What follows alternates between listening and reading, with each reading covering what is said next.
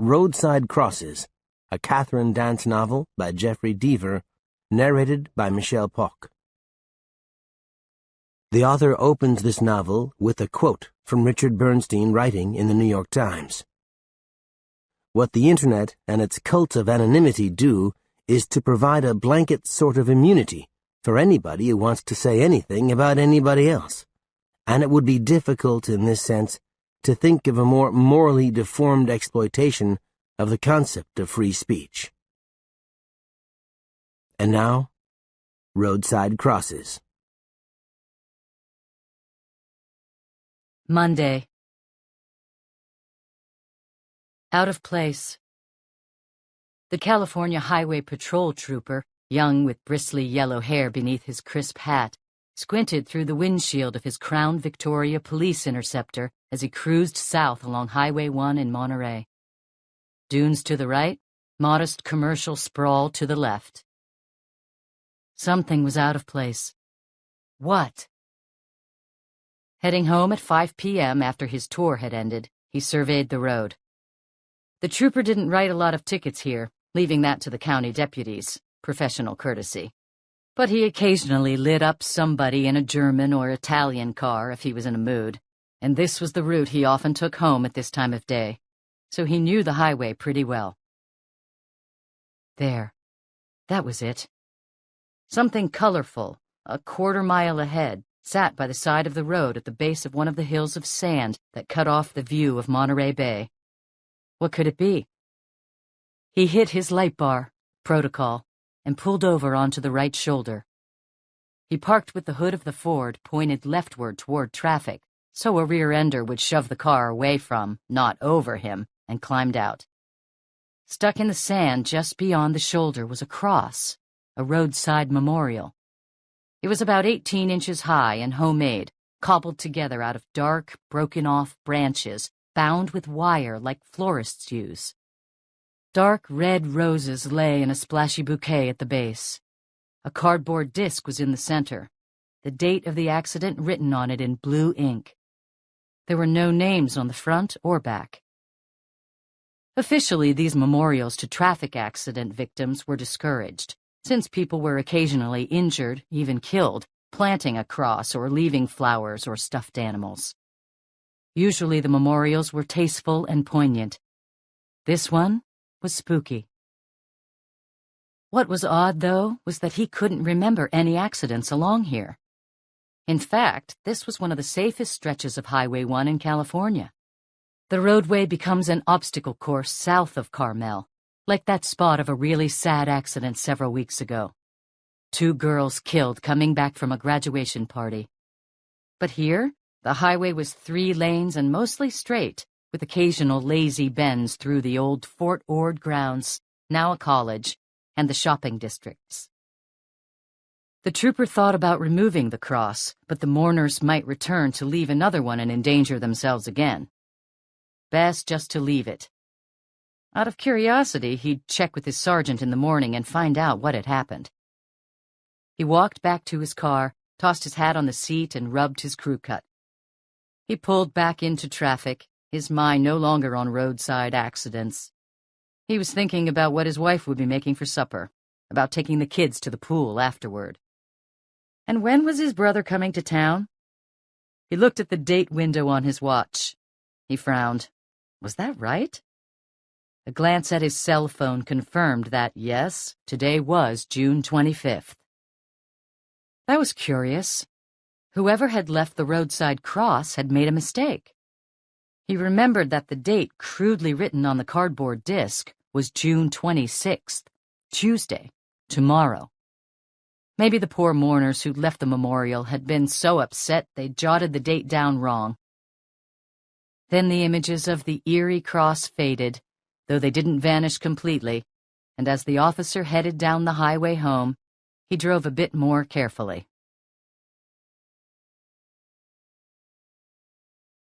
Tuesday.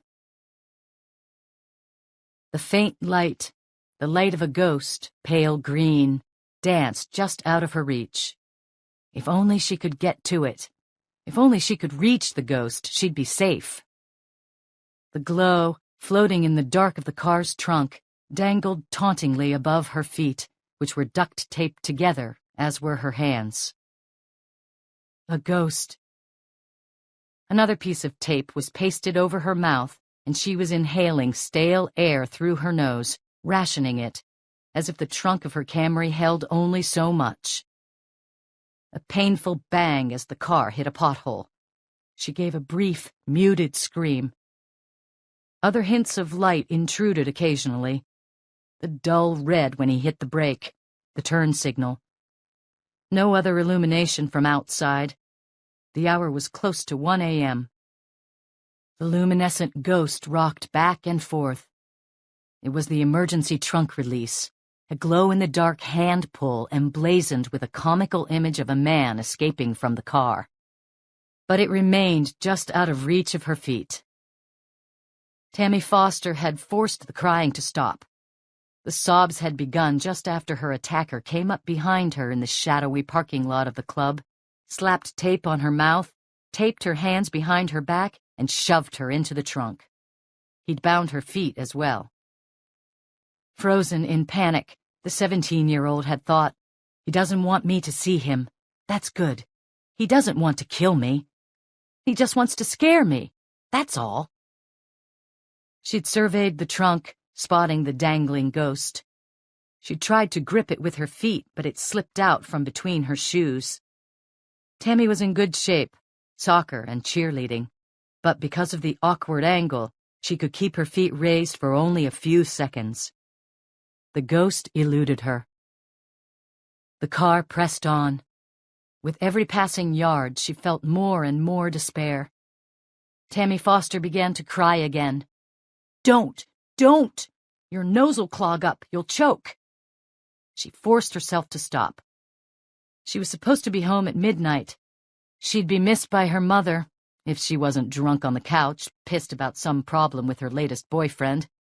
Missed by her sister, if the girl wasn't online or on the phone, which of course she was.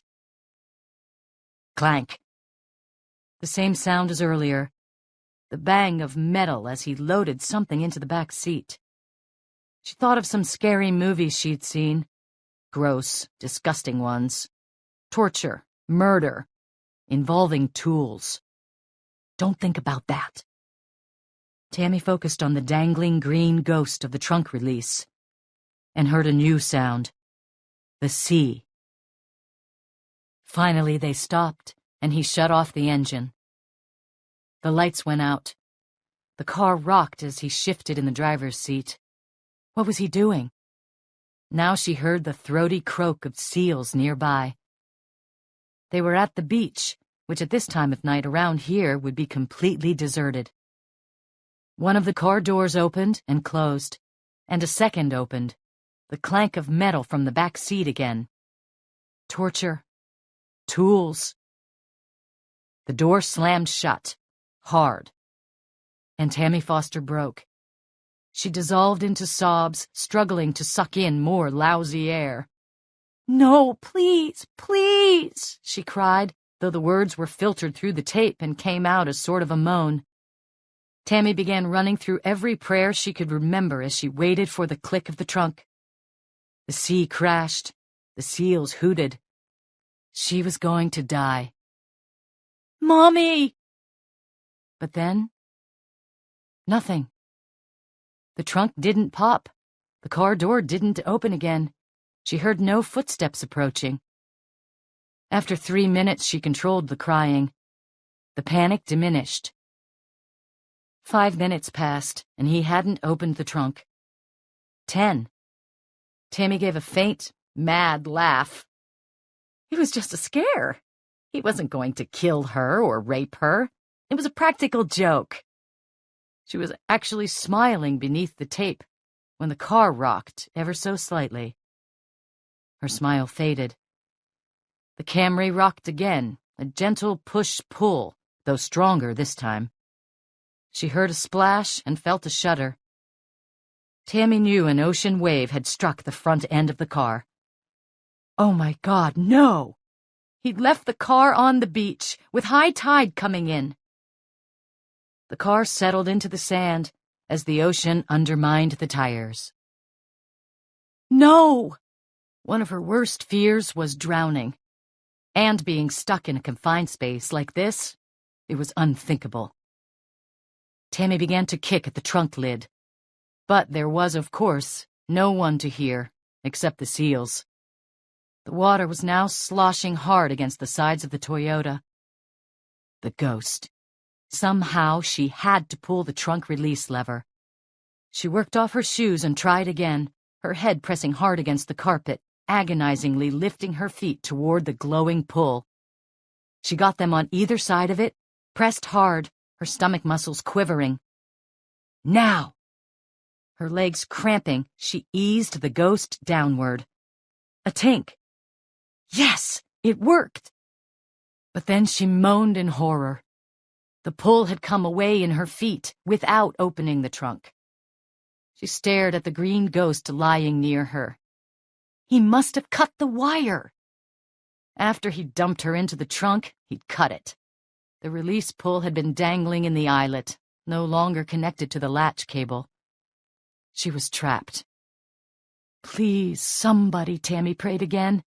To God, to a passerby, even to her kidnapper who might show her some mercy.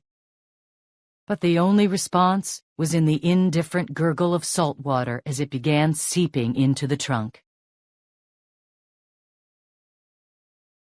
The Peninsula Garden Hotel is tucked away near Highway 68, the venerable route that's a 20-mile-long diorama, the many faces of Monterey County. The road meanders west from the nation's salad bowl, Salinas, and skirts the verdant pastures of heaven, punchy Laguna Seca racetrack, settlements of corporate offices, then dusty Monterey and pine and hemlock-filled Pacific Grove.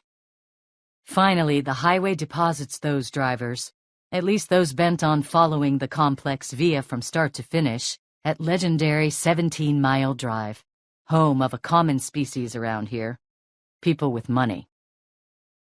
Not bad, Michael O'Neill said to Catherine Dance as they climbed out of his car.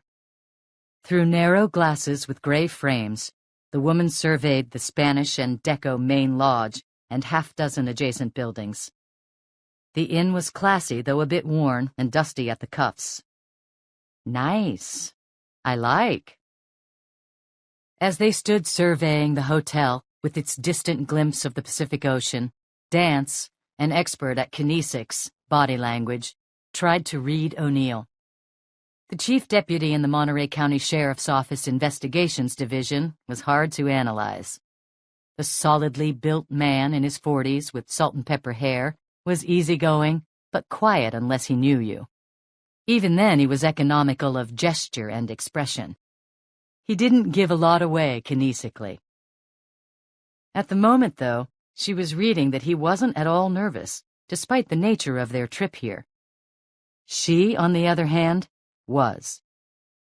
Catherine Dance, a trim woman in her 30s, today wore her dark blonde hair, as she often did, in a French braid, the feathery tail end bound with a bright blue ribbon her daughter had selected that morning and tied into a careful bow. Dance was in a long pleated black skirt and matching jacket over a white blouse, black ankle boots with 2-inch heels, footwear she'd admired for months but been able to resist buying, only until they had gone on sale. O'Neill was in one of his 3 or 4 civilian configurations, chinos and powder blue shirt, no tie. His jacket was dark blue, in a faint plaid pattern. The doorman, a cheerful Latino, looked them over with an expression that said, "You seem like a nice couple. Welcome. I hope you enjoy your stay." He opened the door for them. Dance smiled uncertainly at O'Neill, and they walked through a breezy hallway to the front desk. From the main building, they wound through the hotel complex, looking for the room. "Never thought this would happen," O'Neill said to her. Dance gave a faint laugh. She was amused to realize that her eyes occasionally slipped to doors and windows. This was a kinesic response that meant the subject was subconsciously thinking about ways to escape. That is, was feeling stress. "Look," she said, pointing to yet another pool. The place seemed to have 4. Like Disneyland for adults. I hear a lot of rock musicians stay here. Really? She frowned. What's wrong? It's only 1 story. Not much fun getting stoned and throwing TVs and furniture out the window. This is Carmel, O'Neill pointed out. The wildest they'd get here is pitching recyclables into the trash. Dance thought of a comeback line but kept quiet. The bantering was making her more nervous. She paused beside a palm tree with leaves like sharp weapons. Where are we? The deputy looked at a slip of paper, oriented himself, and pointed to one of the buildings in the back. There. O'Neill and Dance paused outside the door. He exhaled and lifted an eyebrow. Guess this is it. Dance laughed. I feel like a teenager. The deputy knocked. After a short pause, the door opened, revealing a narrow man, hovering near 50, wearing dark slacks and a white shirt and striped tie. Michael, Catherine, right on time. Come on in. Ernest Saybold, a career district attorney for Los Angeles County, nodded them into the room. Inside, a court reporter sat beside her 3-legged dictation machine. Another young woman rose and greeted the new arrivals. She was, Saybold said, his assistant from L.A. Earlier this month, Dance and O'Neill had run a case in Monterey. The cult leader and killer Daniel Pell had escaped from prison and remained on the peninsula, targeting more victims. One of the people involved in the case had turned out to be somebody very different from the person Dance and her fellow officers had believed him to be. The consequences of that involved yet another murder. Dance adamantly wanted to pursue the perp, but there was much pressure not to follow up from some very powerful organizations. Dance wouldn't take no for an answer, though, and while the Monterey prosecutor had declined to handle the case, she and O'Neill learned that the perp had killed earlier in Los Angeles. District Attorney Saybold, who worked regularly with Dance's organization, the California Bureau of Investigation, and was a friend of Dance's, agreed to bring charges in L.A. Several witnesses, though, were in the Monterey area, including Dance and O'Neill, and so Saybold had come here for the day to take statements. The clandestine nature of the get-together was due to the perp's connections and reputation. In fact, for the time being, they weren't even using the killer's real name. The case was known internally as the People vs. J. Doe. As they sat, Saybold said, "We might have a problem, I have to tell you." The butterflies Dance had felt earlier, that something would go wrong and the case would derail, returned. The prosecutor continued, "The defense has made a motion to dismiss based on immunity. I honestly can't tell you what the odds are it'll succeed. The hearing's scheduled for day after tomorrow." Dance closed her eyes. No. Beside her, O'Neill exhaled in anger. All this work. If he gets away, Dance thought, but then realized she had nothing to add to that except, if he gets away, I lose. She felt her jaw trembling, but Saybold said, "I got a team putting together the response. They're good, the best in the office." "Whatever it takes, Ernie," Dance said. "I want him. I want him real bad." "A lot of people do, Catherine. We'll do everything we can." "If he gets away." "But I want to proceed as if we're going to win." He said this confidently, which reassured Dance somewhat. They got started, Saybold asking dozens of questions about the crime, what Dance and O'Neill had witnessed, and the evidence in the case. Saybold was a seasoned prosecutor and knew what he was doing. After an hour of interviewing them both, the wiry man sat back and said he had enough for the time being. He was momentarily expecting another witness, a local state trooper who had also agreed to testify. They thanked the prosecutor, who agreed to call them the instant the judge ruled in the immunity hearing. As Dance and O'Neill walked back to the lobby, he slowed, a frown on his face. "What?" she asked. "Let's play hooky." "What do you mean?" He nodded at the beautiful garden restaurant overlooking a canyon with the sea beyond. "It's early. When was the last time anybody in a white uniform brought you Eggs Benedict?" Dance considered. "What year is it again?" He smiled. "Come on, we won't be that late." A glance at her watch. "I don't know." Catherine Dance hadn't played hooky in school, much less as a senior agent with the CBI, the California Bureau of Investigation. Then she said to herself, "Why are you hesitating?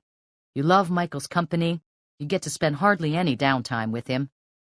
"You bet." Feeling like a teenager again, though now in a good way. They were seated beside each other at a banquette near the edge of the deck, overlooking the hills. The early sun was out, and it was a clear, crisp June morning. The waiter, not fully uniformed, but with a suitably starched white shirt, brought them menus and poured coffee. Dance's eyes strayed to the page on which the restaurant bragged of their famous mimosas. No way, she thought, and glanced up to see O'Neill looking at exactly the same item. They laughed. "When we get down to L.A. for the grand jury, or trial," he said, "champagne then." Fair enough. It was then that O'Neill's phone trilled. He glanced at caller ID. Dance was immediately aware of his body language changing. Shoulders slightly higher, arms closer to his body, eyes focused just past the screen. She knew whom the call was from, even before he said a cheerful, "Hi, dear." Dance deduced from his conversation with Anne, a professional photographer, that a business trip had come up unexpectedly soon, and she was checking with her husband about his schedule. Finally, O'Neill disconnected, and they sat in silence for a moment while the atmosphere righted itself, and they consulted their menus. "Yep," he announced. "Eggs Benedict." She was going to have the same and glanced up for the waiter. But then her phone vibrated. She glanced at the text message, frowned, then read it again, aware that her own body orientation was changing quickly. Heart rate revving, shoulders lifted, foot tapping on the floor. Dance sighed, and her gesture to the waiter changed from a polite beckon to one of mimicking signing the check. The California Bureau of Investigation's West Central Regional Headquarters is in a nondescript modern building identical to those of the adjacent insurance companies and software consulting firms, all tucked neatly away behind hills and decorated with the elaborate vegetation of Central Coast California. The facility was near the Peninsula Garden, and Dance and O'Neill arrived from the hotel in less than 10 minutes, minding traffic, but not red lights or stop signs. Climbing out of his car, Dance slung her purse over her shoulder and hefted her bulging computer bag, which her daughter had dubbed Mom's Purse Annex after the girl had learned what annex meant, and she and O'Neill walked into the building. Inside, they headed immediately to where she knew her team would be assembled. Her office, in the portion of CBI known as the Gals Wing, or GW, owing to the fact that it was populated exclusively by Dance, fellow agent Connie Ramirez, as well as their assistant, Mary Ellen Cressbach, and Grace Ewan, the CBI administrator who kept the entire building humming like a timepiece. The name of the wing derived from an unfortunate comment by an equally unfortunate and now former CBI agent. He coined the designation while trying to press his cleverness on a date he was touring around the headquarters. Everyone on the GW still debated if he, or one of his dates, had ever found all the feminine hygiene products Dance and Ramirez had seeded into his office, briefcase, and car. Dance and O'Neill now greeted Mary Ellen. The cheerful and indispensable woman could easily run both the family and the professional lives of her charges without a bat of one of her darkly mascaraed eyelashes. She also was the best baker Dance had ever met. "Morning, Mary Ellen. Where are we?" "Hi, Catherine. Help yourself." Dance eyed, but didn't give in to, the chocolate chip cookies in the jar on the woman's desk. They had to be a biblical sin. O'Neill, on the other hand, didn't resist. Best breakfast I've had in weeks. Eggs Benedict. Mary Ellen gave a pleased laugh. Okay, I called Charles again and left another message. Honestly. She sighed.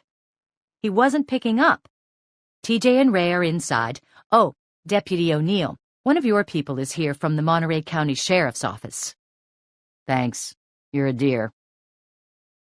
In Dance's office, wiry young TJ Scanlon was perched in her chair.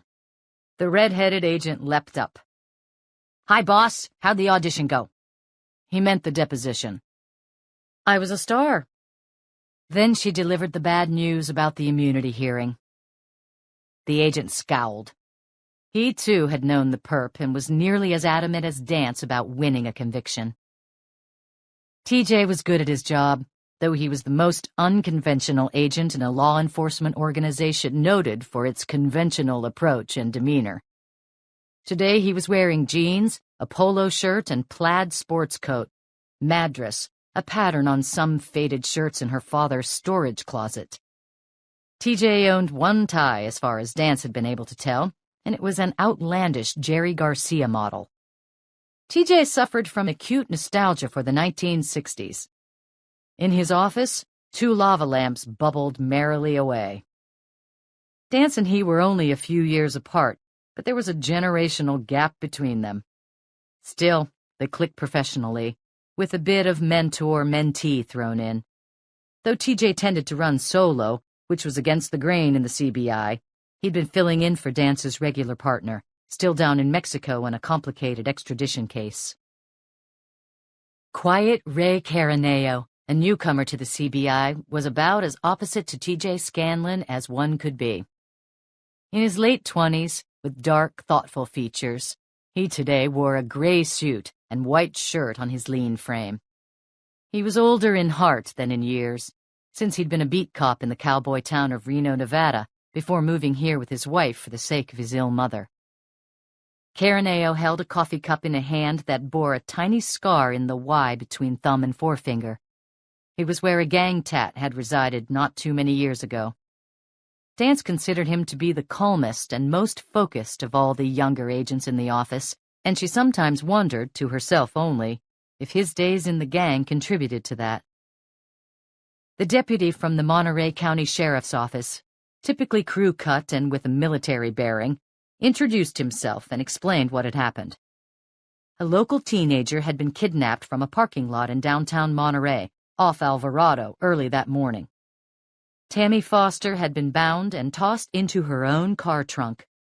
The attacker drove her to a beach outside of town and left her to drown in high tide. Dance shivered at the thought of what it must have been like to lie cramped and cold as the water rose in the confined space. It was her car? O'Neill asked, sitting in one of Dance's chairs and rocking on the back legs, doing exactly what Dance told her son not to do. She suspected Wes had learned the practice from O'Neill. The legs creaked under his weight. That's right, sir. What beach? Down the coast, south of the Highlands. Deserted? Yep, nobody around, no wits. Witnesses at the club where she got snatched? Dance asked. Negative, and no security cameras in the parking lot. Dance and O'Neill took this in. She said, so he needed other wheels near where he left her, or had an accomplice. Crime scene found some footprints in the sand, headed for the highway, above the tide level. But the sand was loose, no idea of tread or size, but definitely only one person. O'Neill asked, and no signs of a car pulling off the road to pick him up, or one hidden in the bushes nearby? No, sir. Our people did find some bicycle tread marks, but they were on the shoulder. Could have been made that night, could have been a week old. No tread match. We don't have a bicycle database, he added to Dance. Hundreds of people biked along the beach in that area daily.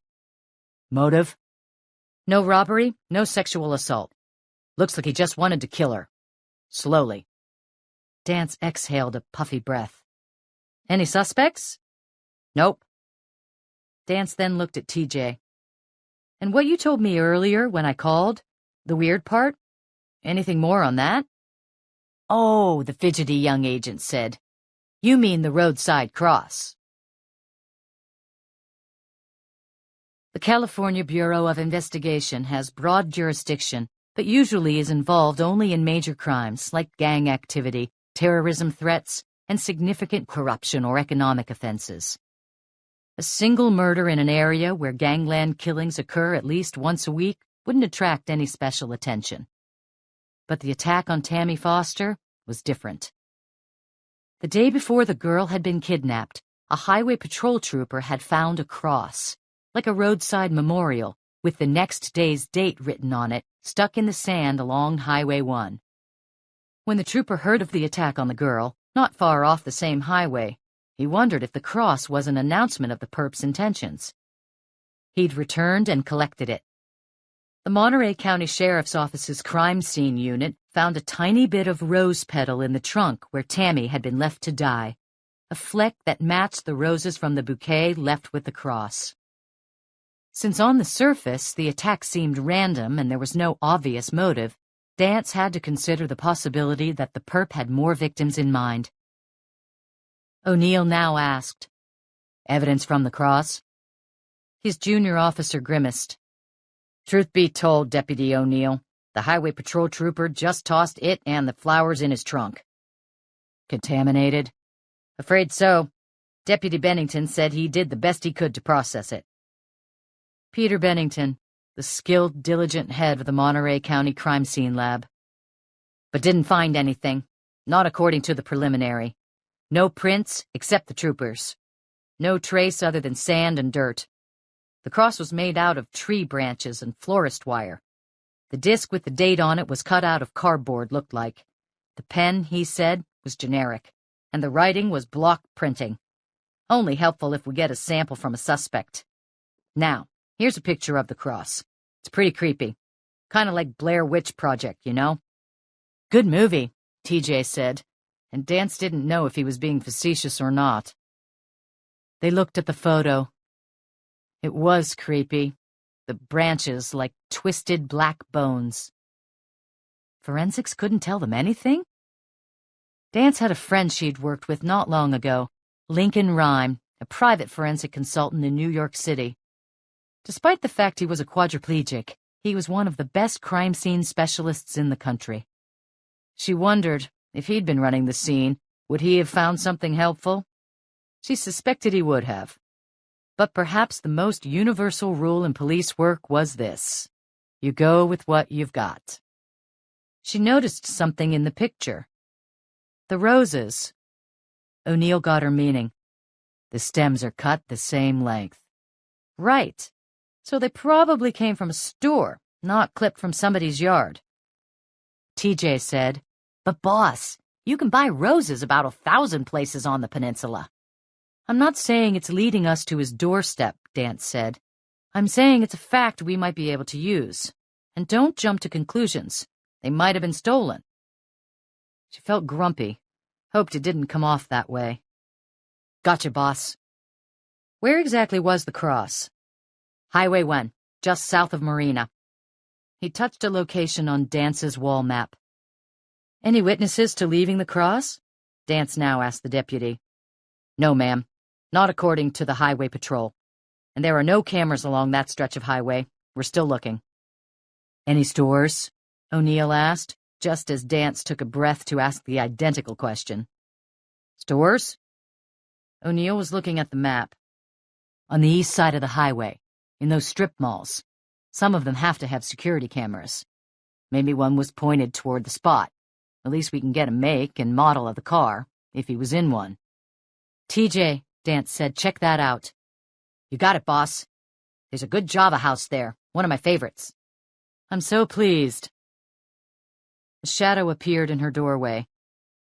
"Ah, didn't know we were convening here." Charles Overby, the recently appointed agent in charge of this CBI branch, walked into her office. In his mid-50s, tanned, the pear-shaped man was athletic enough to get out on the golf or tennis courts several times a week, but not so spry to keep up a long volley without losing his breath. "I've been in my office for, well, quite some time." Dance ignored TJ's subtle glance at his wristwatch. She suspected that Overby had rolled in a few minutes ago. "Charles," she said. "Morning. Maybe I forgot to mention where we be meeting. Sorry." "Hello, Michael." A nod toward TJ, too, whom Overby sometimes gazed at curiously, as if he'd never met the junior agent, though that might have just been disapproval of TJ's fashion choices. Dance had, in fact, informed Overby of the meeting. On the drive here from the Peninsula Garden Hotel, she'd left a message on his voicemail giving him the troubling news of the immunity hearing in L.A., and telling him of the plan to get together here, in her office. Mary Ellen had told him about the meeting, too, but the CBI chief hadn't responded. Dance hadn't bothered to call back, since Overby usually didn't care much for the tactical side of running cases. She wouldn't have been surprised if he'd declined attending this meeting altogether. He wanted the big picture, a recent favorite phrase. TJ had once referred to him as Charles Overview. Dance had hurt her belly laughing. "Well, this girl in the trunk thing. The reporters are calling already. I've been stalling. They hate that. Brief me." Ah, reporters. That explained the man's interest. Dance told him what they knew at this point and what their plans were. "Think he's going to try it again? That's what the anchors are saying." "That's what they're speculating," Dance corrected delicately. "Since we don't know why he attacked her in the first place, Tammy Foster, we can't say," O'Neill said. "And the cross is connected? It was left as a message?" "The flowers match forensically, yes." "Ouch. I just hope it doesn't turn into a Summer of Sam thing." What's that, Charles?" Dance asked. "That guy in New York, leaving notes, shooting people." "Oh, that was a movie." TJ was their reference librarian of popular culture. "Spike Lee. The killer was Son of Sam." "I know," Overby said quickly. "Just making a pun. Sun and summer." "We don't have any evidence one way or the other. We don't know anything yet, really." Overby was nodding. He never liked not having answers. For the press, for his bosses in Sacramento. That made him edgy, which in turn made everybody else edgy too. When his predecessor, Stan Fishburne, had had to retire unexpectedly on a medical, and Overby had assumed the job, dismay was the general mood. Fishburne was the agent's advocate. He'd take on anybody he needed to in supporting them. Overby had a different style. Very different. "I got a call from the AG already." Their ultimate boss. "Made the news in Sacramento. CNN, too. I'll have to call him back. I wish we had something specific." "We should know more soon." "What are the odds that it was just a prank gone bad? Like hazing the pledges, fraternity or sorority thing. We all did that in college, didn't we?" Dance and O'Neill hadn't been Greek. She doubted TJ had been, and Ray Caraneo had gotten his bachelor's in criminal justice at night while working 2 jobs. "Pretty grim for a practical joke," O'Neill said. "Well, let's keep it open as an option. I just want to make sure that we stay away from panic. That won't help anything. Downplay any serial actor angle. And don't mention the cross. We're still reeling from that case earlier in the month, the Pell thing." He blinked. "How'd the deposition go, by the way?" "A delay." Had he not listened to her message at all? "That's good." "Good?" Dance was still furious about the motion to dismiss. Overby blinked. "I mean, it frees you up to run this roadside cross case." Thinking about her old boss. Nostalgia can be such sweet pain. "What are the next steps?" Overby asked. "TJ's checking out the security cameras at the stores and car dealerships near where the cross was left." She turned to Caraneo. "And Ray, could you canvass around the parking lot where Tammy was abducted?" "Yes, ma'am." "What are you working on now, Michael, at the sheriff's office?" Overby asked. "Running a gang killing, then the container case." "Oh, that." The peninsula had been largely immune to terrorist threats. There were no major seaports here, only fishing docks, and the airport was small and had good security. But a month or so ago, a shipping container had been smuggled off a cargo ship from Indonesia, docked in Oakland, and loaded on a truck headed south toward L.A. A report suggested that it had gotten as far as Salinas, where possibly the contents had been removed, hidden, and then transferred to other trucks for forward routing. Those contents might have been contraband, drugs, weapons, or, as another credible intelligence report went, human beings sneaking into the country. Indonesia had the largest Islamic population in the world and a number of dangerous extremist cells. Homeland Security was understandably concerned. But, O'Neill added, I can put that on hold for a day or two. Good, Overby said, relieved that the roadside cross case would be task-forced. He was forever looking for ways to spread the risk if an investigation went bad, even if it meant sharing the glory. Dance was simply pleased she and O'Neill would be working together. O'Neill said, I'll get the final crime scene report from Peter Bennington. O'Neill's background wasn't specific to forensic science, but the solid, dogged cop relied on traditional techniques for solving crimes: research, canvassing, and crime scene analysis. Occasionally headbutting. Whatever his concoction of techniques, though, the senior detective was good at his job. He had one of the highest arrest and, more important, conviction records in the history of the office. Dance glanced at her watch. And I'll go interview the witness. Overby was silent for a moment. Witness? I didn't know there was one. Dance didn't tell him that that very information, too, was in the message she'd left her boss. Yep, there is, she said, and slung her purse over her shoulder, heading out of the door.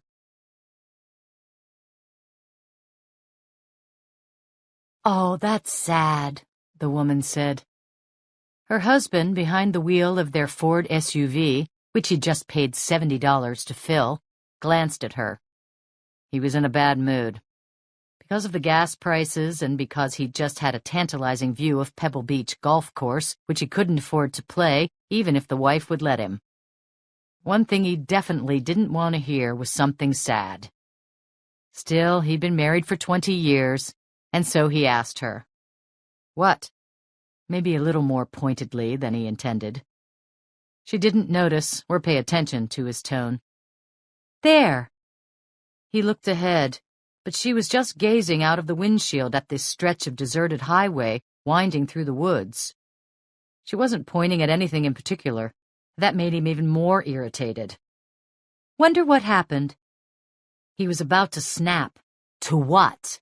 When he saw what she was talking about. And he felt instantly guilty. Stuck in the sand ahead of them, about 30 yards away, was one of those memorials at the site of a car accident. It was a cross, kind of a crude thing, sitting atop some flowers. Dark red roses. Is sad, he echoed, thinking of their children. 2 teenagers who still scared the hell out of him every time they got behind the wheel. Knowing how he'd feel if anything happened to them in an accident, he regretted his initial snippiness. He shook his head, glancing at his wife's troubled face. They drove past the homemade cross. She whispered, My God, it just happened. It did? Yep, it's got today's date on it. He shivered, and they drove on toward a nearby beach that somebody had recommended for its walking trails. He mused. Something odd. What's that, dear? Speed limit's 35 along here. You wouldn't think somebody'd wipe out so bad that they'd die. His wife shrugged. Kids, probably. Drinking and driving. The cross sure put everything in perspective. Come on, buddy. You could be sitting back in Portland, crunching numbers and wondering what kind of insanity Leo will come up with at the next team rally meeting. Here you are in the most beautiful part of the state of California, with 5 days of vacation left. And you couldn't come close to par at Pebble Beach in a million years. Quit your moaning, he told himself. He put his hand on his wife's knee and drove on toward the beach. not even minding that fog had suddenly turned the morning gray. Driving along 68, Holman Highway, Catherine Dance called her children, whom her father, Stuart, was driving to their respective day camps. With the early morning meeting at the hotel, Dance had arranged for Wes and Maggie, 12 and 10, to spend the night with their grandparents. "Hey, Mom," Maggie said. "Can we go to Rosie's for dinner tonight?" "We'll have to see. I've got a big case." "We made noodles for the spaghetti for dinner last night, Grandma and me, and we used flour and eggs and water. Grandpa said we were making them from scratch." "What does from scratch mean?" "From all the ingredients. You don't buy them in a box." "Like, I know that. I mean, what does scratch mean?" "Don't say like. And I don't know. We'll look it up." "Okay." "I'll see you soon, sweetie. Love you. Put your brother on." "Hey, Mom." Wes launched into a monologue about the tennis match planned for today. Wes was, Dance suspected, just starting the downhill coast into adolescence. Sometimes he was her little boy, sometimes a distant teenager. His father had died 2 years ago, and only now was the boy sliding out from under the weight of that sorrow. Maggie, though younger, was more resilient. "Is Michael still going out in his boat this weekend?" "I'm sure he is." "That rocks!" O'Neill had invited the boy to go fishing this Saturday, along with Michael's young son, Tyler. His wife, Anne, rarely went out on the boat, and though Dance did from time to time, seasickness made her a reluctant sailor. She then spoke briefly to her father, thanking him for babysitting the children, and mentioned that the new case would be taking up a fair amount of time. Stuart Dance was the perfect grandfather. The semi-retired marine biologist could make his own hours and truly loved spending time with the children. Nor did he mind playing chauffeur. He did, however, have a meeting today at the Monterey Bay Aquarium, but assured his daughter that he'd drop the children off with their grandmother after camp. Dance would pick them up from her later. Every day Dance thanked fate or the gods that she had loving family nearby. Her heart went out to single mothers with little support. She slowed, turned at the light, and pulled into the parking lot of Monterey Bay Hospital, studying a crowd of people behind a row of blue sawhorse barriers. More protesters than yesterday, and yesterday had seen more than the day before. Monterey Bay Hospital was a famed institution, one of the best medical centers in the region, and one of the most idyllic, set in a pine forest. Dance knew the place well. She'd given birth to her children here, sat with her father as he recovered from major surgery. She'd identified her husband's body in the hospital's morgue. And she herself had recently been attacked here, an incident related to the protest Dance was now watching. As part of the Daniel Pell case, Dance had sent a young Monterey County deputy to guard the prisoner in the county courthouse in Salinas. The convict had escaped, and in the process had attacked and severely burned the deputy, Juan Millar, who'd been brought here to intensive care. That had been such a hard time for his confused, sorrowful family, for Michael O'Neill, and for his fellow officers at the Monterey County Sheriff's Office. For Dance, too. It was while she was visiting Juan that his distraught brother Julio had assaulted her, enraged that she was trying to take a statement from his semi-conscious sibling. Dance had been more startled than hurt by the attack, and had chosen not to pursue a case against the hysterical brother. A few days after Juan was admitted, he died. At first, it seemed that the death was a result of the extensive burns, but then it was discovered that somebody had taken his life. A mercy killing. Dance was saddened by the death, but Juan's injuries were so severe that his future would have been nothing but pain and medical procedures. Juan's condition had also troubled Dance's mother, Edie, a nurse at the hospital. Dance recalled standing in her kitchen, her mother nearby, gazing into the distance. Something was troubling her deeply, and she soon told Dance what. She'd been checking on Juan when the man had swum to consciousness and looked at her with imploring eyes. He'd whispered, "Kill me." Presumably, he'd delivered this plea to anybody who'd come to visit or tend to him.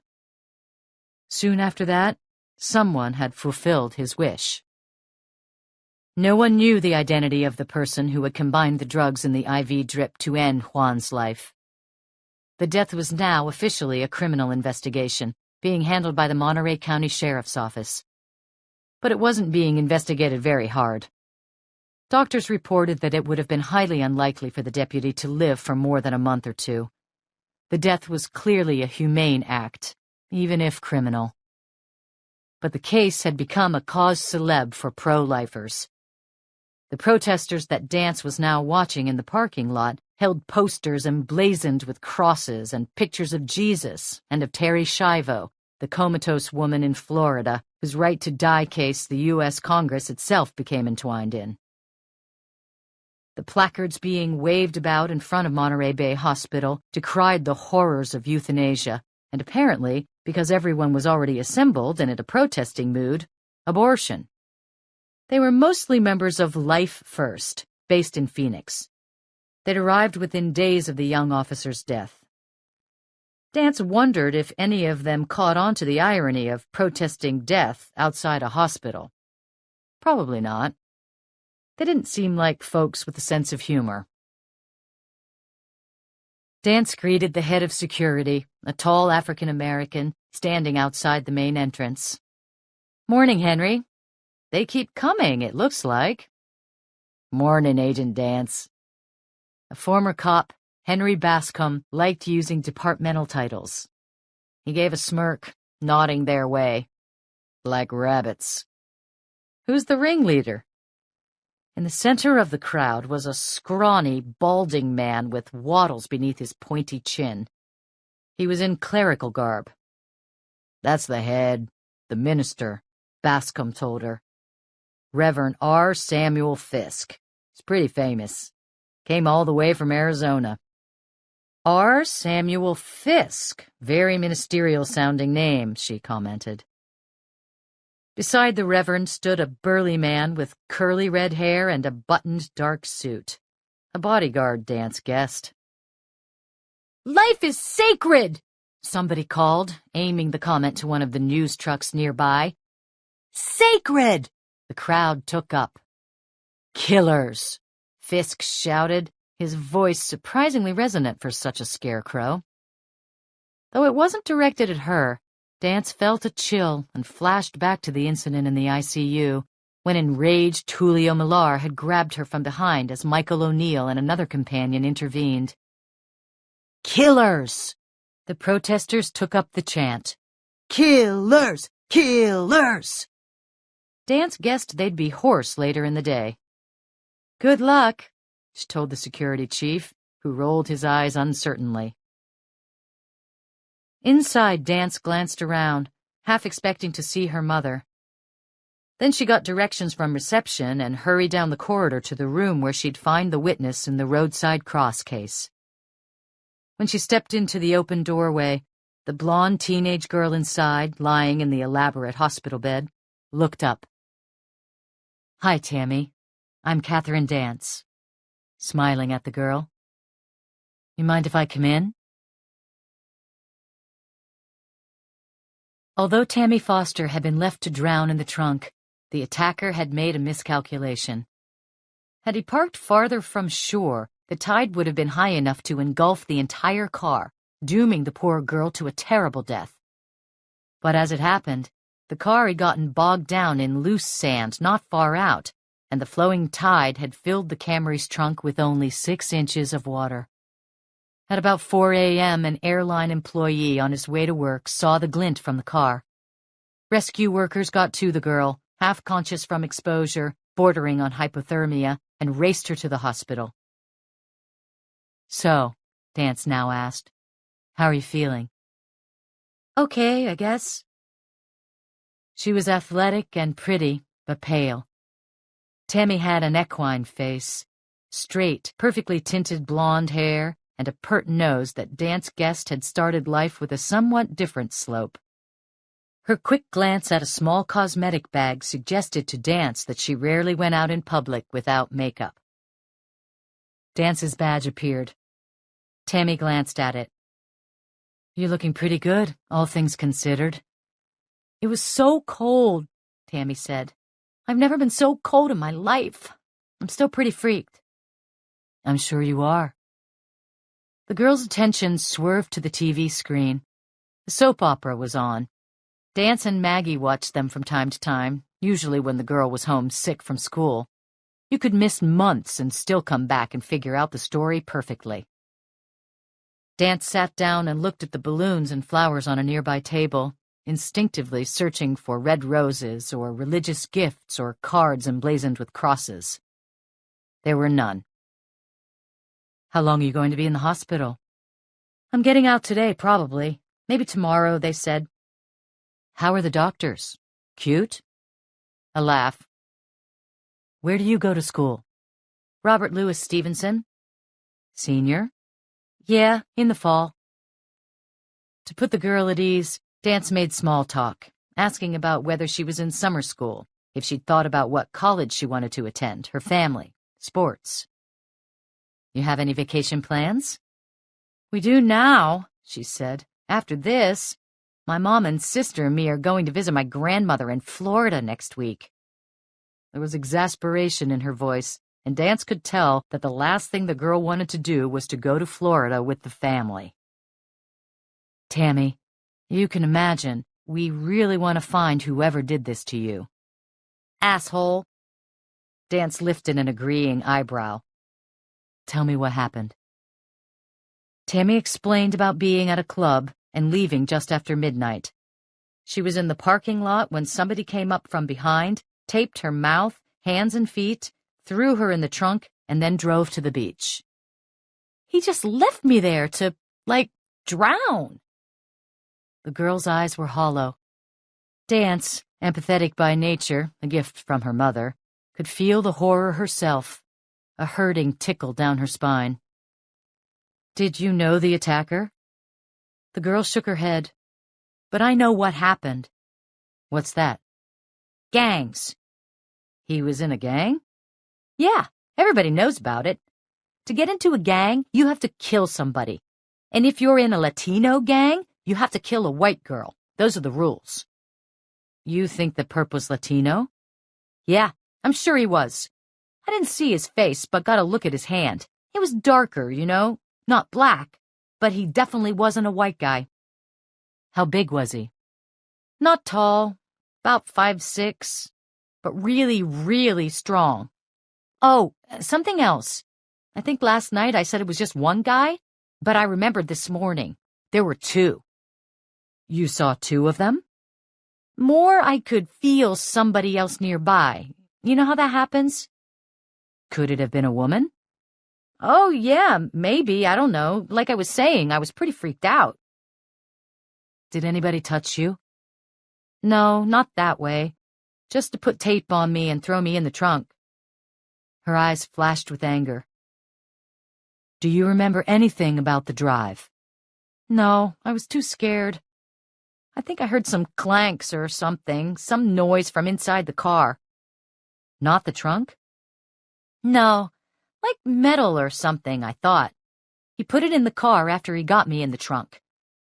I saw this movie, one of the Saw movies, and I thought maybe he was going to use whatever it was to torture me." The bike, Dance was thinking, recalling the tread marks at the beach. He'd brought a bicycle with him for his escape. She suggested this, but Tammy said that wasn't it. There was no way to get a bike in the back seat. She added gravely, "And it didn't sound like a bike." "Okay, Tammy." Dance adjusted her glasses and kept looking at the girl, who glanced at the flowers and cards and stuffed animals. The girl added, "Look at everything people gave me. That bear there, isn't he the best?" "He's cute, yep." "So you're thinking it was some Latino kids in a gang?" "Yeah, but, well, like now, it's kind of over with." "Over with?" "I mean, I didn't get killed, just a little wet." A laugh as she avoided Dance's eyes. They're definitely freaking. It's all over the news. I'll bet they're gone. I mean, maybe even left town. It was certainly true that gangs had initiation rites, and some involved murder. But killings were rarely outside the race or ethnicity of the gang, and were most often directed at rival gang members or informants. Besides, what had happened to Tammy was too elaborate. Dance knew from running gang crimes that they were business first. Time is money, and the less spent on extracurricular activities, the better. Dance had already decided that Tammy didn't think her attacker was a Latino gangbanger at all, nor did she believe there were two of them. In fact, Tammy knew more about the perp than she was letting on. It was time to get the truth. The process of kinesic analysis in interviewing and interrogation is first to establish a baseline, a catalog of behaviors that subjects exhibit when telling the truth. Where do they put their hands? Where do they look and how often? Do they swallow or clear their throats often? Do they lace their speech with Do they tap their feet? Do they slouch or sit forward? Do they hesitate before answering? Once the truthful baseline is determined, the kinesic expert will note any deviations from it when the subject is asked questions to which he or she might have reason to answer falsely. When most people lie, they feel stress and anxiety and try to relieve those unpleasant sensations with gestures or speech patterns that differ from the baseline. One of Dance's favorite quotes came from a man who predated the coining of the term kinesics by 100 years, Charles Darwin, who said, "Repressed emotion almost always comes to the surface in some form of body motion." When the subject of the attacker's identity had arisen, Dance observed that the girl's body language changed from her baseline. She shifted her hips uneasily and a foot bobbed. Arms and hands are fairly easy for liars to control, but we're much less aware of the rest of our body, especially toes and feet. Dance also noted other changes in the pitch of the girl's voice, fingers flipping her hair and blocking gestures, touching her mouth and nose. Tammy also offered unnecessary digressions. She rambled and she made overgeneralized statements. Everybody knows about it, typical of someone who's lying. Convinced that the girl was withholding information, Catherine Dance now slipped into her analytic mode. Her approach to getting a subject to be honest consisted of 4 parts. First, she asked, "What's the subject's role in the incident?" Here, Tammy was a victim and a witness only, Dance concluded. She wasn't a participant, either involved in another crime or staging her own abduction. Second, what's the motive to lie? The answer, it was pretty clear, was that the poor girl was terrified of reprisal. This was common and made Dance's job easier than if Tammy's motive were to cover up her own criminal behavior. The third question, what's the subject's general personality type? This determination would suggest what approach Dance should adopt in pursuing the interrogation. Should she, for instance, be aggressive or gentle, work toward problem-solving or offer emotional support, behave in a friendly manner or detached? Dance categorized her subjects according to attributes in the Myers-Briggs Personality Type Indicator, which assesses whether someone is an extrovert or introvert, thinking or feeling, sensing or intuitive. The distinction between extrovert and introvert is about attitude. Does the subject act first and then assess the results, an extrovert, or reflect before acting, introvert? Information gathering is carried out either by trusting the 5 senses and verifying data, sensing, or relying on hunches, intuitive. Decision-making occurs by either objective, logical analysis, thinking, or by making choices based on empathy, feeling. Although Tammy was pretty, athletic, and apparently a popular girl, her insecurities, and Dance had learned an unstable home life, had made her an introvert and one who was intuitive and feeling. This meant Dance couldn't use a blunt approach with the girl. Tammy would simply stonewall and be traumatized by harsh questioning. Finally, The fourth question an interrogator must ask is, what kind of liar's personality does the subject have? There are several types. Manipulators or high Machiavellians, after the Italian political philosopher who literally wrote the book on ruthlessness, see absolutely nothing wrong with lying. They use deceit as a tool to achieve their goals in love, business, politics, or crime, and are very, very good at deception. Other types include social liars, who lie to entertain, adapters, insecure people who lie to make positive impressions, and actors, who lie for control. Dance decided Tammy was a combination of adapter and actor.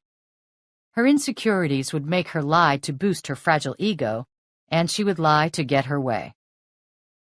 Once a kinesic analyst answers these 4 questions, the rest of the process is straightforward. She continues questioning the subject, noting carefully those queries that elicit stress reactions, indicators of deception. Then she keeps returning to those questions and related ones, probing further, closing in on the lie, and noting how the subject is handling the increasing levels of stress. Is she angry, in denial, depressed, or trying to bargain her way out of the situation? Each of these states requires different tools to force or trick or encourage the subject to finally tell the truth. This is what Dance did now, sitting forward a bit to put herself in a close but not invasive proxemic zone, about 3 feet away from Tammy. This would make her uneasy, but not overly threatened.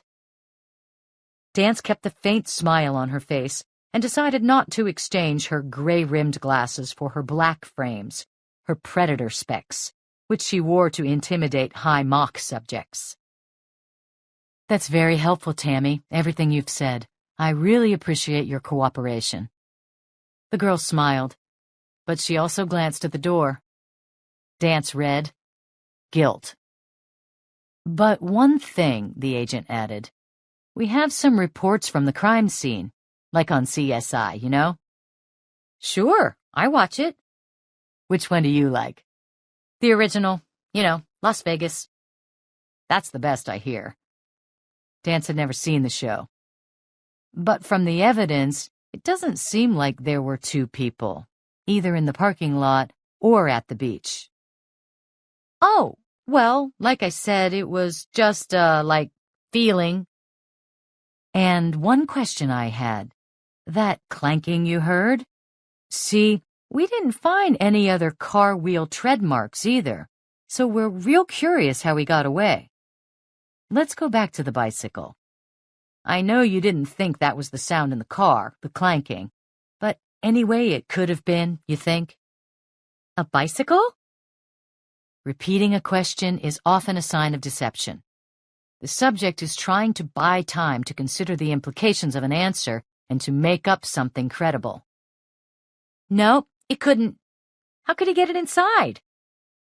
Tammy's denial was too fast and too adamant.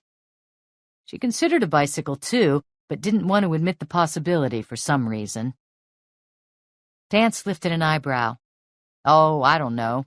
One of my neighbors has a Camry. It's a pretty big car. The girl blinked. She was surprised, it seemed, that Dance knew the make of her car. That the agent had done her homework was making Tammy uneasy. She looked at the window. Subconsciously, she was seeking a route of escape from the unpleasant anxiety. Dance was on to something. She felt her own pulse tap harder. Maybe, I don't know, Tammy said. So he could have had a bike. That might mean he was somebody your age, a little younger. Adults ride bikes, sure, but you see teenagers with them more. Hey, what do you think about it being somebody in school with you? School? No way. Nobody I know would do something like that. Anybody ever threaten you? Have any fights with anybody at Stevenson? I mean, Brianna Crenshaw was pissed when I beat her for cheerleader, but she started going out with Davy Wilcox, who I had a crush on, so it kind of evened out. A choked laugh. Dance smiled too. No, it was this gang guy, I'm sure of it. Her eyes grew wide. Wait, I remember now. He made a call, probably to the gang leader. I could hear him open his phone and he said, "Ella está en la coche." "She's in the car," Dance translated to herself. She asked Tammy, "You know what that means?" "Something like, I've got her in the car." "You're studying Spanish?" "Yeah." This was all very breathless and told in a voice with a higher pitch than normal. Her eyes locked onto Dance's, but her hand flicked her hair away and paused to scratch her lip. The Spanish quotation was a complete lie. "What I'm thinking," Dance began reasonably, "is that he was just pretending to be a gangbanger, to cover up his identity. That means there was another reason to attack you." "Like, why?" "That's what I'm hoping you can help me with. You get any look at him at all?" "Not really. He was behind me the whole time. And it was really, really dark in the parking lot. They ought to put lights in. I think I'm going to sue the club. My father's a lawyer in San Mateo." The angry posturing was meant to deflect Dance's questioning. Tammy had seen something. "Maybe as he came up toward you, you saw a reflection in the windows." The girl was shaking her head no, but Dance persisted. "Just a glimpse. Think back. It's always cold at night here. He wouldn't have been in shirt sleeves. Was he wearing a jacket? A leather one? Cloth? A sweater? Maybe a sweatshirt? A hoodie?" Tammy said no to all of them, but some no's were different from others. Dance then noticed the girl's eyes zip to a bouquet of flowers on the table. Beside it, the Get Well card read, "Yo, girl, get your A out of there soon. Love, J, P, and the Beastie Girl." Catherine Dance looked at herself as a journeyman law enforcer who succeeded largely because of doing her homework and not taking no for an answer. Occasionally, though, her mind did a curious jump. She'd pack in the facts and impressions, and suddenly there'd be an unexpected leap, a deduction or conclusion that seemed to arise as if by magic. A to B to X. This happened now, seeing Tammy look at the flowers, eyes troubled. The agent took a chance. "See, Tammy, we know that whoever attacked you also left a roadside cross, as a message of some sort." The girl's eyes grew wide. Gotcha, Dance thought. She does know about the cross. She continued her improvised script. "And messages like that are always sent by people who know the victims." I heard him speaking Spanish." Dance knew this was a lie, but she'd learned that with subjects who had a personality type like Tammy's, she needed to leave them an escape route, or they'd shut down completely. She said agreeably, "Oh, I'm sure you did, but I think he was trying to cover up his identity. He wanted to fool you." Tammy was miserable, the poor thing. Who terrified her so much? "First of all, Tammy, let me reassure you that we'll protect you. Whoever did this won't get near you again. I'm going to have a policeman stay outside your door here, and we'll have one at your house too until we catch the person who did this." Relief in her eyes. "Here's a thought. What about a stalker? You're very beautiful. I'll bet you have to be pretty careful." A smile, very cautious, but pleased nonetheless at the compliment. "Anybody been hassling you?" The young patient hesitated. "We're close. We're really close." But Tammy backed away. "No." Dance did too. "Have you had any problems with people in your family?" This was a possibility. She'd checked. Her parents were divorced after a tough courtroom battle, and her older brother lived away from home. An uncle had a domestic abuse charge. But Tammy's eyes made it clear that relatives probably weren't behind the attack. Dance continued to fish. "You have any trouble with anybody you've been emailing? Maybe somebody you know online through Facebook or MySpace? That happens a lot nowadays." "No, really, I'm not online that much." She was flicking fingernail against fingernail, the equivalent of wringing hands. I'm sorry to push, Tammy. It's just so important to make sure this doesn't happen again. Then Dance saw something that struck her like a slap. In the girl's eyes was a recognition response, a faint lifting of the brows and lids. It meant that Tammy was afraid that this would happen again. But since she'd have her police guard, the implication was that the attacker was a threat to others, too. The girl swallowed. She was clearly in the denial phase of stress reaction, which meant she was hunkered down, defenses raised high. It was somebody I didn't know, I swear to God. A deception flag. I swear. The deity reference, too. It was as if she were shouting, I'm lying. I want to tell the truth, but I'm afraid. Dance said, Okay, Tammy, I believe you. Look, I'm really, really tired. I think maybe I don't want to say anything else until my mom gets here. Dance smiled. Of course, Tammy. She rose and handed the girl one of her business cards. If you could think about it a little more and let us know anything that occurs to you. I'm sorry, I'm, not all that helpful. Eyes down, contrite. Dance could see that the girl had used pouting and insincere self-deprecation in the past. The technique, mixed with a bit of flirt, would work with boys and her father. Women wouldn't let her get away with it. Still, Dance played to her.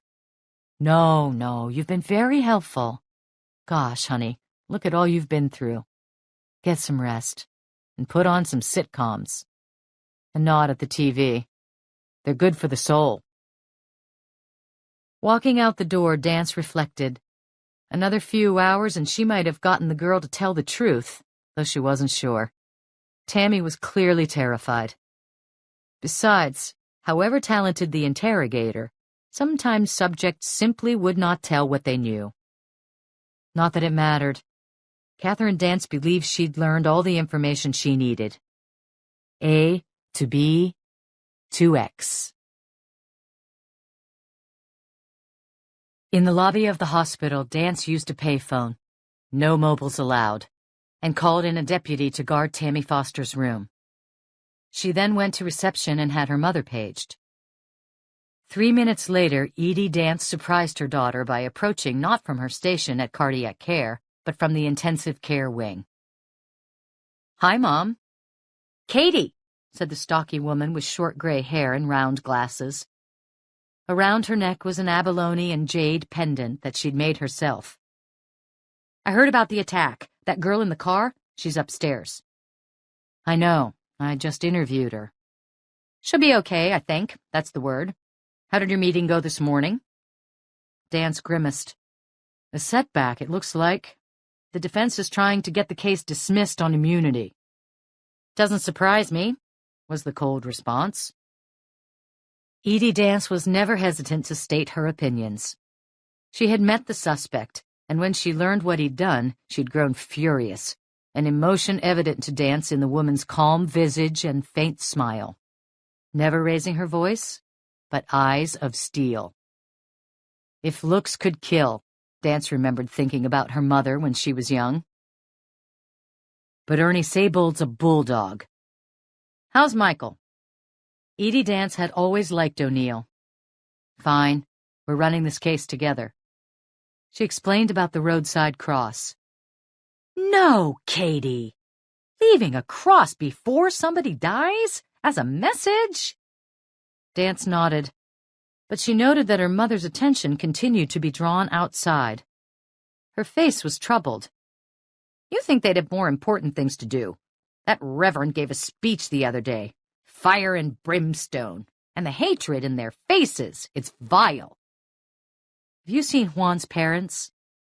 Edie Dance had spent some time comforting the burned officer's family, his mother in particular.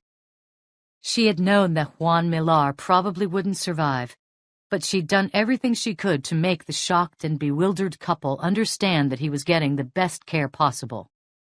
Edie had told her daughter that the woman's emotional pain was as great as her son's physical agony. No, they haven't been back. Julio has. He was here this morning. He was? Why? Maybe collecting his brother's personal effects, I don't know. Her voice faded. He was just staring at the room where Juan died. Has there been an inquiry? Our Board of Ethics was looking into it, and a few policemen have been here, some county deputies.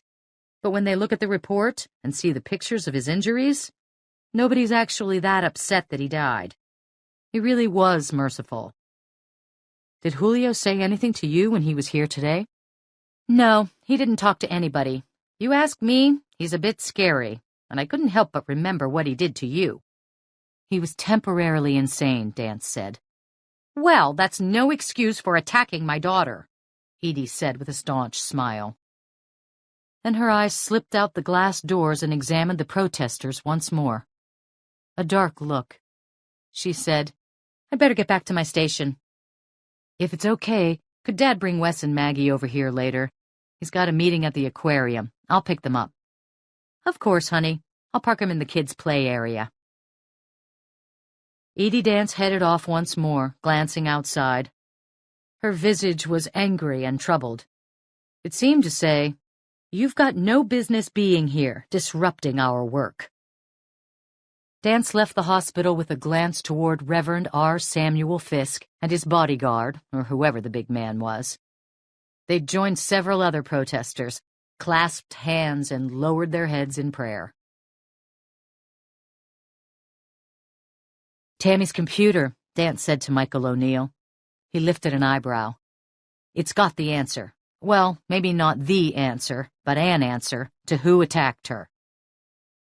They were sipping coffee as they sat outside at Whole Foods in Del Monte Center, an outdoor plaza anchored by Macy's. She'd once calculated that she'd bought at least 50 pairs of shoes here. Footwear, her tranquilizer. In fairness, though, that otherwise embarrassing number of purchases had taken place over a few years. Often, but not always, on sale. Online stalker? O'Neill asked. The food they ate wasn't poached eggs with delicate hollandaise sauce and parsley garnish, but a shared raisin bagel with low-fat cream cheese in a little foil envelope. Maybe. Or a former boyfriend who threatened her, or somebody she met on a social networking site. But I'm sure she knows his identity, if not him personally. I'm leaning towards somebody from her school, Stevenson. She wouldn't say, though. Nope. Claimed it was a Latino gangbanger. O'Neill laughed. A lot of fake insurance claims started with, a Hispanic in a mask broke into my jewelry store. Or, 2 African Americans wearing masks pulled guns and stole my Rolex.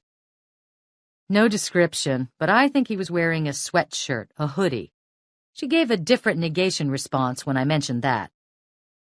Her computer, O'Neill mused, hefting his heavy briefcase onto the table and opening it. He consulted a printout. The good news? We've got it in evidence.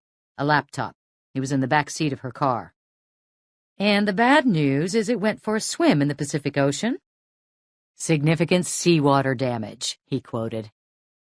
Dance was discouraged. We'll have to send it to Sacramento or the FBI up in San Jose. It'll take weeks to get back.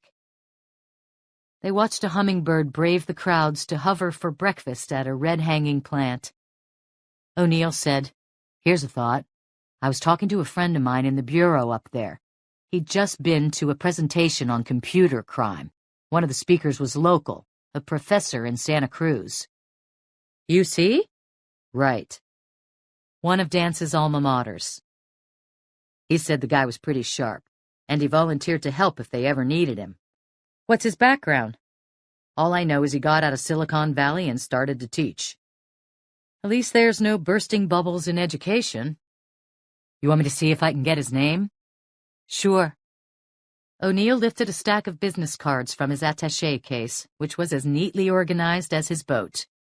He found one and made a call.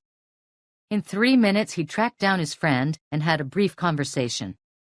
The attack had already attracted the FBI's attention, Dance deduced. O'Neill jotted down a name and thanked the agent. Hanging up, he handed the slip to Dance. Dr. Jonathan Bowling. Below it was a number. What can it hurt? Who's got the laptop itself? In our evidence locker. I'll call and tell them to release it.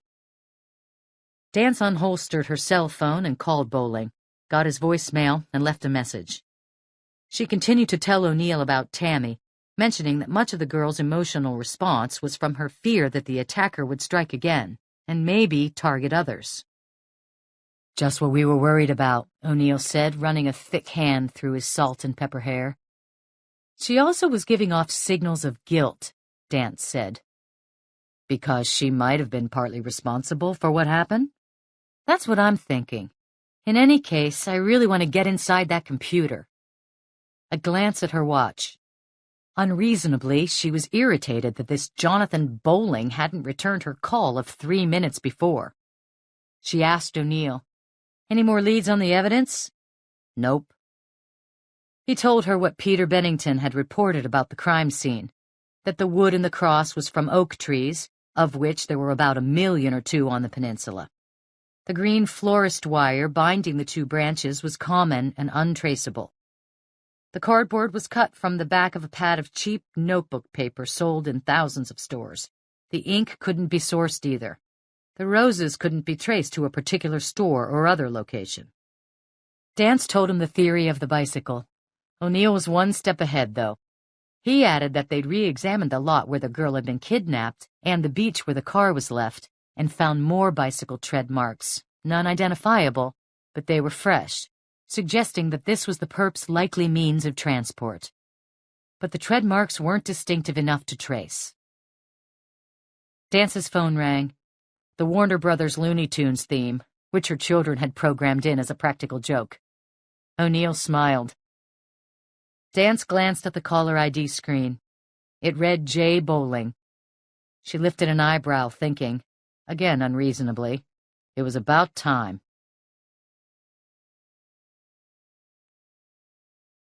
The noise outside, a snap from behind the house, brought back an old fear that she was being watched.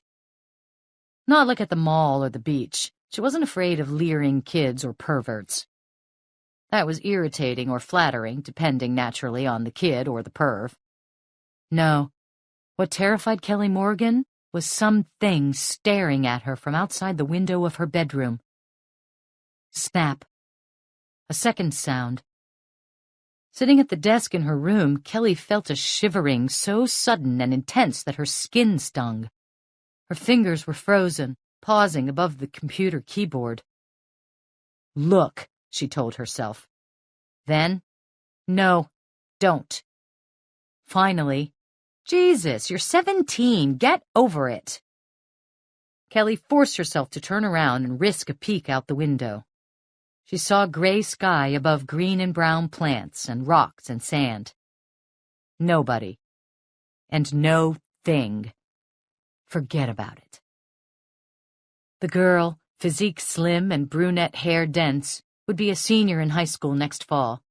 She had a driver's license. She'd surfed Maverick Beach. She was going skydiving on her 18th birthday with her boyfriend. No, Kelly Morgan didn't spook easily. But she had one intense fear.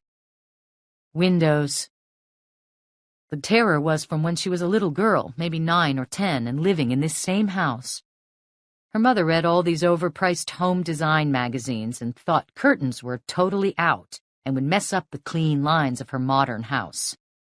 Not a big deal, really, except that Kelly had seen some stupid TV show about the abominable snowman or some monster like that.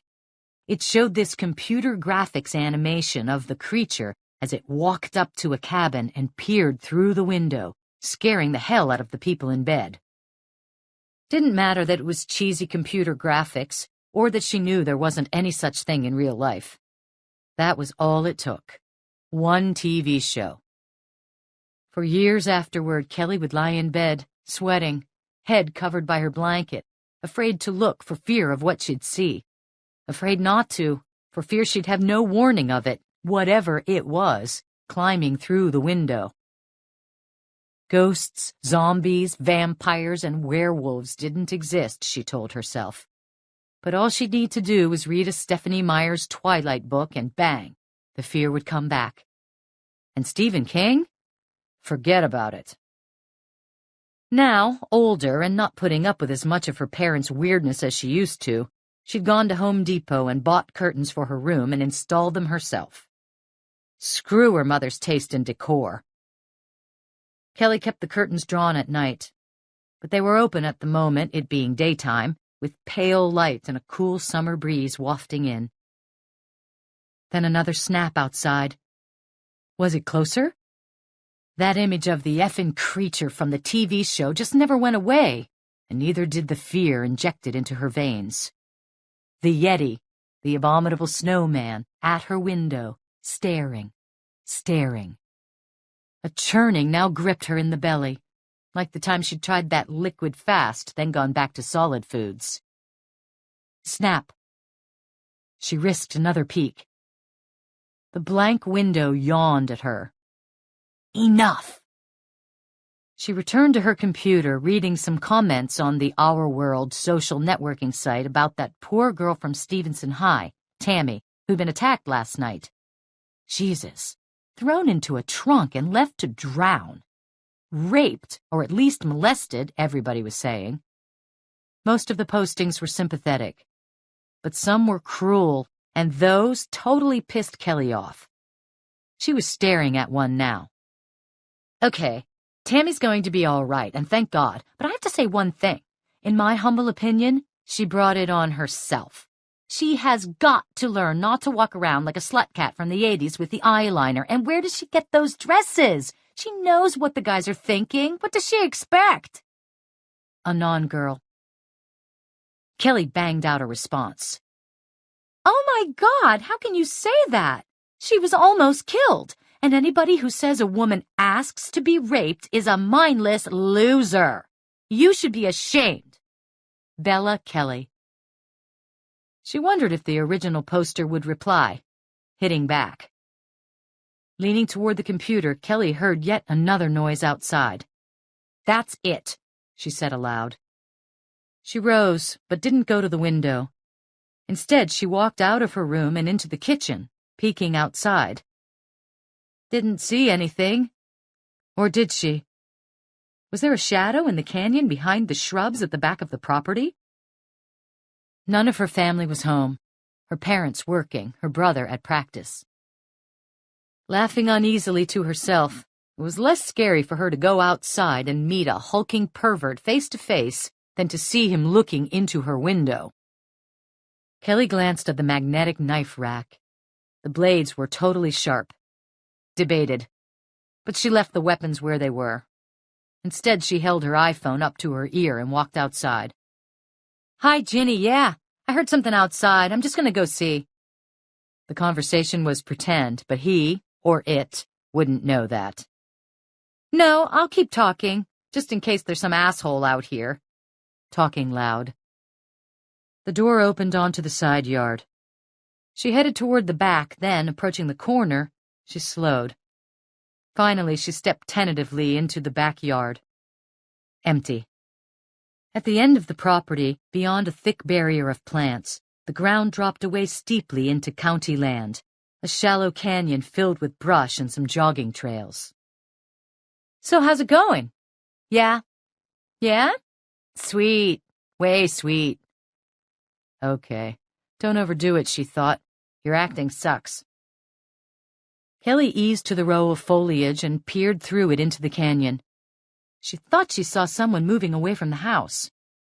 Then, not too far away, she saw some kid in sweats on a bike taking one of the trails that was a shortcut between Pacific Grove and Monterey. He turned left and vanished behind a hill. Kelly put the phone away. She started to return to the house when she noticed something out of place in the back planting beds. A little dot of color. Red. She walked over to it and picked up the flower petal. A rose. Kelly let the crescent flutter back to the ground. She returned to the house. A pause, looking back. No one, no animals, not a single abominable snowman or werewolf. She stepped inside and froze, gasping. In front of her, 10 feet away, a human silhouette was approaching, features indistinct because of the backlighting from the living room. "Who?" The figure stopped. A laugh. "Jesus, Cal, you are so freaked. You look... Give me your phone. I want a picture." Her brother, Ricky, reached for her iPhone. "Get out!" Kelly said, grimacing and twisting away from his outstretched hand. "Thought you had practice." "Needed my sweats." "Hey, you hear about that girl in the trunk? She goes to Stevenson." "Yeah, I've seen her. Tammy Foster." "She hot?" The lanky 16-year-old with a mop of brown hair that matched her own headed for the refrigerator and grabbed a power drink. "Ricky, you're so gross." "Uh-huh. So, is she?" She hated brothers. "When you leave, lock the door." Ricky screwed his face into a huge frown. "Why? Who'd want to molest you?" "Lock it." "Like, okay." She shot him a dark look, which he missed completely. Kelly continued to her room and sat down at the computer again. Yep, a non-girl had posted an attack on Kelly for defending Tammy Foster. "Okay, bitch, you're going down. I'm gonna own you so bad." Kelly Morgan began to type. Professor Jonathan Bowling was in his 40s, Dance estimated. Not tall, a few inches over her height, with a frame that suggested either a tolerance for exercise or a disdain for junk food. Straight brownish hair similar to Dance's, though she suspected that he didn't sneak a box of Clairol into his shopping cart at Safeway every couple of weeks. "Well," he said, looking around the halls as she escorted him from the lobby to her office at the California Bureau of Investigation. "This isn't quite what I pictured. Not like CSI. Did everybody in the universe watch that show?" Bowling wore a digital Timex on one wrist and a braided bracelet on the other, perhaps symbolizing support for something or another. Dance thought about her children who would cover their wrists with so many colored bands she was never sure what the latest causes were. In jeans and a black polo shirt, he was handsome in a subdued National Public Radio kind of way. His brown eyes were steady, and he seemed fast with a smile. Dance decided he could have any grad student he set his sights on. She asked, "You ever been in a law enforcement office before?" "Well, sure," he said, clearing his throat and giving off odd kinesic signals. Then a smile. "But they dropped the charges. I mean, what else could they do when Jimmy Hoffa's body never turned up?" She couldn't help but laugh. "Oh, you poor grad students, beware." "I thought you consulted with police." "I've offered to, at the end of my lectures to law enforcement agencies and security companies. But nobody's taken me up on it. Until now. You're my maiden voyage. I'll try not to disappoint." They arrived in her office and sat across from each other at her battered coffee table. Bowling said, "I'm happy to help however I can, but I'm not sure exactly what I can do." A bolt of sunlight fell across his loafers and he glanced down, noticed that one sock was black and one was navy blue. He laughed without embarrassment. In another era, Dance would have deduced that he was single. Nowadays, with two busy working partners, fashion glitches like this were inadmissible evidence. He didn't, however, wear a wedding ring. "I have a hardware and software background, but for serious technical advice, I'm afraid I'm over the legal age limit, and I don't speak Hindi."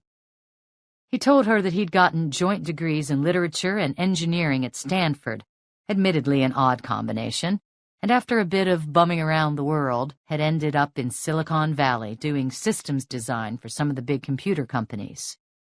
"Exciting time," he said. But, he added, eventually he'd been turned off by the greed. It was like an oil rush. Everybody was asking how they could get rich by convincing people they had these needs that computers could fill. I thought maybe we should look at it the other way. Find out what needs people actually had, and then ask how computers could help them. a cocked head. As between their position and mine, I lost big time. So I took some stock money, quit, bummed around again. I ended up in Santa Cruz, met somebody, decided to stay, and tried teaching. Loved it. That was almost 10 years ago. I'm still there. Dance told him that after a stint as a reporter, she'd gone back to college, the same school where he taught. She studied communications and psychology. Their time had coincided briefly, but they didn't know anyone in common. He taught several courses, including the literature of science fiction, as well as a class called Computers and Society. And in the grad school, Bowling taught what he described as some boring technical courses. Sort of math, sort of engineering. He also consulted for corporations. Dance interviewed people in many different professions. The majority radioed clear signals of stress when speaking of their jobs, which indicated either anxiety because of the demands of the work, or more often, depression about it, as Bowling had earlier when speaking about Silicon Valley. But his kinesic behavior now, when discussing his present career, was stress-free. He continued to downplay his technical skill, though, and Dance was disappointed. He seemed smart and more than willing to help.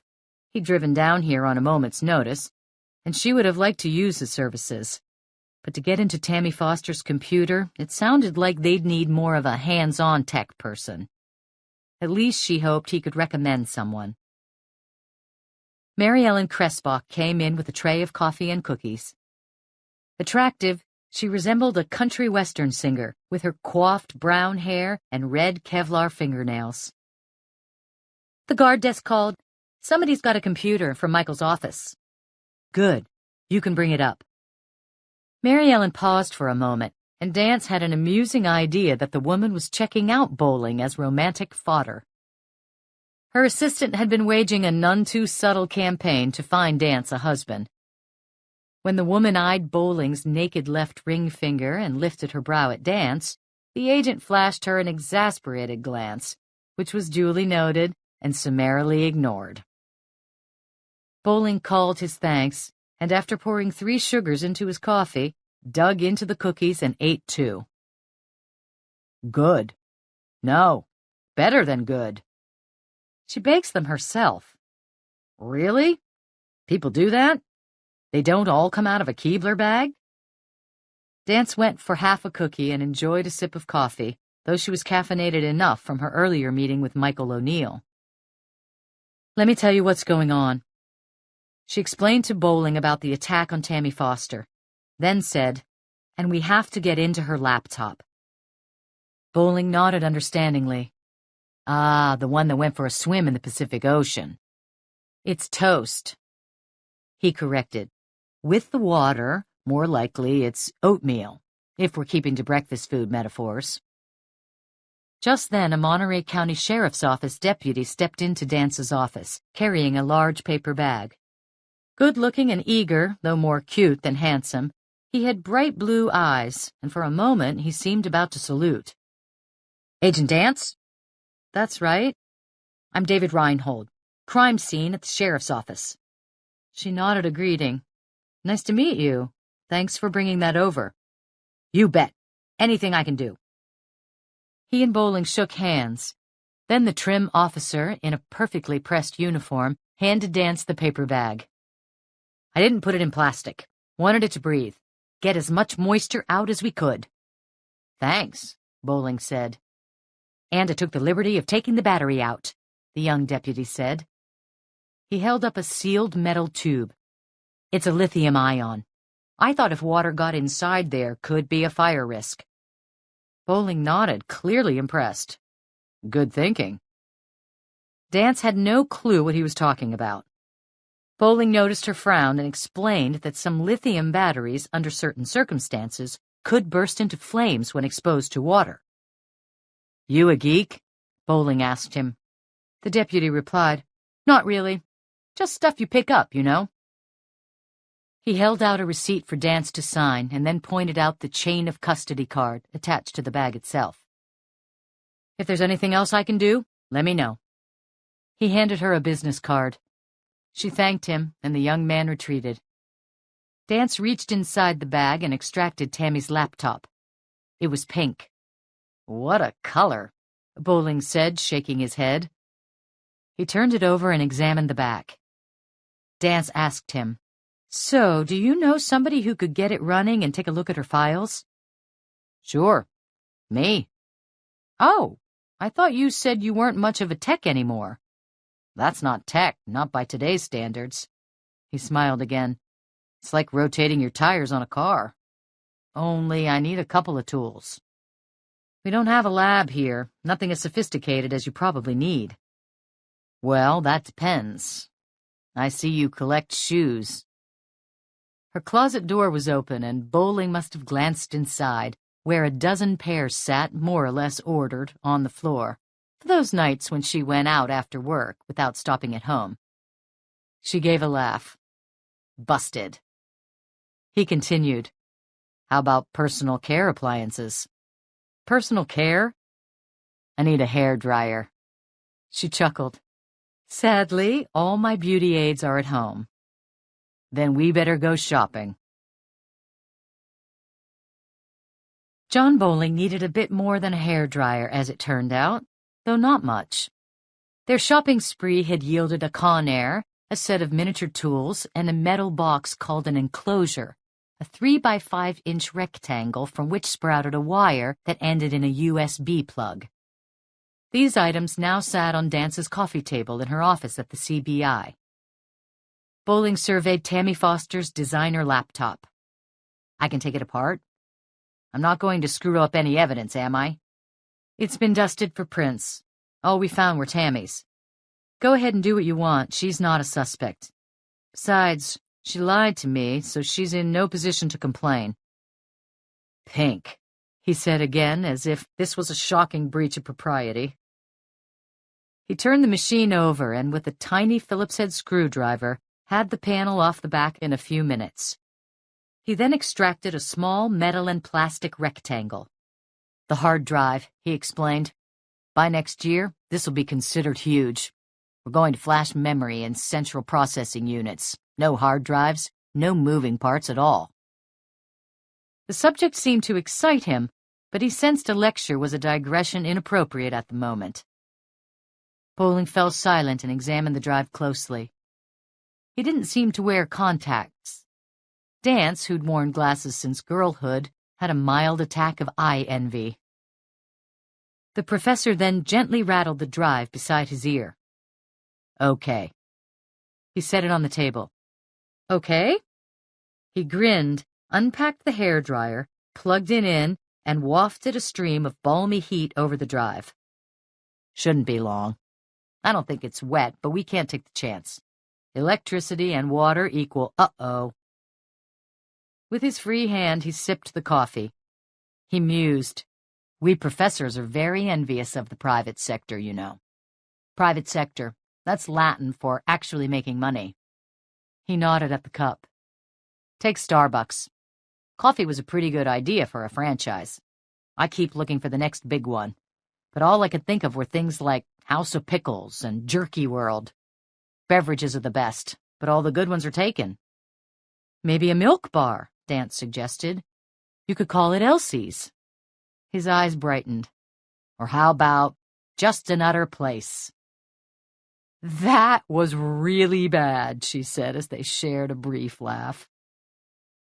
When he finished drying the hard drive, he slipped it into the enclosure. He then plugged the USB connection into his own laptop, which was a somber gray, apparently the shade computers should be. "I'm curious what you're doing." She was watching his sure fingers pound the keys. Many of the letters were worn off. He didn't need to see them to type. The water would have shorted out the computer itself, but the hard drive should be okay inside. I'm going to turn it into a readable drive. After a few minutes, he looked up and smiled. "Nope, it's good as new." Dance scooted her chair closer to his. She glanced at the screen and saw that Windows Explorer was reading Tammy's hard drive as local disk G. "It'll have everything on it. Her emails, the websites she's browsed, her favorite places, records of her instant messages. even deleted data. It's not encrypted or password protected, which, by the way, tells me that her parents are very uninvolved in her life. Kids whose folks keep a close eye on them learn to use all kinds of tricks for privacy, which I, by the way, am pretty good at cracking. He unplugged the disk from his computer and handed it and the cable to her. It's all yours. Just plug it in and read to your heart's content. He shrugged. My first assignment for the police. Short but sweet. With a good friend, Catherine Dance owned and operated a website devoted to homemade and traditional music. The site was pretty sophisticated technically, but Dance knew little of the hardware and software. Her friend's husband handled that side of the business. She now said to Bowling, You know, if you're not too busy, any chance you could stay around for a little, help me search it? Bowling hesitated. Well, if you have plans. How much time are we talking? I've got to be in Napa on Friday night, family reunion sort of thing. Dance said, Oh, nothing that long, a few hours, a day at the most. Eyes brightening again. I'd love to. Puzzles are an important food group to me. Now, what would I be looking for? Any clues as to the identity of Tammy's attacker? Oh, Da Vinci Code. Let's hope it's not as tricky and that whatever we find won't get us excommunicated. I'm interested in any communications that seem threatening. Disputes, fights, comments about stalkers. Would instant messages be there? Fragments. We can probably reconstruct a lot of them. Bowling plugged the drive back into his computer and leaned forward. Then social networking sites, Dance said. Anything to do with roadside memorials or crosses. Memorials? She explained. We think he left a roadside cross to announce the attack. That's pretty sick. The professor's fingers snapped over the keys. As he typed, he asked, Why do you think her computer's the answer? Dance explained about the interview with Tammy Foster. You picked up all that just from her body language? That's right. She told him about the 3 ways humans communicate. First, through verbal content, what we say. That's the meaning of the words themselves. The content is not only the least reliable and most easily faked, it's actually only a small portion of the way we send messages to each other. The second and third are much more important. Verbal quality, how we say the words. That would be things like pitch of voice, how fast we talk, whether we pause and use frequently. And then, third, kinesics, our body's behavior. Gestures, glances, breathing, posture, mannerisms. The last 2 are what interviewers are most interested in, since they're much more revealing than speech content. He was smiling. Dance lifted an eyebrow. Bowling explained. You sound as excited about your work as you and your flash memory.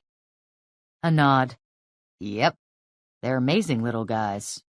Even the pink ones. Bowling continued to type and scroll through page after page of the guts of Tammy's computer, speaking softly. Typical rambling of a teenage girl.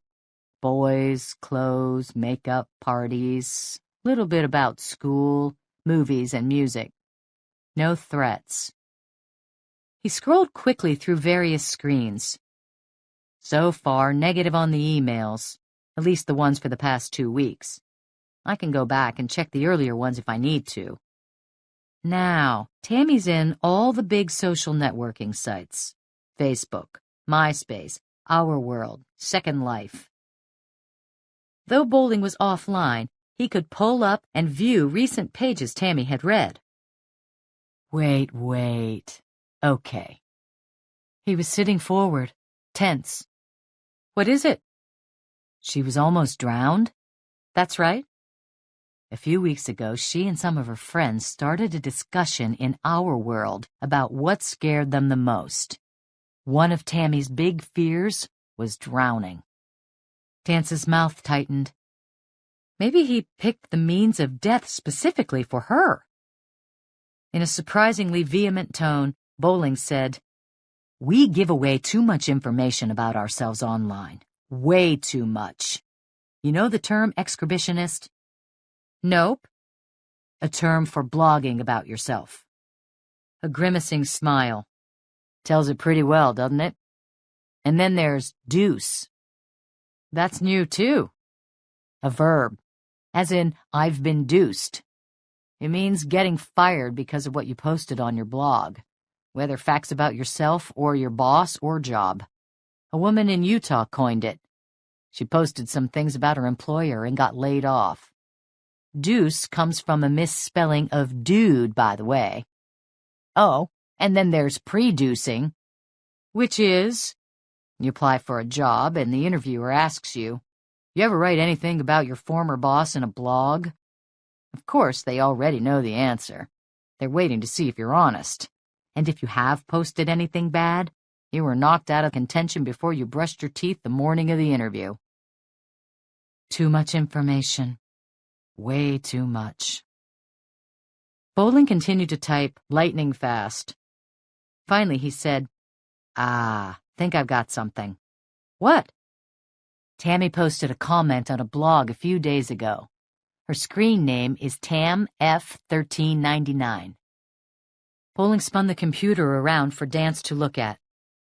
Reply to Chilton, posted by TamF1399. The driver is effing weird. I mean, dangerous. One time after cheerleading practice, he was hanging out outside our locker room, like he was trying to look inside and get pictures on his phone. I go up to him and I'm like, what are you doing here? And he looks at me like he was going to kill me. He's a total freak. I know a girl who goes to Deleted with us, and she told me the driver grabbed her boobs. Only she's afraid to say anything because she thinks he'll come get her or start shooting people like in Virginia Tech. Bowling added, what's interesting is that she posted that in a part of the blog called Roadside Crosses. Dance's heart rate pumped up a bit. She asked, who's the driver? Don't know. The name's deleted in all the posts. A blog, Right. Bowling gave a brief laugh and said, mushrooms. What? Blogs are the mushrooms of the internet. They're sprouting up everywhere. A few years ago, everybody in Silicon Valley was wondering what would be the next big thing in the dot-com world. Well, it turned out to be not a revolutionary new type of hardware or software, but online content, games, social networking sites, and blogs. You can't write about computers now without studying them. The one Tammy posted to was the Chilton Report. Dance shrugged. Never heard of it. I have. It's local, but it's well known in blogging circles. It's like a California-based Matt Drudge, only more fringe. Jim Chilton's a bit of a character. He continued to read. Let's go online, check it out. Dance got her own laptop from her desk. What's the URL? She asked. Bowling gave it to her. www.thechiltonreport.com. The professor tugged his chair closer, and together they read the homepage. The Chilton Report, the moral voice of America, a collection of musings about where this country's going wrong and where it's going right. Dance chuckled. Where it's going right. Clever. He's moral majority conservative, I take it. Bowling shook his head. From what I know, he's more cut and paste. She lifted an eyebrow. I mean that he picks and chooses his causes. He's more right than left, but he'll take on anybody who falls short of his standards of morality or judgment or intelligence. That's one of the points of blogs, of course, to stir things up. Controversy sells. Below was a greeting to the readers. Dear reader, whether you've ended up here because you're a subscriber or a fan, or simply because you happen to be browsing the web and stumbled across the report, welcome. Whatever your positions on political and social issues, I hope you'll find something in my reflections here that at the very least makes you question, makes you doubt, makes you want to know more. For that is what journalism is all about. James Chilton. Below that was mission statement. Our mission statement. We can't make judgments in a vacuum. Will business, will government, will corrupt politicians and criminal and debauched individuals be honest about what they're up to? Of course not. It's our job in the report to shine the light of truth into the shadows of deceit and greed, to give you the facts you need to make informed decisions about the pressing issues of the day. Dance also found a brief biography of Chilton, then a section about personal news. She glanced over the listings. On the home front. Go team! I'm happy to say that after this weekend's game, the older boys' team is 4-0. Go Jayhawks! Now parents, listen to me. Your youngsters should give up baseball and football for soccer, which is the safest and healthiest team sport there is. See the Chilton Report of April 12th for my comments about sports injuries among children. And by the way, make sure you call it soccer, not football, the way the foreigners do. When in America, do as Americans. A patriot. Yesterday, the younger boy knocked the socks off the audience in his day camp recital by singing America the Beautiful, all by himself. Makes a dad swell up with pride. Suggestions, anyone? We're coming up on our 19th anniversary, Pat and I need ideas for presents. Out of self-interest, I've decided against getting her a high-speed fiber optic upgrade for the computer. You ladies out there, send me your ideas. And no, Tiffany's is not out of the question.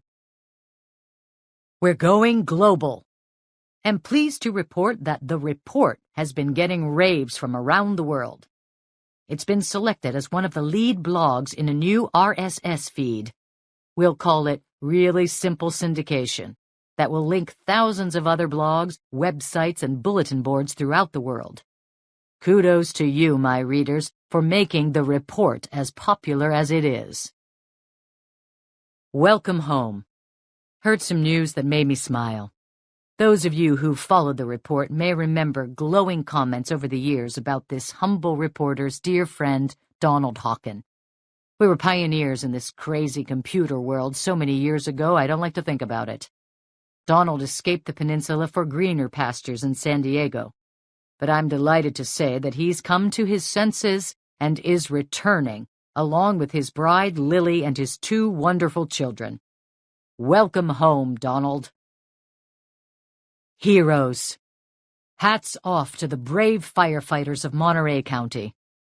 Pat and I happened to be downtown on Alvarado last Tuesday when calls for help rang out and smoke sprouted from a construction site. Flames blocked the exit, with 2 construction workers trapped on the upper floors. Within minutes, 24 firemen and women were on the scene, and a fire truck had stretched its ladder to the roof. The men were plucked from harm's way, and the flames were extinguished. No injuries, minimal damage. In most of our lives, bravery involves little more than arguing politics or, at the most physical, snorkeling at fancy resorts or mountain biking. How rarely are we called on to exhibit true courage, the way the men and women of Monterey County Fire and Rescue do every single day, without a moment's hesitation or complaint. Bravo to you all! Accompanying this post was a dramatic photo of a fire truck in downtown Monterey.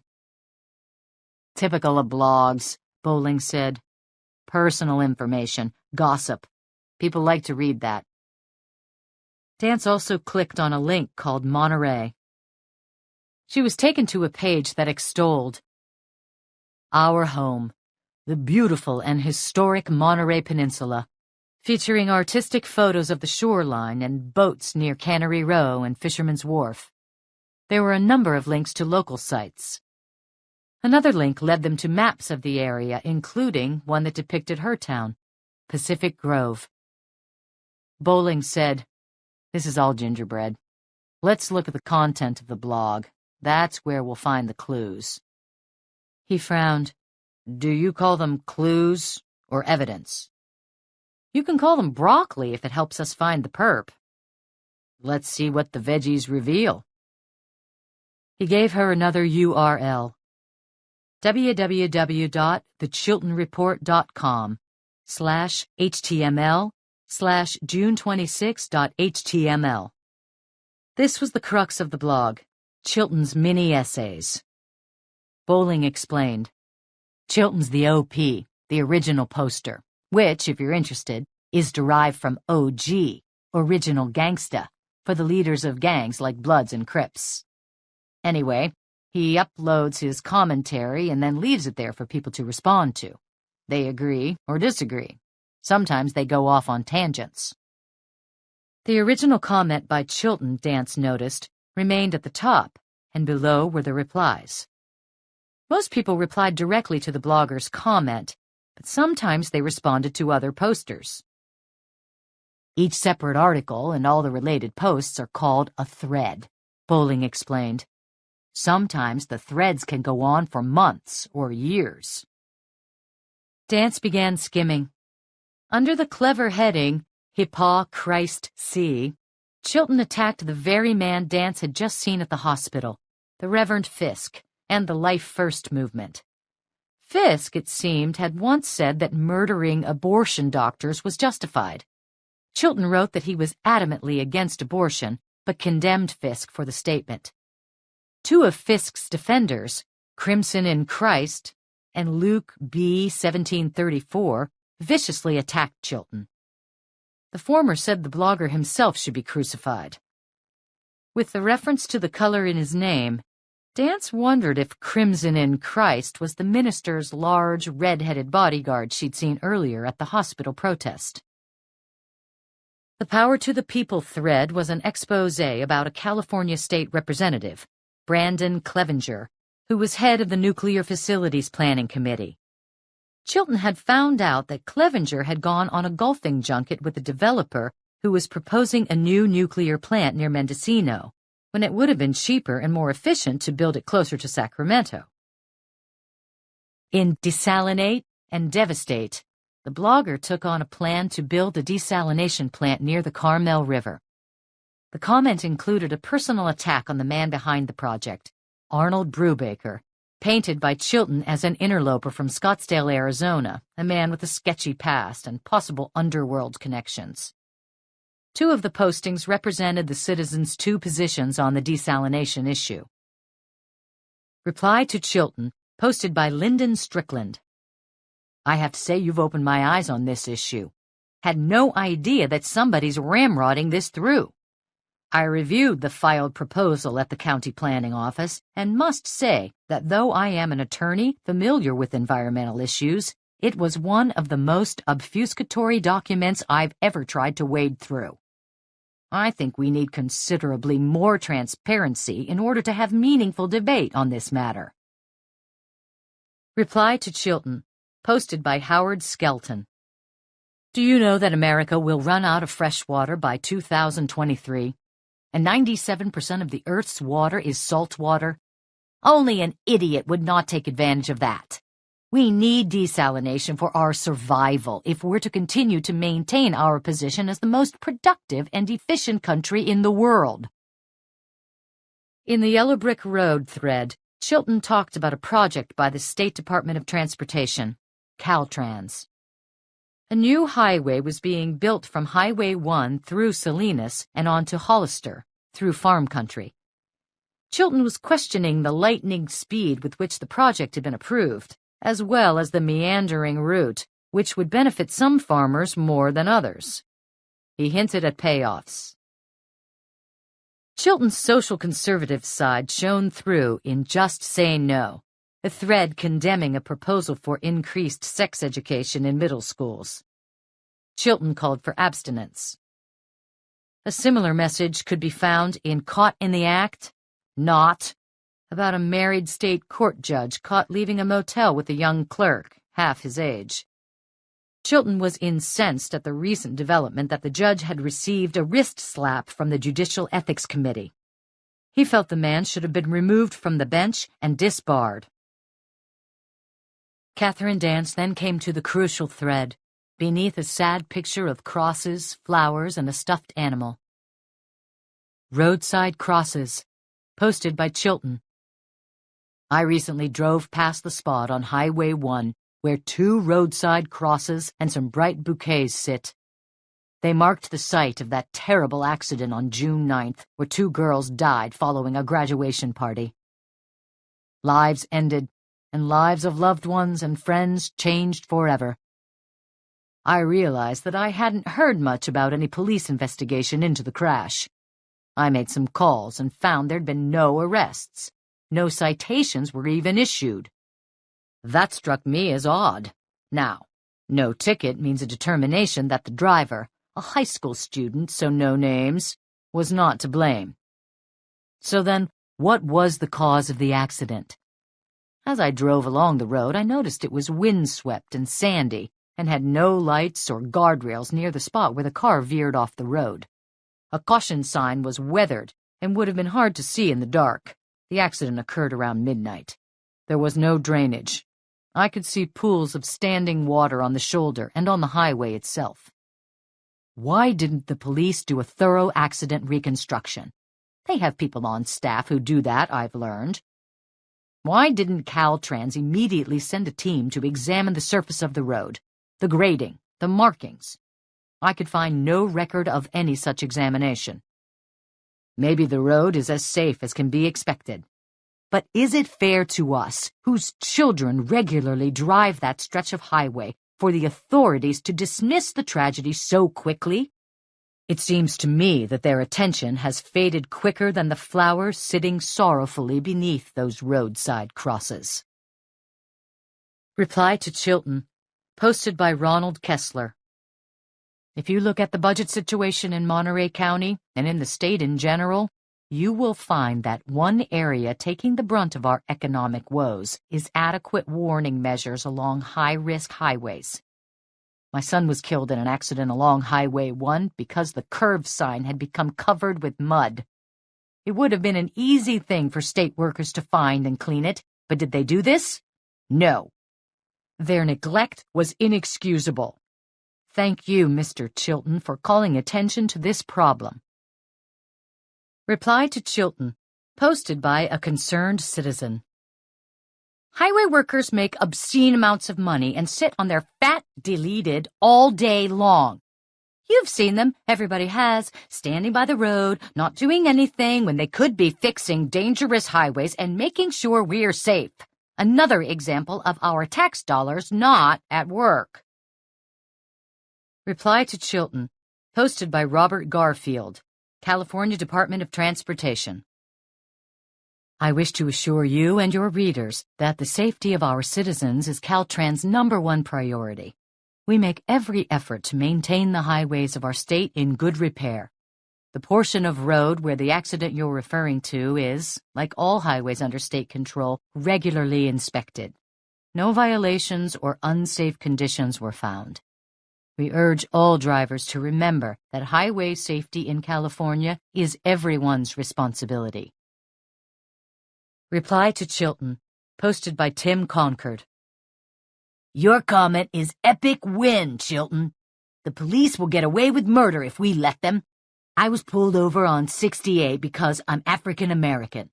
The police made me sit on the ground for half an hour before they let me go, and they wouldn't tell me what I was doing wrong, except for I had a light that was out. The government should be protecting lives, not dissing innocent citizens.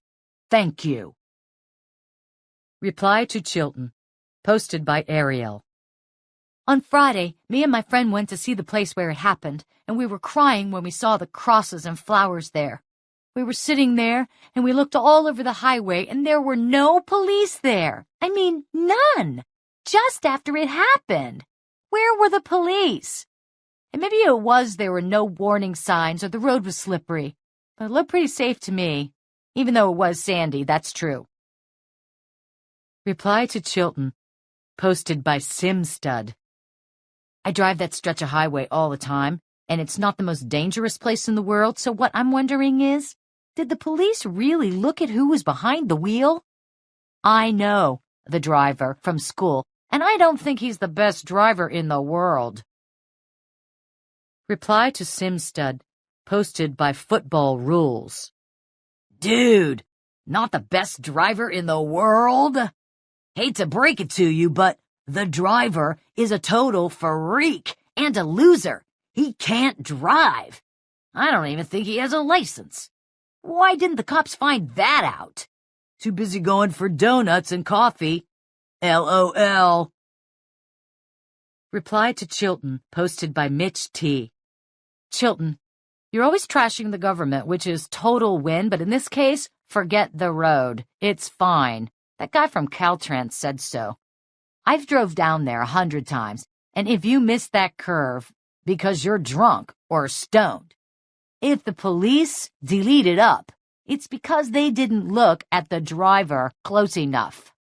He's a newbie, and scary too. Simstud owns this thread. Reply to Chilton, posted by Amy Dancer 44. This is weird because my parents read the report, but I don't usually, so it's weird that I'm here. But I heard around school what you posted about the accident, and so I logged on. I read everything, and I think you're 100% right. And what that other poster said, too. Everybody is innocent until proven guilty. But I don't understand why the police just dropped the investigation. Somebody who knows the driver was telling me that he was up all night before the party. 24 hours playing computer games. In my humble opinion, he fell asleep driving. And another thing, those gamers think they're hot, deleted, behind the wheel, because they play those driving games in the arcades, but it's not the same thing. Reply to Chilton, posted by Arthur Standish.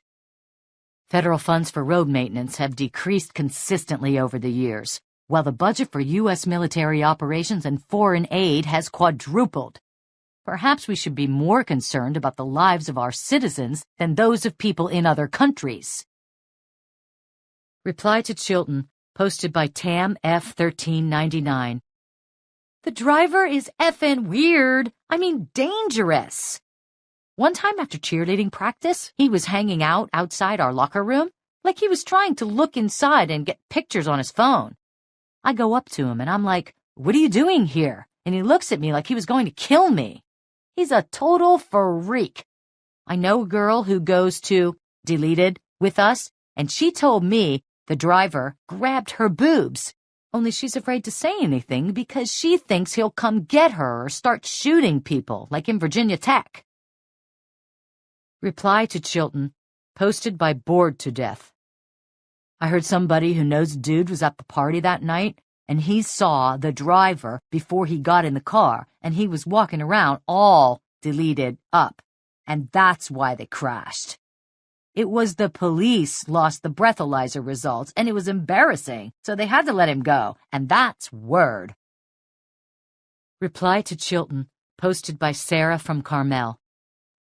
I don't think it's fair what everybody in this thread is saying. We don't know the facts. The crash was a terrible tragedy, and the police didn't press charges, so we have to go with that. Think what the driver's going through. He was in my chemistry class, and he never bothered anybody. He was pretty smart and helped our table team a lot. I'll bet he feels real bad about those girls. He's got to live with that for the rest of his life. I feel sorry for him. Reply to Sarah from Carmel, posted by Anonymous. Sarah, you are a lame deleted. If he was driving the car, then he did something that made those girls die. How can you say he didn't? Jesus, it's people like you who let Hitler gas the Jews and Bush go into Iraq. Why don't you call the driver up and have him take you out for a nice ride? I'll come put a cross at your deleted-ing grave, you deleted. Reply to Chilton, posted by Legend666. The driver's brother is retarded, and it might look bad for the police to arrest the driver, 'cause of all this political correct stuff, which makes me sick. Also, they should check out the girls' purses. The girls in the crash, because I heard he ripped them off before the ambulances got there. His family's so poor that they can't even afford a washer and dryer. I've seen him and his mom and his deleted up little brother at the laundromat on Billings all the time. Who goes to laundromats? Losers, that's who. Reply to Chilton, posted by SexyGirl362. My best friend is a junior at Deleted with the driver, and she was talking to somebody who was at the party where the girls who died were. The driver was sitting in a corner with his sweats hood up, staring at everybody and talking to himself, and somebody found him in the kitchen just looking at the knives. Everybody was like, "What the hell's he doing here? Why did he come?" Reply to Chilton, posted by Jake42. You totally own it, Chilton. Yeah, the driver deleted it up. Look at the loser. His life is epic fail. He's always faking he's sick in PE class to get out of working out. He only goes to the gym to hang around the locker room and stare at everybody's deleted. He is totally gay. Somebody told me that. Reply to Chilton, posted by Curly Jen. Me and my friends were talking, and last week somebody saw the driver on Lighthouse doing donuts in a car he stole from his grandmother without permission. He was trying to get deleted to show her thong. Like she'd care, LOL. And when she ignored him, he started whacking off right in front of her, right there on Lighthouse at the same time he was driving. He definitely was doing the same thing that night he crashed. Reply to Chilton, posted by Anonymous. I go to Deleted. I'm a sophomore, and I know him, and everybody knows about him. In my humble opinion, he's all right.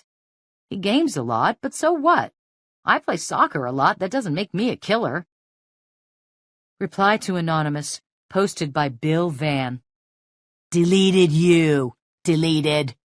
If you know so much, what's your sauce, oh genius? You don't even have the balls to post under your real name. Afraid he'd come and deleted you up the deleted? Reply to Chilton, posted by Bella Kelly. You are so right. Me and my friends were at the party on the 9th where it happened, and the driver was coming on to Deleted, and they were like, just go away. But he didn't. He followed them out the door when they were leaving. But we have ourselves to blame, too, for not doing anything, all of us who were there. We all knew the driver is a loser and perv, and we should have called the police or somebody when they left. I had this bad feeling, like in Ghost Whisperer. And look what happened. Reply to Chilton, posted by Anonymous. Somebody goes into Columbine or Virginia Tech with a gun, and they're criminals. But when the driver kills somebody with a car, nobody does anything about it. Something is very messed up here. Reply to Chilton, posted by Wizard1. I think we need a timeout. Some poster dissed the driver because he didn't like sports and he played games. What's the BFD? There are millions of people who don't play sports but like games. I don't know the driver real good, but we're in the same class at Deleted. He isn't a bad dude at all. Everybody's dissing him, but does anybody here actually know him? Whatever happened, he didn't hurt anybody on purpose, and we all know people who do, every day. In my humble opinion, he feels bad about what happened. The police didn't arrest him because, duh, he didn't do anything illegal. Reply to Wizard1, posted by Halfpipe22. Another gamer lamer. Look at the name. Loser. FOAD, wizard. Reply to Chilton, posted by Archenemy. The driver is a total freak. In his locker at school, he has pictures of the dudes from Columbine and Virginia Tech, and those dead bodies from the concentration camps. He walks around in some cheap-ass hoodie trying to look cool, but he's a loser on roids. That's all he'll ever be. The driver, if you're reading this, dude, and not hanging with the elves and fairies, remember, we own you. Why don't you just do us all a favor and blow your deleting brains out? Your death equals epic win. Catherine Dance sat back, shaking her head. "A lot of hormones there," she said to John Bowling. She was troubled by the viciousness of the blog posts, and most of them written by young people. Bowling scrolled back to the original post. "Look what happened. Chilton makes a simple observation about a fatal accident. All he does is question whether the road was safely maintained. But look at how the responding posts arc. They go from discussing what Chilton brought up, highway safety, then move on to government finances, and then to the kid who was driving, even though he apparently didn't do anything wrong. The posters get more and more agitated as they attack him, and finally the blog turns into a barroom brawl among the posters themselves. Like the game of telephone. By the time the message moves along, it's distorted. I heard, somebody knows somebody who, a friend of mine told me. She scanned the pages again. One thing I noticed, Chilton doesn't fight back. Look at the post about Reverend Fisk and the Right to Life group. Reply to Chilton, posted by Crimson in Christ. You are a sinner who cannot comprehend the goodness within the heart of Reverend R. Samuel Fisk. He has devoted his life to Christ and all of his works, while you do nothing but pander to the masses for your own pleasure and profit. Your misreading of the great Reverend's views is pathetic and libelous. You should be nailed up on a cross yourself. Bowling told her, no, the serious bloggers don't argue back. Chilton will give a reasoned response, but flame wars. Attacks among posters get out of control and become personal. The postings become about the attack, not the substance of the topic. That's one of the problems with blogs. In person, people would never feud like this. The anonymity of the blogs means the fights go on for days or weeks. Dance looked through the text. So the boy is a student. She recalled her deduction from the interview with Tammy Foster. Chilton deleted his name and the name of the school, but it's got to be Robert Louis Stevenson, where Tammy goes. Bowling tapped the screen, and here's her post. She was one of the first to say something about the boy, and everyone else jumped on board after that. Maybe the post was the source of the guilt Dance had picked up on during the interview. If this boy was behind the attack, then Tammy, as Dance and O'Neill had speculated, would feel partly responsible for the assault on her. She'd brought it on herself. And perhaps guilty, too, if he went on to hurt someone else. This explained why Tammy wouldn't like the suggestion that her abductor had a bike in the car. That would lead Dance to consider a younger suspect, a student whose identity the girl didn't want to reveal because she still considered him a threat. It's all so vicious, Dance said, nodding at the screen. Did you hear about the litter boy? Who? Happened in Kyoto a few years ago, Japan. A teenage boy tossed a fast food wrapper and soda cup on the ground in a park. Somebody shot a picture of the kid doing it on their cell phone and uploaded it to his friends. Next thing, it started appearing on blogs and social networking sites all over the country. Cyber vigilantes tracked him down. They got his name and address and posted the info online. It spread to thousands of blogs. The whole thing became a witch hunt. People began showing up at his house, throwing trash in the yard. He nearly killed himself. That kind of dishonor is significant in Japan. Bowling's tonal quality and body language revealed anger. Critics say, oh, it's just words or pictures. But they can be weapons, too. They can cause just as much damage as fists.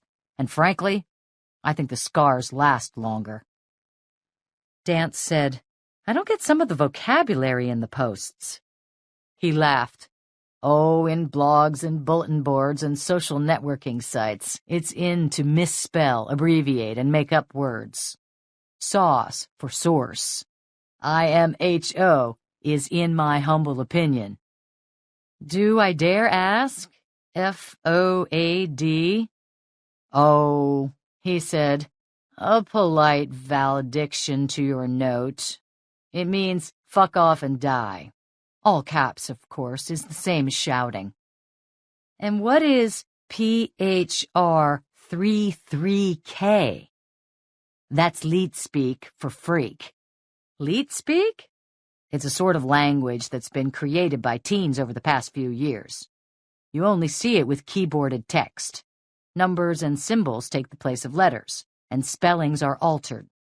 Leet speak comes from elite, as in the best and the chicest. It can be incomprehensible to us old folks, but anybody who's mastered it can write and read it as fast as we do English. Why do kids use it? Because it's creative and unconventional and cool. Which, by the way, you should spell Kewl. The spelling and grammar are awful. True, but it doesn't mean the posters are necessarily stupid or uneducated. It's just the convention nowadays, and speed is important. As long as the reader can understand what you're saying, you can be as careless as you want. Dance said, I wonder who the boy is. I guess I could call the highway patrol about the accident Chilton refers to.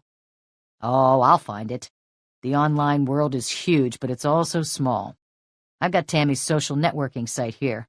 She spends most of her time in one called Our World. It's bigger than Facebook and MySpace. It's got 130 million members. 130 million? Yep, bigger than most countries. Bowling was squinting as he typed. Okay, I'm in her account. Just do a little cross-referencing. There, got him. That fast? Yep. His name's Travis Brigham. You're right. He's a junior at Robert Louis Stevenson High in Monterey. Going to be a senior this fall. Lives in Pacific Grove. Where Dance and her children lived. I'm looking over some of the postings in Our World about the accident. Looks like he was driving a car back from a party and lost control. 2 girls were killed. Another one ended up in the hospital. He wasn't badly injured. No charges were filed. There was some question about the condition of the road. It had been raining. That, sure, I remember it. Parents always recall fatal car crashes involving youngsters. And of course, she felt a sting of memory from several years ago. The highway patrol officer calling her at home, asking if she was FBI agent Bill Swenson's wife. Why was he asking? She'd wondered. I'm sorry to tell you, Agent Dance. I'm afraid there's been an accident. She now pushed the thought away and said, Innocent, but he's still getting vilified. But innocence is boring, Bowling said wryly. It's no fun to post about that. He indicated the blog.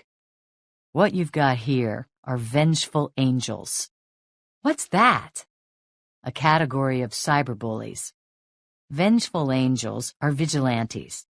They're attacking Travis because they think he got away with something, since he wasn't arrested after the accident. They don't believe or trust the police. Another category is the power-hungry. They're closest to typical schoolyard bullies. They need to control others by pushing them around. Then there are the mean girls. They bully because, well, they're little shits. Girls, mostly, who are bored and post cruel things for the fun of it. It borders on sadism. A tinge of anger again in Bowling's voice. Bullying. It's a real problem, and it's getting worse.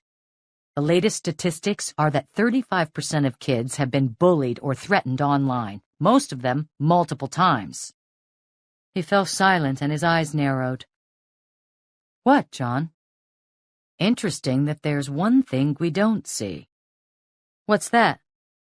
Travis fighting back in the blog, flaming the people who attacked him. Maybe he doesn't know about it. Bowling gave a thin laugh. Oh, believe me, he would have known about the attacks 5 minutes after the first post in the Chilton thread. Why is it significant he's not posting? One of the most persistent categories of cyberbullying is called revenge of the nerds, or the victims of retaliators. Those are people who've been bullied and are fighting back. The social stigma of being outed or bullied or humiliated at that age is overwhelming. I guarantee he's furious and he's hurt and he wants to get even. Those feelings have to come out somehow. You get the implication? Dance understood. It suggests that he is the one who attacked Tammy. If he's not going after them online, it's all the more likely he'd be inclined to get them in real life. A troubled glance at the screen. Ariel, Bella Kelly, Sexy Girl 362, Legend 666, Arch Enemy, they all posted attacks on him, which means they're all at risk if he's the one. Would it be hard for him to get their names and addresses? Some, sure, short of hacking into routers and servers. The anonymous postings, of course. But a lot of them would be as easy to find as my getting his name. All he'd need would be a few high school yearbooks or class directories, access to Our World, Facebook, or MySpace. Oh, and everybody's favorite, Google. Dance noted a shadow had fallen over them, and Jonathan Bowling was looking past her. Michael O'Neill stepped into the office. Dance was relieved to see him. They shared smiles. The professor stood. Dance introduced them. The two men shook hands. Bowling said, "So I have you to thank for my first outing as a cop." "If thank is the right word," O'Neill said with a wry smile. They all sat at the coffee table, and Dance told the deputy what they'd found, and what they suspected. That Tammy might have been attacked because she'd posted a comment on a blog about a high school student who'd been responsible for a car crash. Was that the accident on one a couple of weeks ago, about 5 miles south of Carmel? Right. Bowling said, "The boy's name is Travis Brigham, and he's a student at Robert Louis Stevenson, where the victims went." "So he's a person of interest, at least.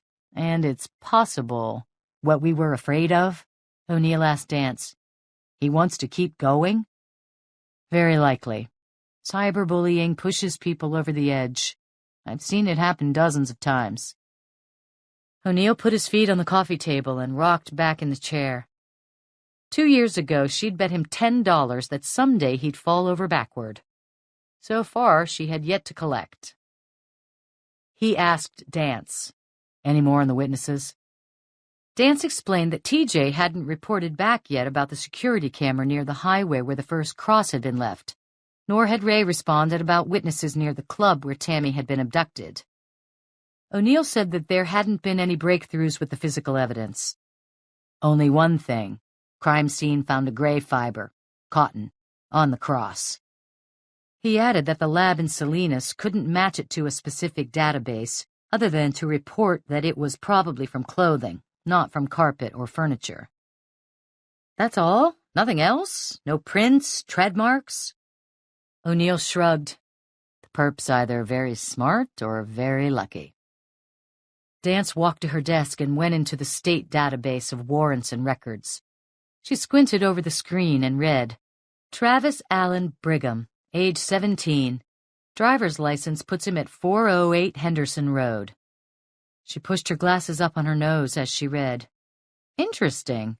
He's got a record." Then she shook her head. "No, sorry, my mistake. It's not him. It's Samuel Brigham, at the same address. He's 15, juvie record.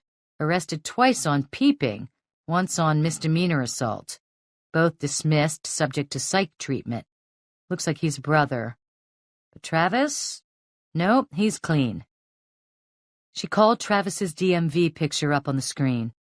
A dark-haired boy with eyes closely set together beneath thick brows stared at the camera. He wasn't smiling. "I'd like to find out more about the accident," O'Neill said. Dance placed a call to the local office of the Highway Patrol, the official name for California's state police. After a few minutes of being transferred around, she ended up with a Sergeant Brodsky, put the call on speaker, and asked about the accident. Brodsky slipped immediately into the tone you hear when police take the stand at trial. Emotionally flat. Precise. "It was just before midnight on Saturday, June 9. 4 juveniles, 3 female, 1 male, were heading north on Highway 1 about 3 miles south of Carmel Highlands, near Garapata State Beach Reserve. The male was driving. The vehicle was a late-model Nissan Altima. It appears that the car was traveling at about 45. He missed a curve, skidded, and went over a cliff. The girls in the back weren't wearing their seat belts. They died instantly. The girl in the passenger seat had a concussion. She was in the hospital for a few days. The driver was admitted, examined, and released. "What did Travis say happened?" Dance asked. "Just lost control. It had rained earlier. There was water on the highway. He changed lanes and went into a skid. It was one of the girls' cars, and the tires weren't the best. He wasn't speeding, and he tested negative for alcohol and controlled substances." The girl who survived corroborated his story.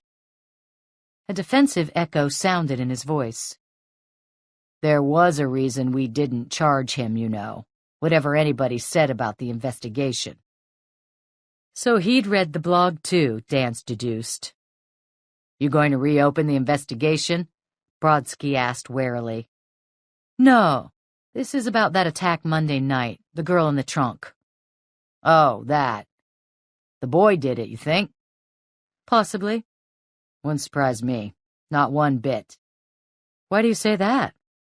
"Sometimes you get a feeling. Travis was dangerous. Had eyes just like the kids at Columbine." How could he possibly know the visage of the killers in that horrific 1999 murder spree? Then Brodsky added, "He was a fan of theirs, you know, the shooters. Had pictures up in his locker."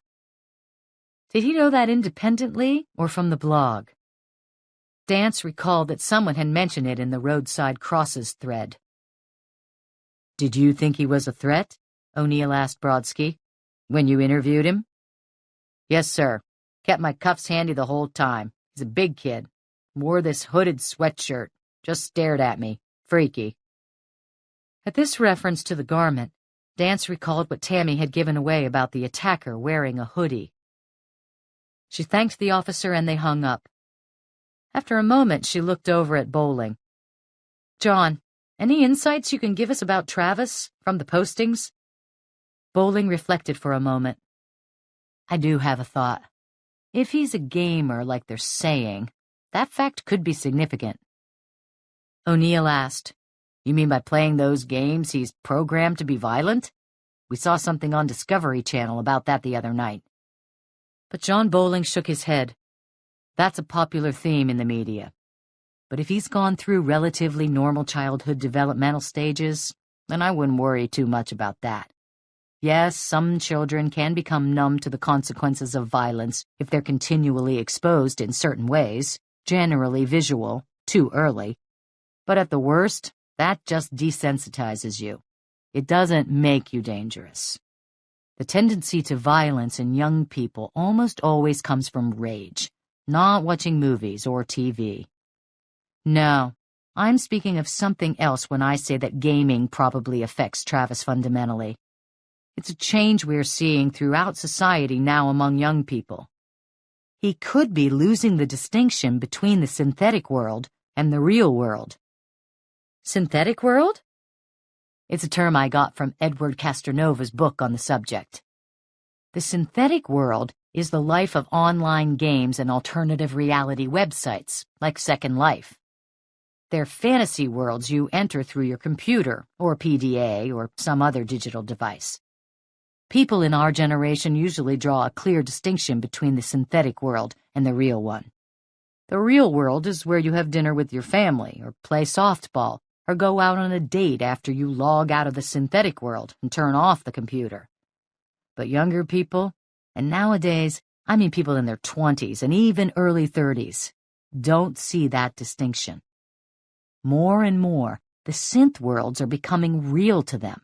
In fact, there was a study recently that showed nearly a fifth of the players in one online game felt that the real world was only a place to eat and sleep, that the synthetic world was their true residence. This surprised Dance.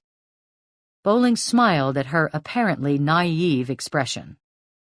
"Oh, an average gamer can easily spend 30 hours a week in the synth world, and it's not unusual for people to spend twice that. There are hundreds of millions of people who have some involvement in the synth world, and tens of millions who spend much of their day there. And we're not talking Pac-Man or Pong. The level of realism in the synthetic world is astonishing. You, through an avatar, a character that represents you, inhabit a world that's as complex as what we're living in right now. Child psychologists have studied how people create avatars. Players actually use parenting skills subconsciously to form their characters. Economists have studied games too.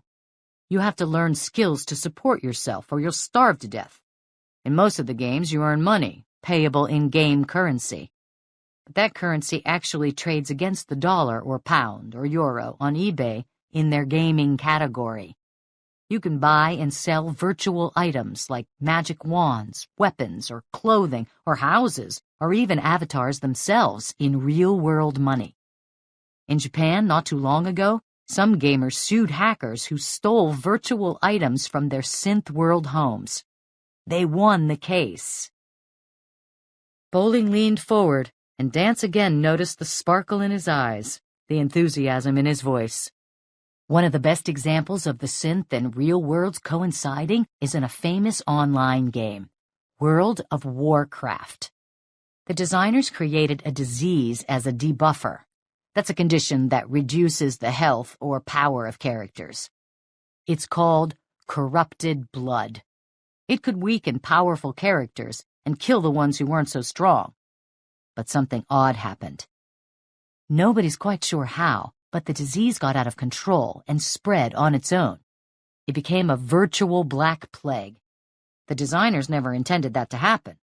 It could be stopped only when the infected characters died out or adapted to it. The Centers for Disease Control in Atlanta heard about it and had a team study the spread of the virus. They used it as a model for real-world epidemiology.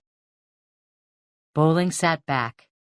I could go on and on about the synth world. It's a fascinating subject, but my point is that whether or not Travis is desensitized to violence, the real question is which world does he inhabit most, the synth or the real? If it's synth, then he runs his life according to a whole different set of rules, and we don't know what those are. Revenge against cyberbullies or anyone who humiliates him could be perfectly accepted. It could be encouraged, maybe even required. The comparison is to a paranoid schizophrenic who kills someone because he genuinely believes that the victim is a threat to the world. He isn't doing anything wrong. In fact, to him, killing you is heroic.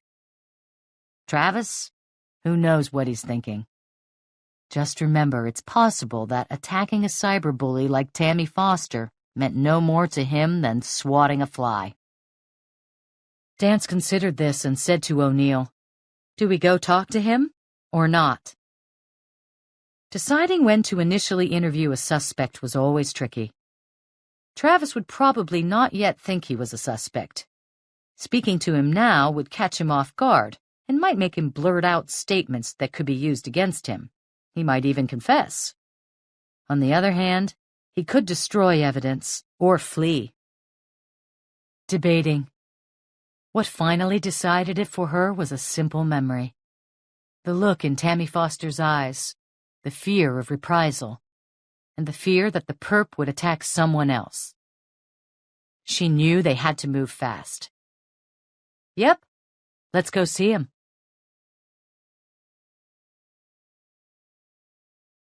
The Brigham family lived in a scabby bungalow whose yard was strewn with car parts and old appliances, half dismantled. Green garbage bags, out of which flowed trash and rotting leaves, sat amid broken toys and tools. A scruffy cat stared cautiously out from a nest of vines beneath an overgrown hedgerow. It was too lazy or full to care about a pudgy gray rat that skittered past. O'Neill parked in the gravel drive, 40 feet or so away from the house, and he and Dance climbed out of his unmarked car. They studied the area. It was like a scene from the rural South. Vegetation thick, no other houses in sight, dereliction. The debilitated state of the house and the pungent aroma suggested a nearby and inefficient sewer or a swamp. That explained how the family could afford such secluded property in this high-priced part of the state. As they started toward the house, She found her hand dangling near her pistol butt, her jacket unbuttoned. She was spooked, alert.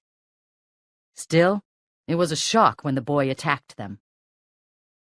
They had just passed a patch of anemic, reedy grass beside the lopsided, detached garage when she turned to O'Neill and found the deputy stiffen as he looked past her. His arm rose and gripped her jacket, pulling her forward to the ground. "Michael!" she cried. The rock sailed over her head, missing her by inches, and crashed through a garage window. Another followed a moment later. O'Neill had to duck to avoid getting hit. He crashed into a narrow tree. "You all right?" he asked quickly. A nod. "You see where it was from?" "No." They were scanning the thicket of woods bordering the property. "There!" she called, pointing at the boy in sweats and a stocking cap who was staring at them. He turned and fled. Dance debated only a moment. Neither of them had radios. This hadn't been planned as a tactical mission. And to return to O'Neill's car to call in a pursuit to dispatch would have taken too long. They had a chance to catch Travis now, and instinctively they went after him, sprinting forward. CBI agents learned basic hand-to-hand combat skills, though most, Dance included, had never been in a fistfight. They also are required to have physical fitness checkups every so often. Dance was in fair shape, though not thanks to the CBI's regimen, but to her treks into the wilderness to track down music for her website. Despite the impractical outfit, black skirt and blouse, she now eased ahead of Michael O'Neill as they pushed fast into the woods in pursuit of the boy, who was moving just a little faster. O'Neill had his cell phone out and was breathlessly calling in a request for backup. They were both gasping hard, and Dance wondered how dispatch could understand him. The boy vanished for a moment, and the officers slowed. Then Dance cried, "Look!" Spotting him emerge from bushes about 50 feet away. "Weapon?" she gasped. He held something dark in his hand. "Can't tell." Could have been a gun, though maybe a pipe or a knife. Either way. He vanished into a dense part of the woods, beyond which Dance could see a glimmer of a green pond, probably the source of the stench. O'Neill glanced at her. She sighed and nodded. Simultaneously, they drew their Glocks. They pushed forward again.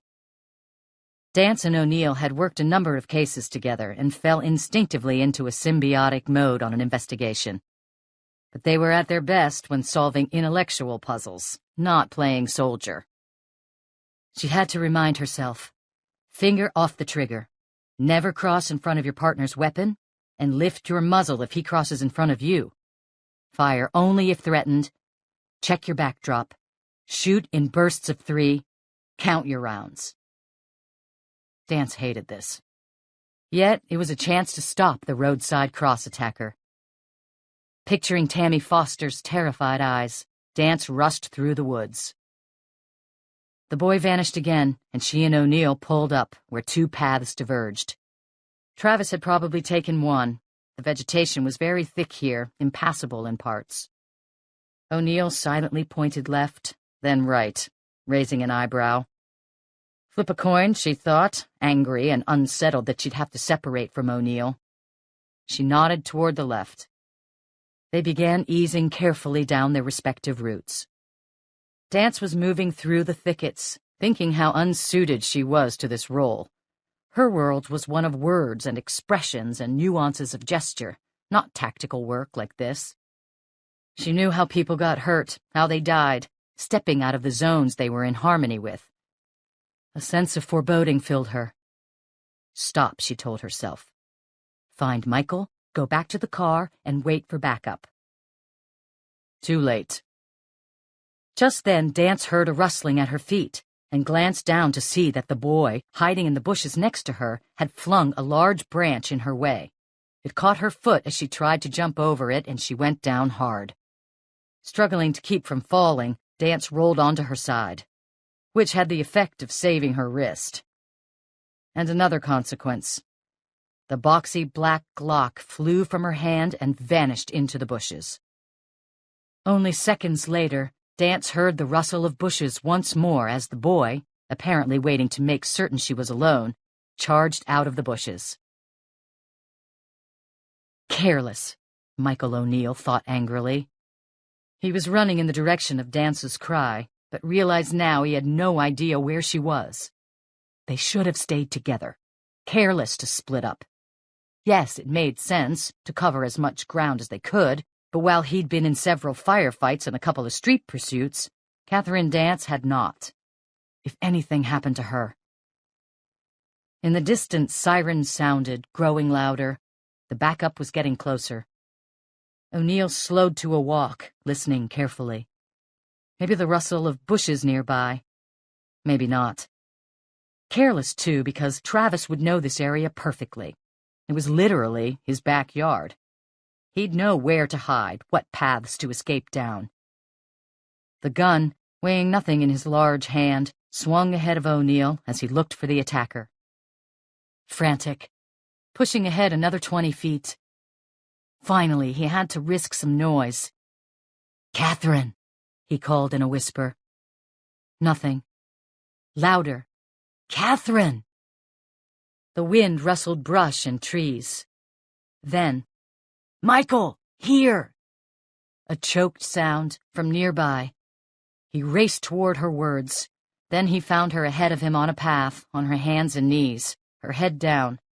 He heard gasping. Was she wounded?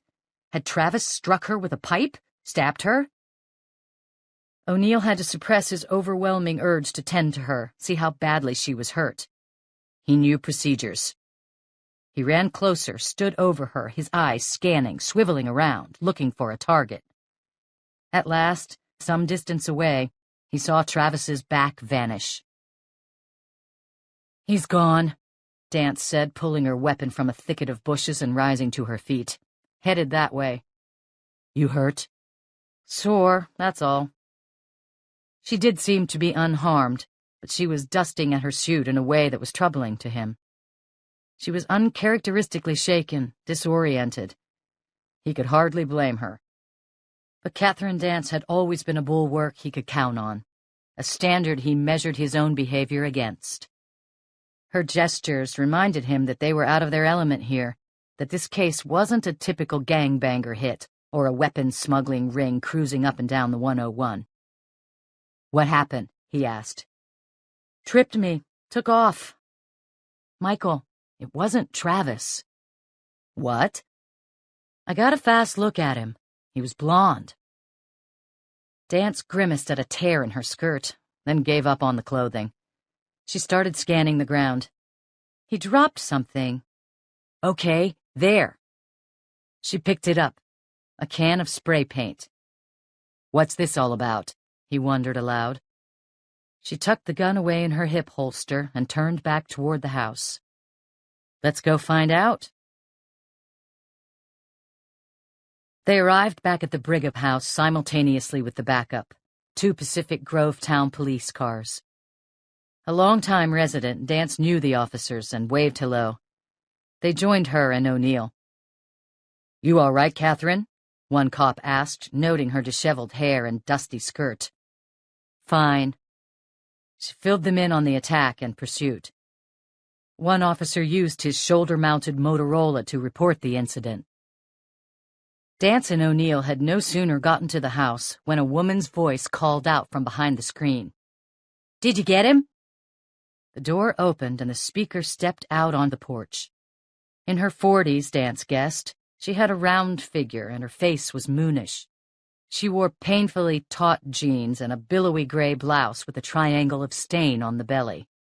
Catherine Dance noted that the woman's cream pumps were hopelessly limp and scuffed from bearing her weight.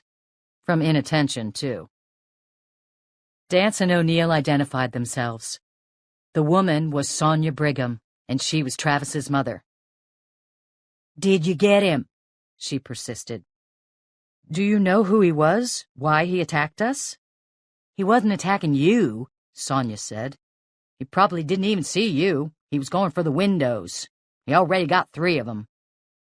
One of the Pacific Grove officers explained. "The Brighams have been the target of vandalism lately." "You said he," Dance said. Do you know who he was? Not that particular one. There's a bunch of them. Bunch? O'Neill asked. They're coming by all the time, throwing rocks, bricks, painting stuff on the house and the garage. That's what we've been living with. A contemptuous wave of the hand, presumably toward where the vandal had disappeared. After everybody started saying those bad things about Travis. The other day, somebody threw a brick through the living room window, nearly hit my younger son. And look! She pointed to green spray paint graffiti on the side of a large, lopsided shed in the side yard, about 50 feet away. Killer. Leet speak, Dance noted. Dance handed the spray paint to one of the Pacific Grove officers, who said they'd follow up on it. She described the boy, who looked like one of 500 high school students in the area.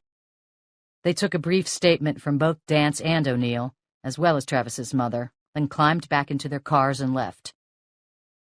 They're after my boy, and he didn't do anything. It's like the goddamn Ku Klux Klan. That brick nearly hit Sammy. He's a little troubled. He went crazy. Had an episode. Vengeful angels, Dance reflected. Though the bullying was no longer cyber, it had moved from the synth world into the real.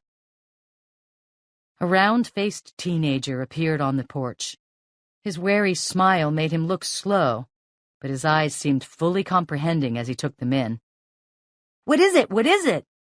His voice was urgent. "It's okay, Sammy. Go back inside. You go to your room." "Who are they?" "You go on back to your room. You stay inside. Don't go to the pond." "I want to go to the pond." "Not now. Somebody was out there." He ambled off into the house.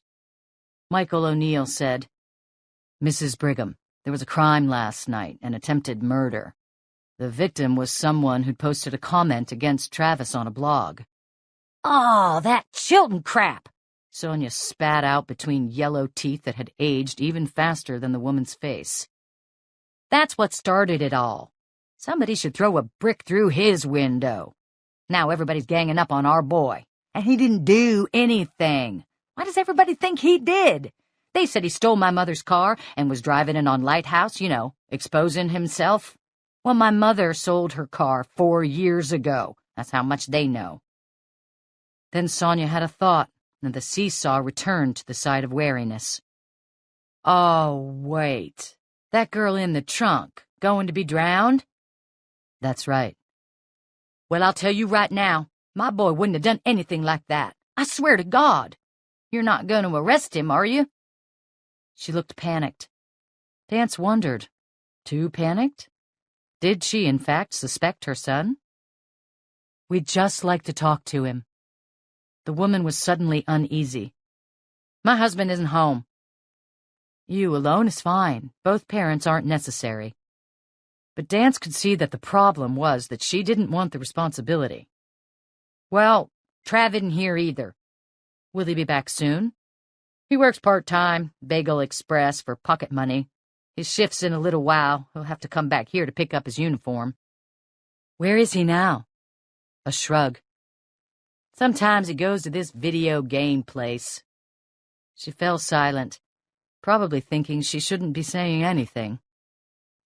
"My husband will be back soon." Dance noted again the tone with which Sonia delivered those words. My husband. "Was Travis out last night, around midnight?" "No." Offered fast. "Are you sure?" Dance asked with a crisp tone. Sonia had just exhibited aversion, looking away, and blocking, touching her nose, a gesture Dance had not observed earlier. Sonia swallowed. "Probably he was here. Not exactly sure. I went to bed early. Travis stays up till all hours. He might have gone out, but I didn't hear anything." "And your husband?" She noted the singular pronoun regarding her bedtime. "Was he here around that time?" "He plays poker some. I think he was at a game." O'Neill was saying, "We really need to—" His words break to a halt as a tall, lanky teenager, shoulders and stance wide, appeared from the side yard. His black jeans were faded, patches of gray showing, and an olive-drab combat jacket covered a black sweatshirt. It didn't have a hood, Dance noted. He stopped suddenly, blinking in surprise at the visitors. A glance at the unmarked CBI car, which any viewer of a cop show on TV in the last 10 years would instantly recognize for what it was. Dance noted in the boy's posture and expression the typical reaction of someone spotting law enforcers, whether they were guilty or innocent. Caution and thinking quickly. "Travis, honey, come over here." He remained where he was, and Dance sensed O'Neill tensing. But a second foot pursuit wasn't needed. Expressionless, the boy slouched forward to join them. "These are police officers," his mother said. "They want to talk to you." "I guess. What about?" His voice was casual, agreeable. He stood with his long arms dangling at his side. His hands were dirty, and there was grit under his nails. His hair seemed washed, though. She supposed he did this regularly to combat the sprinkling of acne on his face. She and O'Neill said hello to the boy and offered their IDs. He studied them for a long moment. Buying time? Dance wondered. "Somebody else was here," Sonia said to her son. She nodded at the graffiti. "Broke a couple more windows." Travis took this news from his mother without emotion. He asked, "Sammy?" He didn't see. O'Neill asked, "You mind if we go inside?" He shrugged and they walked into the house, which smelled of mold and cigarette smoke. The place was ordered, but grimy. The mismatched furniture seemed second-hand, slipcovers worn and pine legs sloughing off varnish. Dim pictures covered the walls, mostly decorative. Dance could see part of a National Geographic magazine logo just below the frame of a picture of Venice. A few were of the family, the two boys, and one or two of Sonia when she was younger. Sammy appeared as before, big, moving quickly, grinning again. "Travis!" He charged toward his sibling. "Did you bring me M's?" "Here you go." Travis dug into his pocket and handed the boy a packet of M&Ms. "Yay!" Sammy opened the package carefully, looked inside, then gazed at his brother. "The pond was nice today." "Was it?" "Yeah." Sammy returned to his room, clutching the candy in his hand. Travis said, "He doesn't look good. Did he take his pills?" His mother looked away. Dad wouldn't get the prescription refilled because the price went up, right? He doesn't think they do that much good. They do a lot of good, Mom. You know how he gets when he doesn't take them. Dance glanced into Sammy's room and saw that the boy's desk was covered with complicated electronic components, parts of computers and tools, along with toys for children much younger. He was reading a Japanese graphic novel as he slouched in a chair. The boy glanced up and stared at Dance intently, studying her. He gave a faint smile and nodded toward the book. Dance smiled back at the cryptic gesture. He returned to reading. His lips moved. She noticed on a hall table a laundry basket filled with clothes. She tapped O'Neill's arm and glanced at a gray sweatshirt sitting on the top. It was a hoodie. O'Neill nodded. "How are you feeling?" Dance asked Travis. "After the accident." "Okay, I guess." "Good. Must have been terrible." "Yeah. But you weren't hurt bad?" "Not really. The airbag, you know. And I wasn't going that fast." Trish and Van. A grimace. If they'd had their seatbelts on, they would have been fine. Sonia repeated, "His father should be home any time now." O'Neill continued evenly. "Just have a few questions." Then he stepped back to the corner of the living room, leaving the questioning to Dance. She asked, "What grade are you in?" "Just finished junior year." "Robert Louis Stevenson, right?" "Yeah." "What are you studying?" "I don't know, stuff. I like computer science and math, Spanish, just, what everybody's taking." "How's Stevenson?" "It's okay. Better than Monterey Public or Junipero." He was answering agreeably, looking directly into her eyes. At Junipero Serra School, uniforms were required. Dan supposed that more than stern Jesuits and long homework assignments, the dress code was the most hated aspect of the place. "How are the gangs?" "He's not in a gang," his mother said, almost as if she wished he were. They all ignored her. "Not bad," Travis responded. "They leave us alone. Not like Salinas." The point of these questions wasn't social. Dance was asking them to determine the boy's baseline behavior. After a few minutes of these harmless inquiries, Dance had a good feel for the boy's non-deceptive mode. Now she was ready to ask about the assault. "Travis, you know Tammy Foster, don't you?" "The girl in the trunk. It was on the news. She goes to Stevenson. She and me don't talk or anything. Maybe we had a class together freshman year." He then looked Dance straight in the eye. His hand occasionally strayed across his face, but she wasn't sure whether it was a blocking gesture signifying deception or because he was ashamed of the acne. "She posted some stuff about me in the Chilton report. It wasn't true." "What did she say?" Dance asked, though she recalled the post about his trying to take pictures of the girls' locker room after cheerleading practice. The boy hesitated, as if wondering if she was trying to trap him. "She said I was taking pictures, of the girls." His face grew dark. "But I was just on the phone, talking." "Really?" his mother interjected. "Bob will be home any minute now. I might rather wait." But Dance felt a certain urgency to keep going. She knew without doubt that if Sonia wanted to wait for her husband, the man would put a fast end to the interview. Travis asked, "Is she going to be okay? Tammy?" "Looks like it."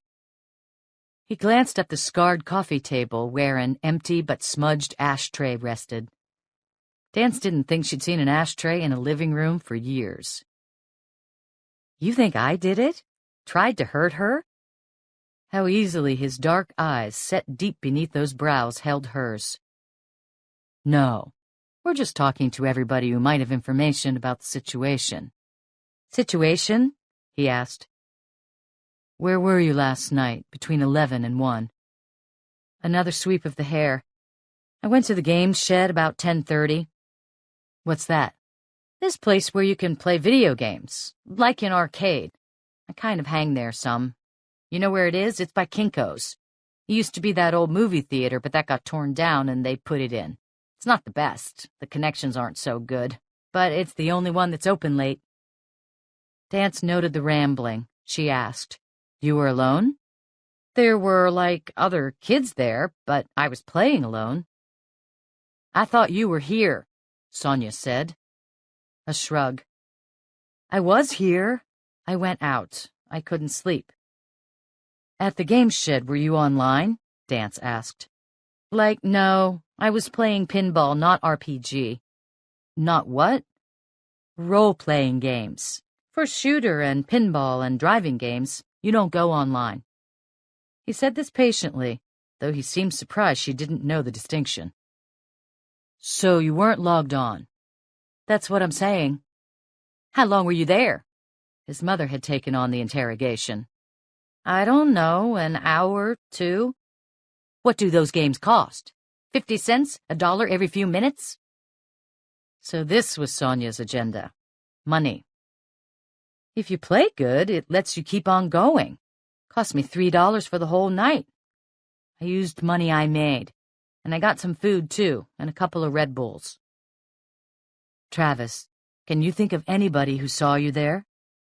"I don't know. Maybe. I'll have to think about it."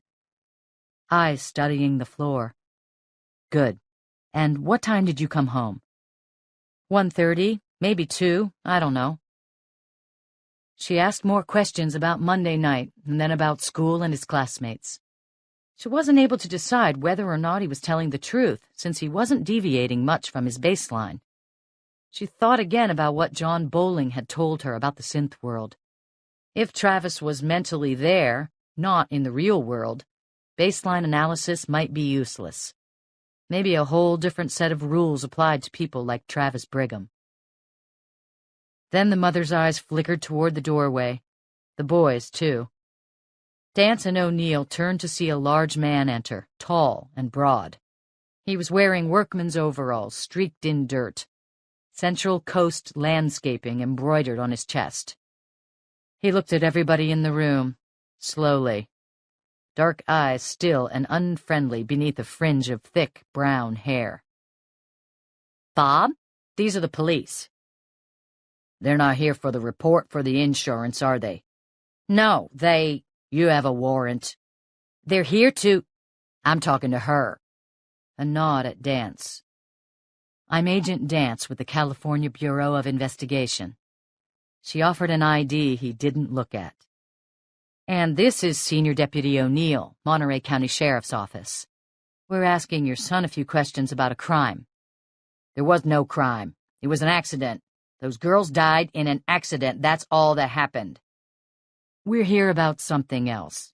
Someone who'd posted a message about Travis was attacked."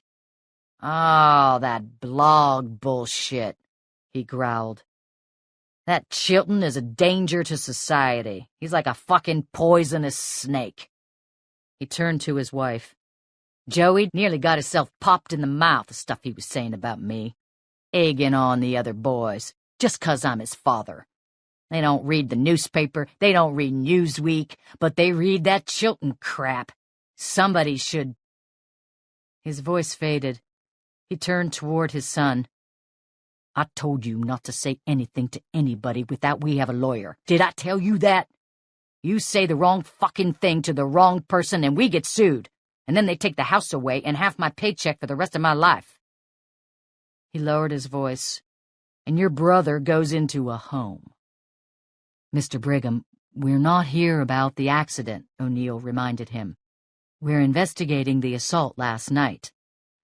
"Doesn't matter, does it? Things get written down and go into the record." He seemed more concerned about responsibility for the accident than that his son might get arrested for attempted murder.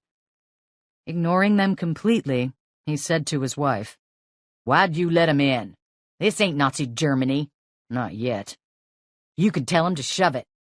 "I thought—" "No, you didn't. You didn't think at all." To O'Neill, "Now I'll ask you to leave.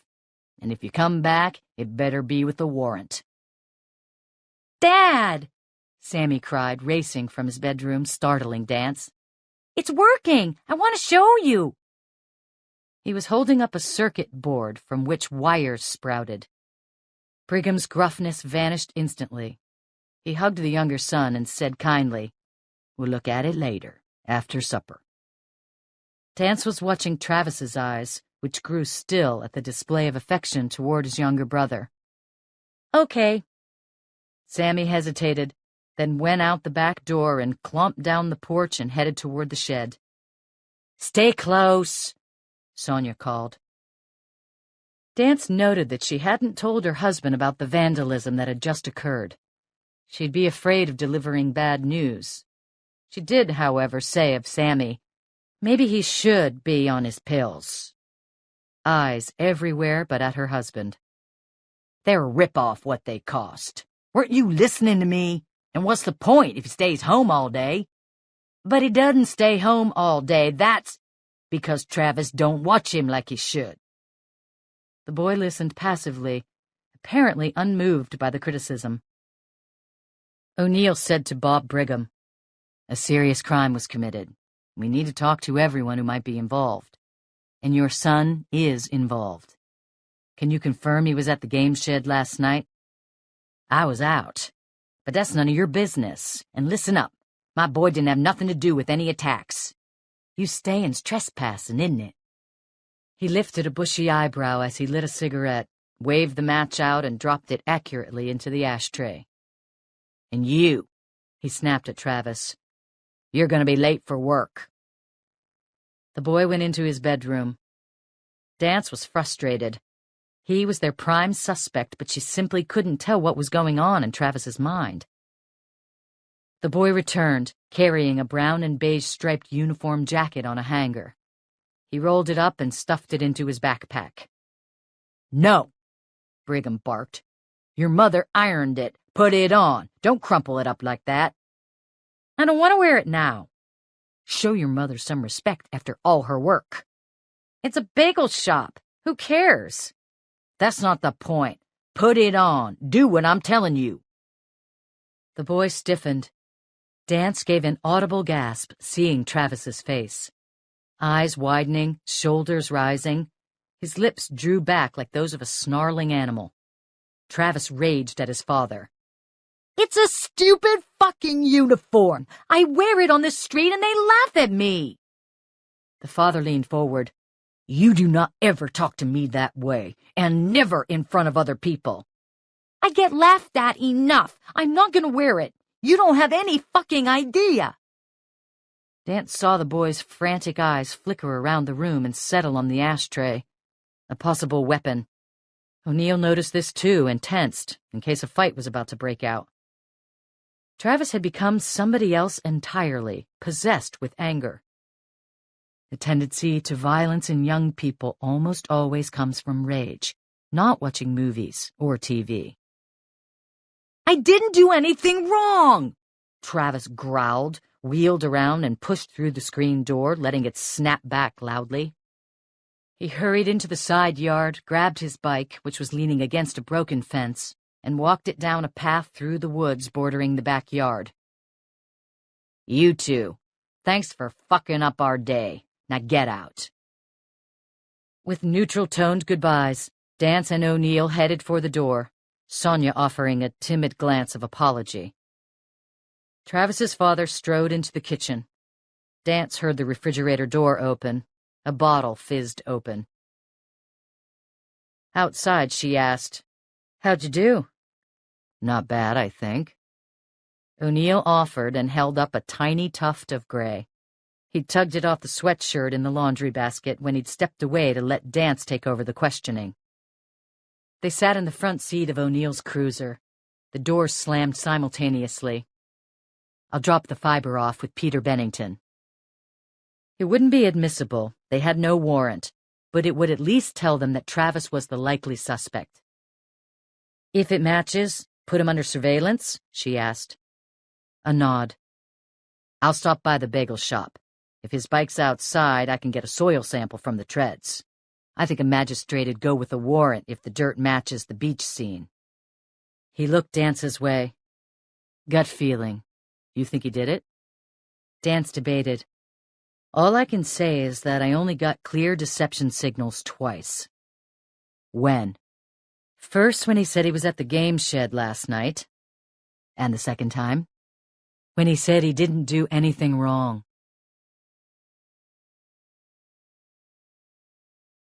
Dance returned to her office at the CBI. She smiled at John Bowling. He reciprocated, but then his face grew grim. He nodded at his computer. More postings about Travis on the Chilton Report, attacking him, and then other posts attacking the attackers. It's an all-out flame war. And I know you wanted to keep the connection between the roadside cross case and the attack secret, but somebody caught on. How on earth? Dance asked angrily. Bowling shrugged. He nodded to a recent posting. Reply to Chilton, posted by Brittany M. Is anybody watching the news?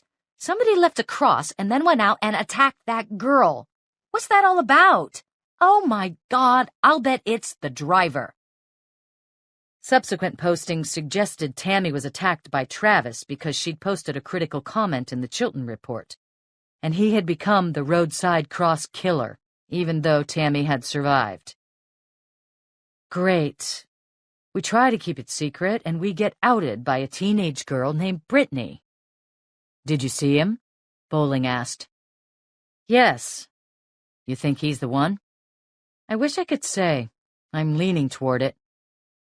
She explained her theory that it was hard to read Travis because he was living more in the synth world than the real, and he was masking his kinesic responses. I will say there's a huge amount of anger there. How about we take a walk, John? There's somebody I want you to meet.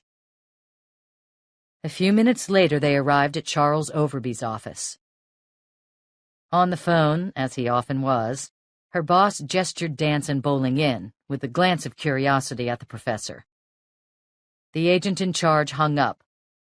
"They made the connection, the press did. He's now the roadside cross killer." Brittany M. Dance said, "Charles, this is Professor Jonathan Bowling. He's been helping us."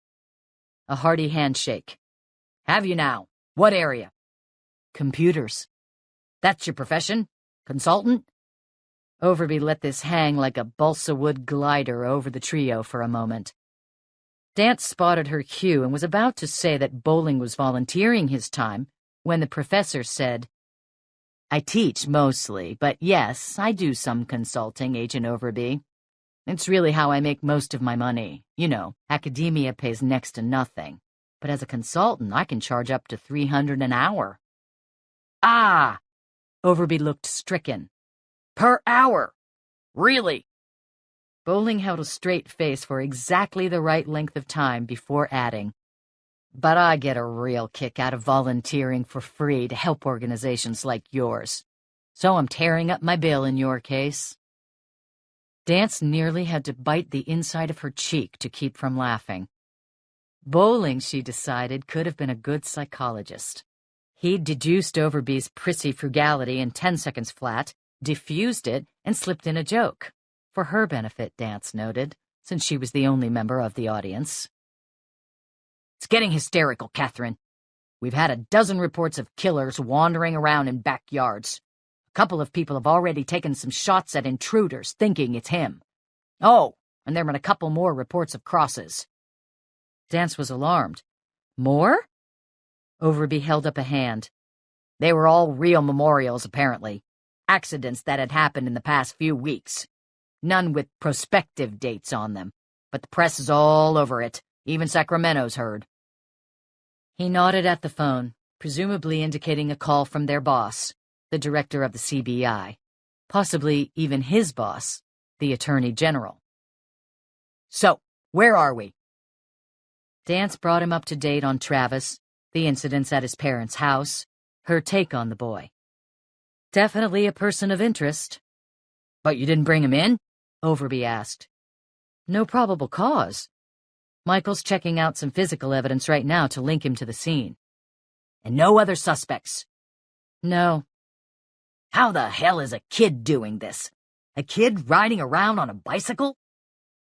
Dance pointed out that local gangs, centered primarily in and around Salinas, had terrorized people for years, and many of them had members much younger than Travis. Bowling added, "And one thing we've found out about him, he's very active in computer games. Young people who are good at them learn very sophisticated combat and evasion techniques. One of the things military recruiters always ask is how much the applicants game. Everything else being equal, they'd take a gamer over another kid any day." Overby asked, "Motive?" Dance then explained to her boss that if Travis was the killer, his motive was probably revenge, based on cyberbullying. "Cyberbullying," Overby said gravely. "I was just reading up on that." "You were?" Dance asked. "Yep. There was a good article in USA Today last weekend." "It's become a popular topic," Bowling said. Did Dance detect slight dismay about the sources that informed the head of a regional office of the CBI? "That's enough to turn him to violence?" Overby asked. Bowling continued, nodding. "He's being pushed over the edge. The postings and the rumors have spread, and it's become physical bullying, too. Somebody's put up a YouTube video about him. They got him in a happy slap vid." "A what?" "It's a cyberbullying technique. Somebody came up to Travis at Burger King and pushed him. He stumbled. It was embarrassing. And one of the other kids was waiting to record it on a cell phone. Then they uploaded it. It's been viewed 200,000 times so far." It was then that a slightly built, unsmiling man stepped out of the conference room across the hall and into the doorway of Overby's office. He noted the visitors and ignored them. "Charles," he said in a baritone. "Oh, Catherine, this is Robert Harper," Overby said, "from the AG's office in San Francisco. Special Agent Dance." The man walked into the room and shook her hand firmly, but kept a distance, as if she'd think he was coming on to her. "And John—" Overby tried to recall. "Bowling." Harper gave the professor a distracted glance, said nothing to him. The man from San Francisco had an unrevealing face and perfectly trimmed black hair. He wore a conservative navy blue suit and white shirt, a red and blue striped tie. On his lapel was an American flag pin. His cuffs were perfectly starched, though she noticed a few stray gray threads at the ends. A professional state's attorney, long after his colleagues had gone into private practice and were making buckets of money.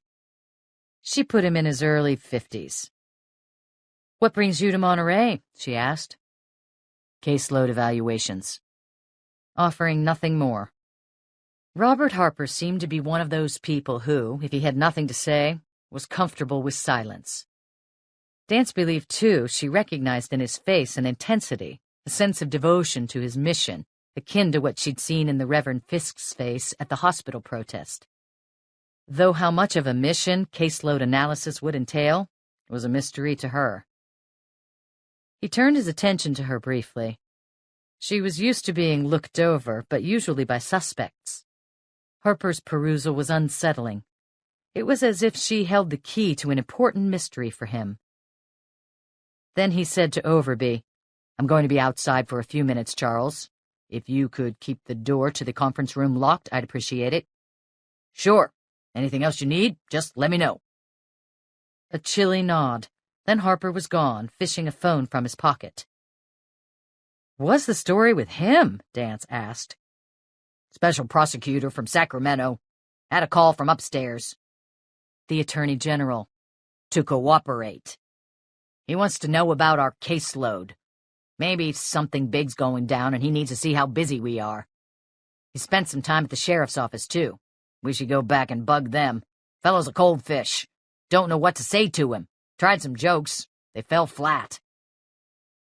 But Dance was thinking about the Tammy Foster case. Robert Harper was gone from her mind. She and Bowling returned to her office, and she just sat down at her desk when O'Neill called. She was pleased. She guessed he'd have the results of the analysis of the bike tread dirt and the gray fiber from the sweatshirt. "Catherine, we have a problem." His voice was troubled. "Go on." "Well, first, Peter says the gray fiber they found in the cross, it matches what we found at Travis's." "So he is the one. What'd the magistrate say about the warrant?" "Didn't get that far. Travis is on the run." "What?" "He didn't show up for work. Or he did show up.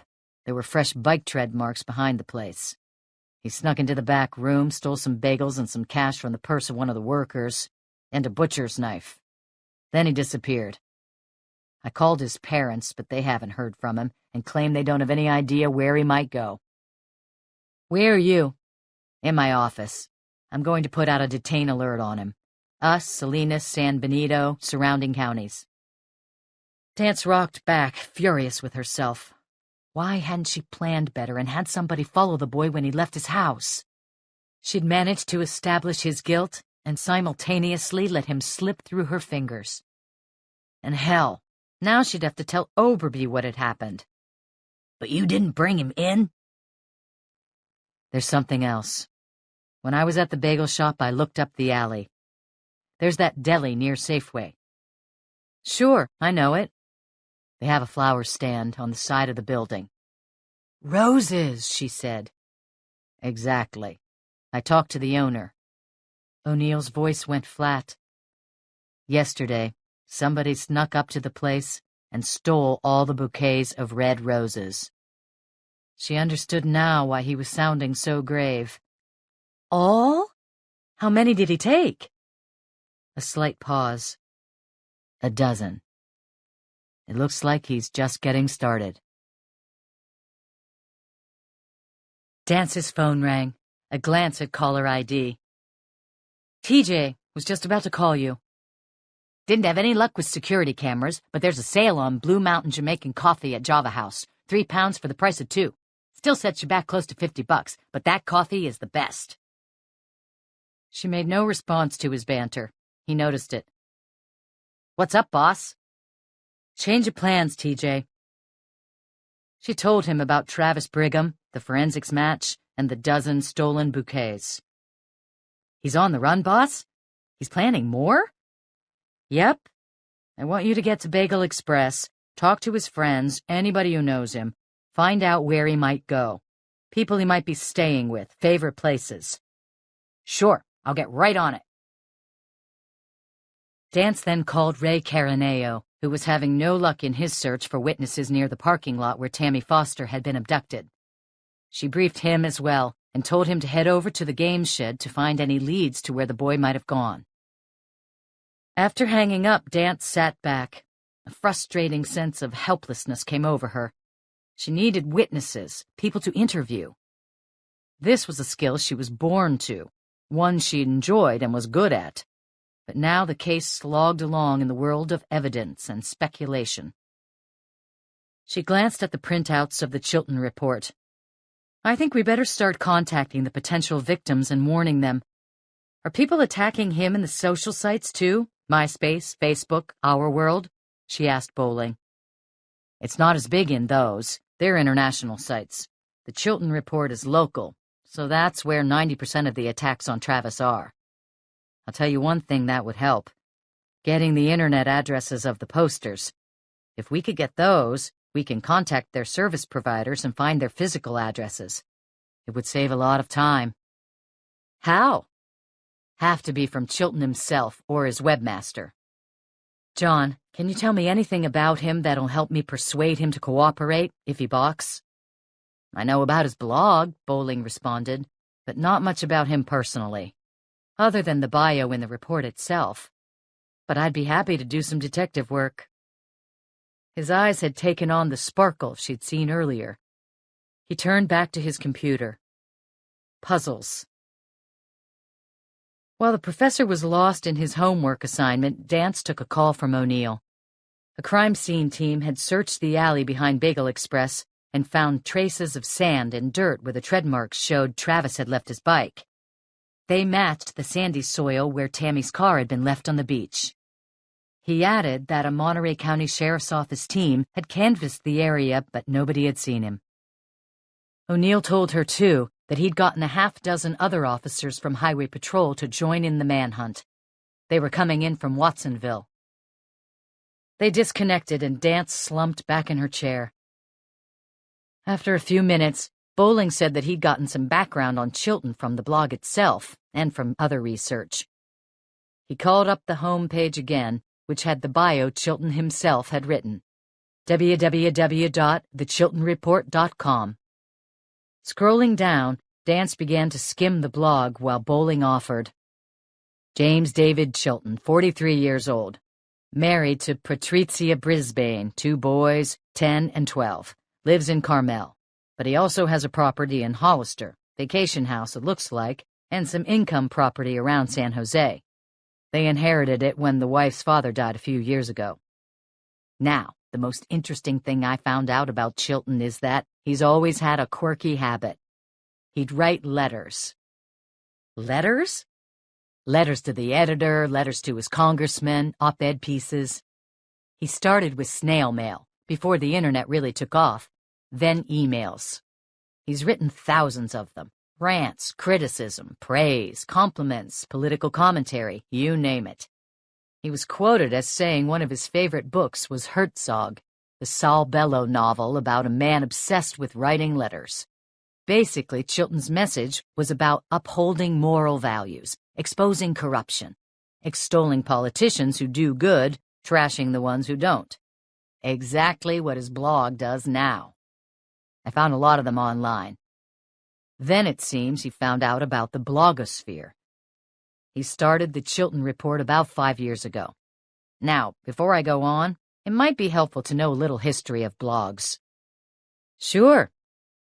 The term comes from weblog, which was coined by a computer guru in 1997, Hjorn Barger. He wrote an online diary about his travels and what he'd been looking at on the web. Now, people have been recording their thoughts online for years, but what made blogs distinctive was the concept of links. That's the key to a blog. You're reading something, and you come to that underlined or bold-faced reference in the text, and click on it, and that takes you someplace else. Linking is called hypertext. The HTTP in a website address, it stands for Hypertext Transfer Protocol. That's the software that lets you create links. In my opinion, it was one of the most significant aspects of the internet, maybe the most significant. Well, once hypertext became common, blogs started to take off. People who could write code in HTML, hypertext markup language, the computer language of links, could create their own blogs pretty easily. But more and more people wanted in, and not everybody was tech savvy. So companies came up with programs that anybody, well, almost anybody, could use to create linked blogs with PETAs, Blogger, and Grok Soup were the early ones. Dozens of others followed. And now all you have to do is have an account with Google or Yahoo, and poof, you can make a blog. Combine that with the bargain price of data storage nowadays, and getting cheaper every minute, and you've got the blogosphere. Bowling's narrative was animated and ordered. He'd be a great professor, she reflected. Now, before 9/11, Bowling explained, blogs were mostly computer-oriented. They were written by tech people, for tech people. After September 11th, though, a new type of blog appeared. They were called war blogs, after the attacks and the Afghanistan and Iraq wars. Those bloggers weren't interested in technology. They were interested in politics, economics, society, the world. I describe the distinction this way. While pre-9/11 blogs were inner-directed, toward the internet itself, the war blogs are outer-directed. Those bloggers look at themselves as journalists, part of what's known as the new media. They want press credentials, just like CNN and Washington Post reporters, and they want to be taken seriously. Jim Chilton is the quintessential war blogger. He doesn't care about the internet per se or the tech world, except to the extent it lets him get his message out. He writes about the real world. Now the two sides, the original bloggers and the war bloggers, constantly battle for the #1 spot in the blogosphere. "It's a contest?" she asked, amused. "To them it is." "They can't coexist?" "Sure, but it's an ego-driven world, and they'll do anything they can to be top of the heap. And that means two things. 1, having as many subscribers as possible. And 2, more important, having as many other blogs as possible include links to yours." Incestuous. Very. Now, you asked what could I tell you to get Chilton's cooperation. Well, you have to remember that the Chilton Report is the real thing. It's important and influential. You noticed that one of the early posts in the Roadside Crosses thread was from an executive at Caltrans. He wanted to defend their inspection of the highway. That tells me that government officials and CEOs read the blog regularly and get pretty damn upset if Chilton says anything bad about them. The report leans toward local issues, but local in this case is California, which isn't really local at all. Everybody in the world keeps an eye on us. They either love or hate the state, but they all read about it. Also, Chilton himself's emerged as a serious journalist. He works his sources, he writes well. He's reasonable, and he picks real issues. He's not sensationalist. I searched for Britney Spears and Paris Hilton in his blog, going back 4 years, and neither name came up. Dance had to be impressed with that. He's not a part-timer either. 3 years ago, he began to work on the report full-time, and he campaigns it hard. What does that mean, campaign? Bowling scrolled down to the On the Home Front thread on the home page, www.thechiltonreport.com. We're going global. Am pleased to report that the report has been getting raves from around the world. It's been selected as one of the lead blogs in a new RSS feed. We'll call it Really simple syndication that will link thousands of other blogs, websites, and bulletin boards throughout the world. Kudos to you, my readers, for making the report as popular as it is. RSS is another next big thing. It actually stands for RDF Site Syndication. RDF is Resource Description Framework, if you're interested, and there's no reason for you to be. RSS is a way of customizing and consolidating updated material from blogs and websites and podcasts. Look at your browser. At the top is a little orange square with a dot in the corner and 2 curved lines. I've seen it. That's your RSS feeds. Chilton is trying hard to get picked up by other bloggers and websites. That's important to him. And it's important to you, too, because it tells us something about him. He's got an ego I can stroke? Yep, that's one thing to remember. I'm also thinking of something else you can try with him. Something more nefarious. I like nefarious. You want to somehow hint that his helping you could be good publicity for the blog. It'll get the name of the report around in the mainstream media.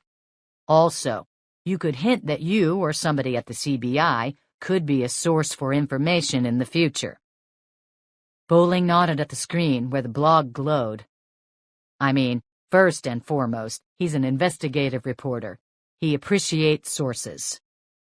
Okay, good idea. I'll try it. A smile. Of course, the other thing he might do is consider your request an invasion of journalistic ethics. In which case, he'll slam the door in your face. Dance looked at the screen. These blogs, they're a whole different world. Oh, that they are. And we're just beginning to comprehend the power they have. How they're changing the way we get information and form opinions. There are probably 60 million of them now. That many? Yep, and they do great things. They pre-filter information so you don't have to Google your way through millions of sites. They're a community of like-minded people. They can be funny, creative, and like the Chilton Report, they police society and keep us honest. But there's a dark side, too. Propagating rumors, Dance said. That's one thing, yes. And another problem is what I said earlier about Tammy. They encourage people to be careless. People feel protected online and in the synth world. Life seems anonymous, posting under a nim or nick, a screen name. So you give away all sorts of information about yourself. But remember, every single fact about you, or lie, that you post, or somebody posts about you, is there forever. It will never, ever go away. Bowling continued. But I feel the biggest problem is that people tend not to question the accuracy of the reporting. Blogs give an impression of authenticity. The information's more democratic and honest because it comes from the people, not from big media. But my point, and it's earned me plenty of black eyes in academia and in the blogosphere, is that that's bullshit. The New York Times is a for-profit corporation, but is 1,000 times more objective than most blogs. There's very little accountability online. Holocaust denials, 9/11 conspiracies, racism, they all thrive thanks to blogs. They take on an authenticity some weirdo at a cocktail party doesn't have when he spouts off that Israel and the CIA were behind the Trade Towers attack. Dance returned to her desk and lifted her phone. I think I'll put all your research to use, John. Let's see what happens. James Chilton's house was in an upscale area of Carmel, the yard close to an acre and filled with trimmed but hodgepodge gardens, which suggested the husband, wife, or both, spent plenty of weekend hours extracting weeds and inserting plants, rather than paying pros to do it. Dance gazed at the outside decor enviously. Gardening, though much appreciated, wasn't one of her skills. Maggie said that if plants didn't have roots, they'd run when her mother stepped into the garden. The house was an expansive ranch, about 40 years old, and squatted at the back of the property. Dance estimated 6 bedrooms. Their cars were a Lexus sedan and a Nissan Quest, sitting in a large garage filled with plenty of sports equipment, which, unlike similar articles in Dance's garage, actually appeared well used. She had to laugh at the bumper stickers on Chilton's vehicles. They echoed headlines from his blog, one against the desalination plant and one against the sex education proposal. Left and right. Democrat and Republican. He's more cut and paste. There was another car here, too, in the drive, a visitor probably, since the Taurus bore the subtle decal of a rental car company. Dance parked and walked to the front door, rang the bell. Footsteps grew louder, and she was greeted by a brunette woman in her early 40s, slender, wearing designer jeans and a white blouse, the collar turned up. A thick Daniel Yerman knotted necklace, in silver, was at her throat. The shoes, Dance couldn't help but identify, came from Italy and were knockouts. The agent identified herself, proffering her ID. "I called earlier to see Mr. Chilton." The woman's face eased into the hint of a frown that typically forms when one meets law enforcers. Her name was Patrizia. "Jim's just finishing up a meeting. I'll go tell him you're here." "Thank you." "Come on in." She led Dance to a homey den, the walls covered with pictures of family, then disappeared into the house for a moment. Patrizia returned. "He'll be just a moment." "Thank you. These are your boys?" Dance was pointing at a picture of Patrizia, a lanky, balding man she took to be Chilton, and 2 dark-haired boys who reminded her of Wes. They were all smiling at the camera. The woman proudly said, "Jim and Chet." Chilton's wife continued through the photos. From the pictures of the woman in her youth, at Carmel Beach, Point Lobos, the Mission, Dance guessed she was a native. Patrizia explained that yes, she was. In fact, she'd grown up in this very house. "My father had been living here alone for years. When he passed about 3 years ago, Jim and I moved in." Dance liked the idea of a family home passed down from generation to generation. She reflected that Michael O'Neill's parents still lived in the Ocean View house where he and his siblings had grown up. With his father suffering from senility, his mother was thinking of selling the place and moving into a retirement community. But O'Neill was determined to keep the property in the family. As Patrizia was pointing out photos that displayed the family's exhausting athletic accomplishments, golf, soccer, tennis, triathlons, Dance heard voices in the front hall. She turned to see 2 men. Chilton, she recognized him from the pictures, wore a baseball cap, green polo shirt, and chinos. Blondish hair eased in tufts from under the hat. He was tall and apparently in good shape, with only a bit of belly swelling over his belt.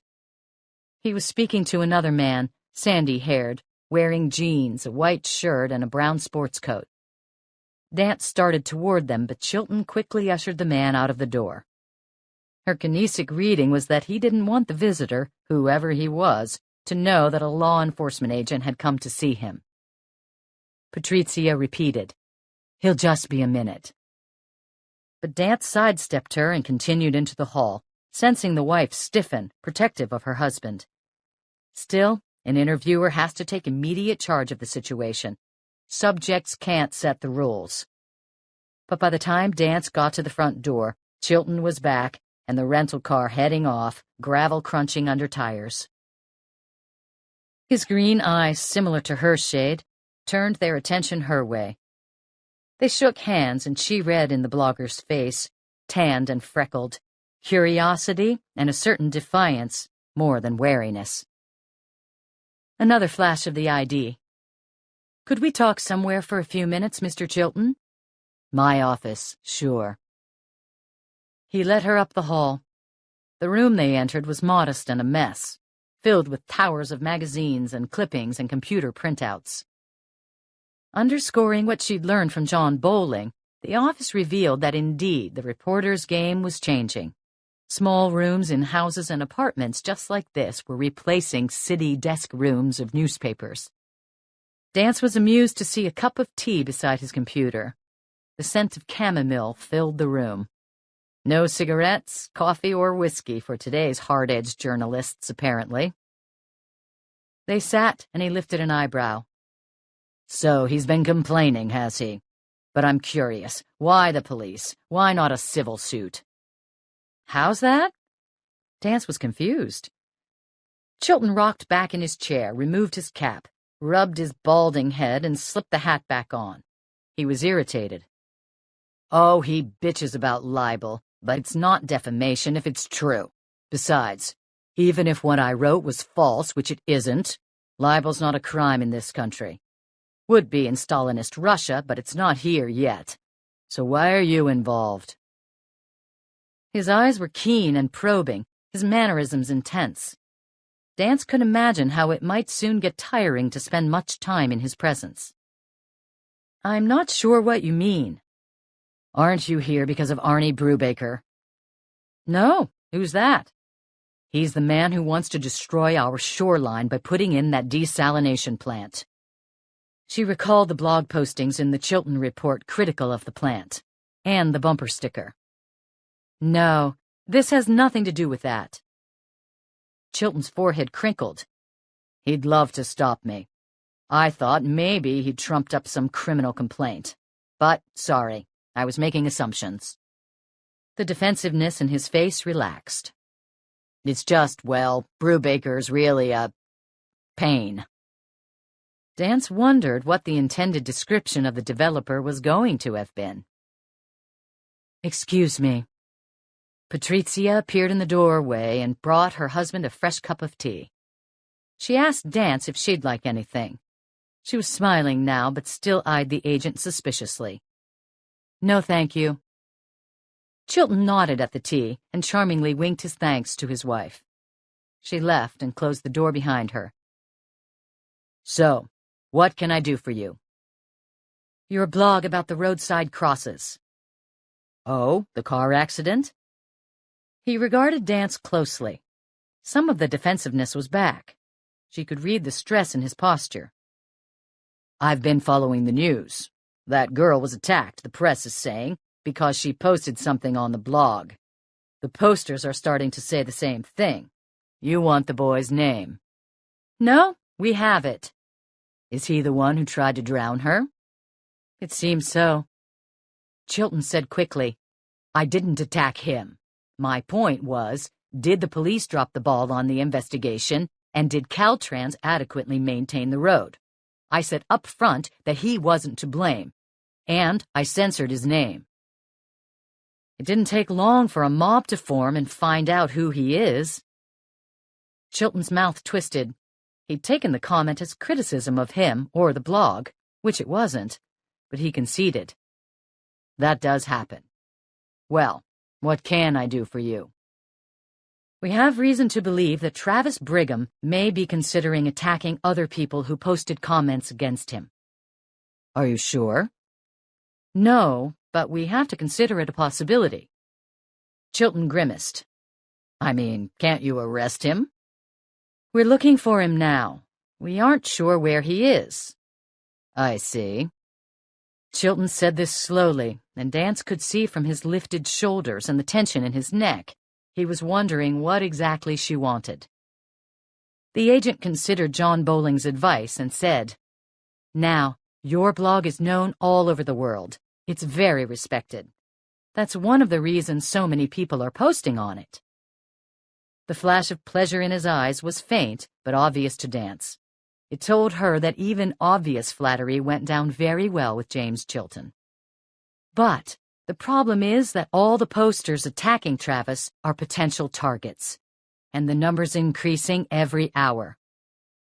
The report has one of the highest hit rates in the country. It's the most read blog in California. I'm not surprised. I really enjoy it. Keeping an eye on her own mannerisms so as not to telegraph the deception. Thank you. A full smile joined the eye crinkle. But see what we're facing. Every time somebody posts to the roadside crosses thread, they become a possible target. Some of those people are completely anonymous, some are out of the area, but some are nearby, and we're afraid Travis will find out their identities, and then he'll go after them, too. Oh, Chilton said, his smile vanishing. His quick mind made the leap. And you're here for their internet addresses. For their protection. I can't give those out. But these people are at risk. This country operates on the principle of separation of media and state. As if this flippant recitation skewered her argument. That girl was thrown into a trunk and left to drown. Travis could be planning another attack right now. Chilton held up a finger, shushing her like a schoolteacher. It's a slippery slope. Agent Dance, who do you work for? Your ultimate boss. The Attorney General. Okay, well, say I give you the addresses of posters on the roadside crosses thread.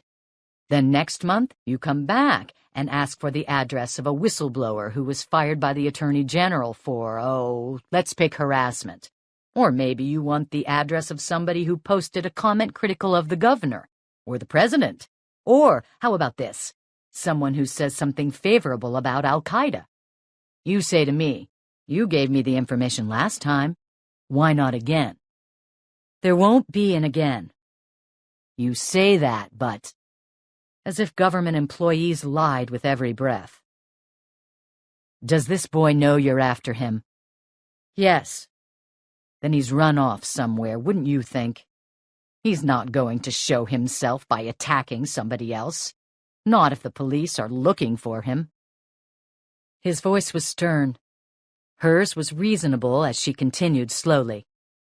Still, you know, Mr. Chilton, sometimes life is about compromises. She let this comment linger.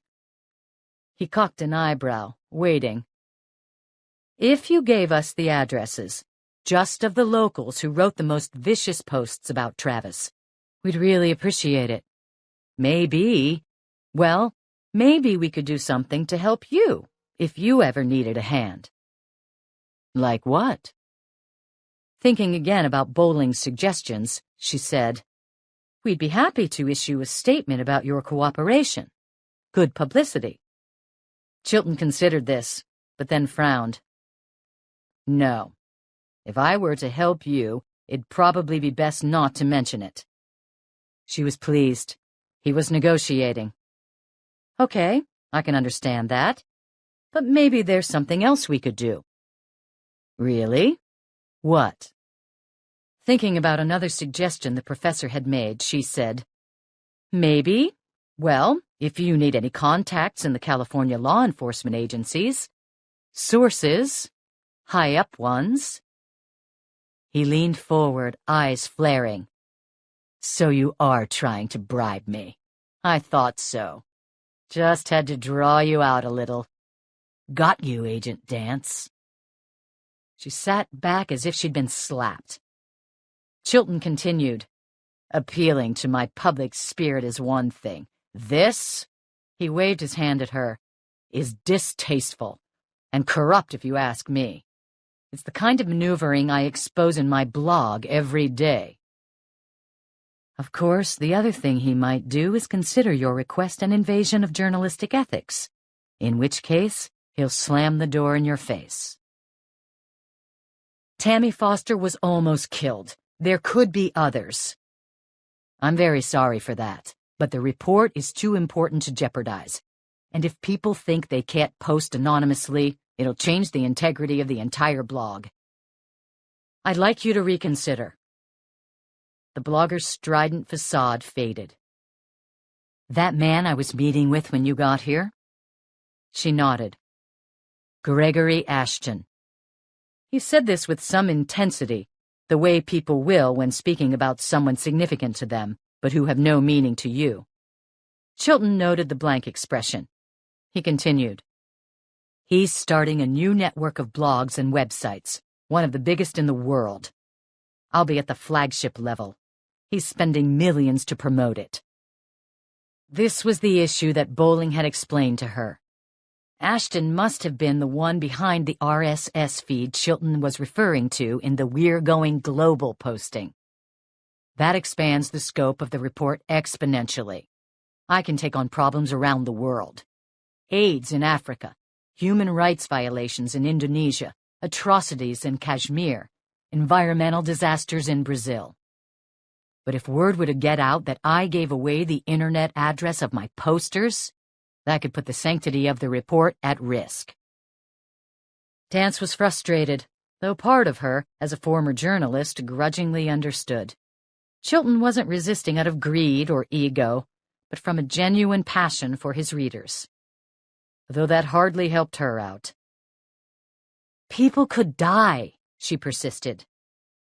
This question has come up before, Agent Dance. The responsibility of bloggers. He stiffened slightly.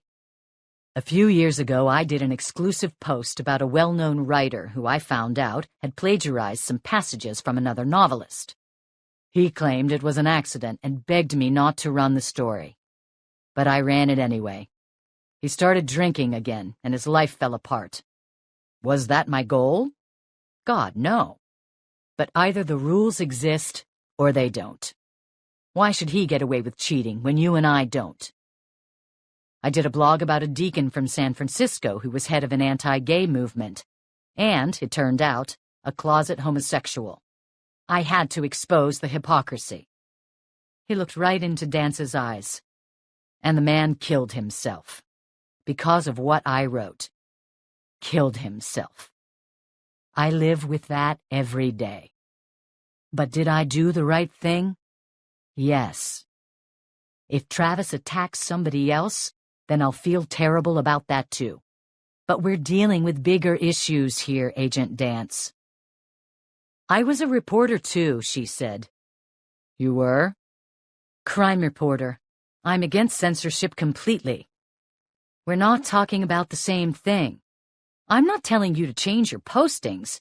I just want to know the names of people who've posted so we can protect them. Can't do it.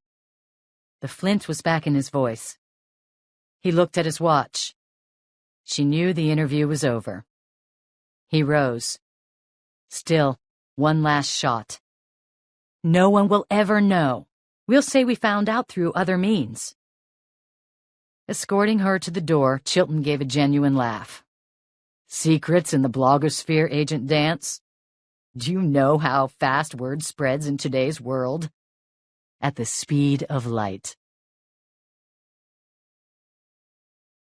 As she drove along the highway, Catherine Dance called John Bowling. How'd it go? He asked brightly. What was that phrase that was in the blog about Travis? One of the kids posted it. Epic something. Oh. Less cheer now. Epic fail. Yeah, that describes it pretty well. I tried for the good publicity approach, but he went for door number 2, the fascists trammeling free press, with a touch of the world needs me. Ouch. Sorry about that. Bad call. It was worth a shot, but I think you'd better start trying to get as many names as you can on your own. I have. Just in case Chilton gave you the boot. I should have some names soon. Oh, did he say he'd get even in a blog posting about you for suggesting it? She chuckled. Came close.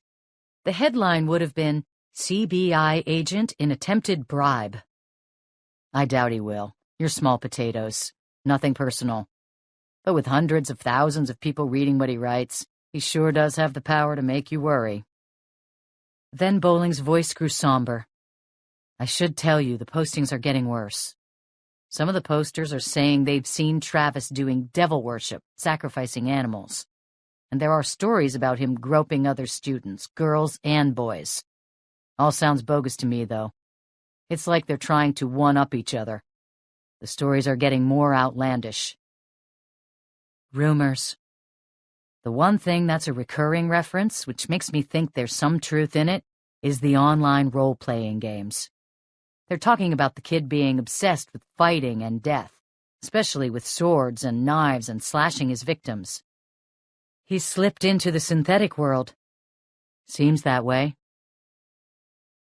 After they disconnected, Dance turned up the volume on her iPod Touch.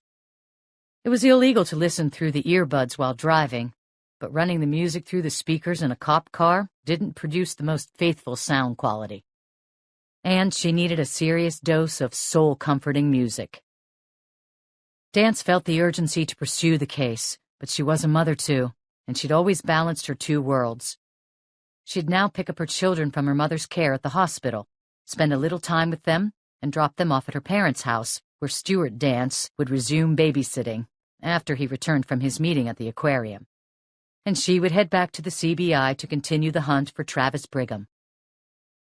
She continued the drive in the big unmarked CVPI, her police interceptor Ford. It handled like a combination race car and tank. Not that Dance had ever pushed the vehicle to its limits. She wasn't a natural driver, and though she'd taken the required high-speed pursuit course in Sacramento, couldn't picture herself actually chasing another driver along the winding roads of Central California. With this thought, an image from the blog came to mind. The photo of the roadside crosses at the site of the terrible accident on Highway 1 on June 9th, the tragedy that had set all of this subsequent horror in motion. She now pulled up in the hospital lot and noticed several California Highway Patrol cars and two unmarkeds parked in front of the hospital. She couldn't remember a report about any police action involving injuries. Climbing from the car, she observed a change in the protesters. For one thing, there were more of them, 36 or so, and they'd been joined by 2 more news crews. Also, she noticed they were boisterous, waving their placards and crosses like sports fans, smiling, chanting. Dance noticed that the Reverend Fisk was being approached by several men, shaking his hands in sequence. His red-haired minder was carefully scanning the parking lot. And then Dance froze, gasping. Walking out the front door of the hospital were Wes and Maggie, faces grim, accompanied by an African-American woman in a navy blue suit. She was directing them to one of the unmarked sedans. Robert Harper, the special prosecutor she'd met in Charles Overby's office, emerged. And behind him walked Dance's mother. Edie Dance was flanked by 2 large uniformed highway patrol troopers, and she was in handcuffs. Dance jogged forward. "Mom!" 12-year-old Wes shouted and ran across the parking lot, pulling his sister after him. "Wait! You can't do that!" shouted the woman who'd been accompanying them. She started forward fast. Dance knelt, embracing her son and daughter. The woman's stern voice resounded across the parking lot. "We're taking the children." "You're not taking anybody," Dance growled, then turned again to her children. "Are you all right?" "They arrested Grandma," Maggie said, tears welling. Her chestnut braid hung limply over her shoulder where it had jumped in the run. "I'll talk to them in a minute." Dance rose. "You're not hurt, are you?" "No." Lean Wes, nearly as tall as his mother, said in a shaky voice. That woman and the police, they just came and got us and said they're taking us someplace, I don't know where." "I don't want to leave you, Mommy." Maggie clung to her tightly. Dance reassured her daughter. "Nobody's taking you anywhere. Okay, go get in the car." The woman in the blue suit approached and said in a low tone, "Ma'am, I'm afraid," and found herself talking to Dance's CBI identification card and shield, thrust close to her face. "The children are going with me," Dance said. The woman read the ID, unimpressed. "It's procedure, you understand. It's for their own good. We'll get it all sorted out, and if everything checks out, the children are going with me. I'm a social worker with Monterey County Child Services." Her own ID appeared. Dance was thinking that there were probably negotiations that should be going on at the moment, but still, she pulled her handcuffs out of her back holster in a smooth motion and swung them open like a large crab claw. "Listen to me. I'm their mother. You know my identity, you know theirs. Now back off, or I'm arresting you under California Penal Code Section 207. Observing this, The TV reporters seemed to stiffen as one, like a lizard sensing the approach of an oblivious beetle. Cameras swung their way. The woman turned toward Robert Harper, who seemed to debate. He glanced at the reporters and apparently decided that, in this situation, bad publicity was worse than no publicity. He nodded. Dance smiled to her children, hitching the cuffs away, and walked them to her car. "It's going to be okay. Don't worry. This is just a big mix-up." She closed the door, locking it with the remote. She stormed past the social worker, who was glaring back with sleek, defiant eyes, and approached her mother, who was being eased into the back of a squad car. "Honey!" Edie Dance exclaimed. "Mom, what's—" "You can't talk to the prisoner," Harper said. She whirled and faced Harper, who was exactly her height. "Don't play games with me. What's this all about?" He regarded her calmly. "She's being taken to the county lockup for processing and a bail hearing. She's been arrested and informed of her rights. I have no obligation to say anything to you." The cameras continued to pick up every second of the drama. Edie Dance called, "They said I killed Juan Millar." "Please be quiet, Mrs. Dance." The agent raged at Harper. "That caseload evaluation? It was just bullshit, right?" Harper easily ignored her. Dance's cell phone rang and she stepped aside to answer it. "Dad." "Katie, I just got home and found the police here. State police. They're searching everything. Mrs. Kensington next door said they took away a couple of boxes of things." "Dad, Mom's been arrested." "What?" "That mercy killing. Juan Millar." "Oh, Katie." "I'm taking the kids to Martine's, then meet me at the courthouse in Salinas. She's going to be booked and there'll be a bond hearing." "Sure, I don't know what to do, honey." His voice broke. It cut her deeply to hear her own father, normally unflappable and in control, sounding so helpless. "We'll get it worked out," she said, trying to sound confident, but feeling just as uncertain and confused as he would be. "I'll call later, Dad." They disconnected. "Mom," she called through the car window, looking down at her mother's grim face. "It'll be all right. I'll see you at the courthouse." The prosecutor said sternly, "Agent Dance, I don't want to remind you again. No talking to the prisoner." She ignored Harper. "And don't say a word to anyone," she warned her mother. "I hope we're not going to have a security problem here," the prosecutor said stiffly. Dance glared back, silently defying him to make good on his threat, whatever it might be. Then she glanced at the troopers nearby, one of whom she'd worked with. His eyes avoided hers. Everybody was in Harper's pocket on this one.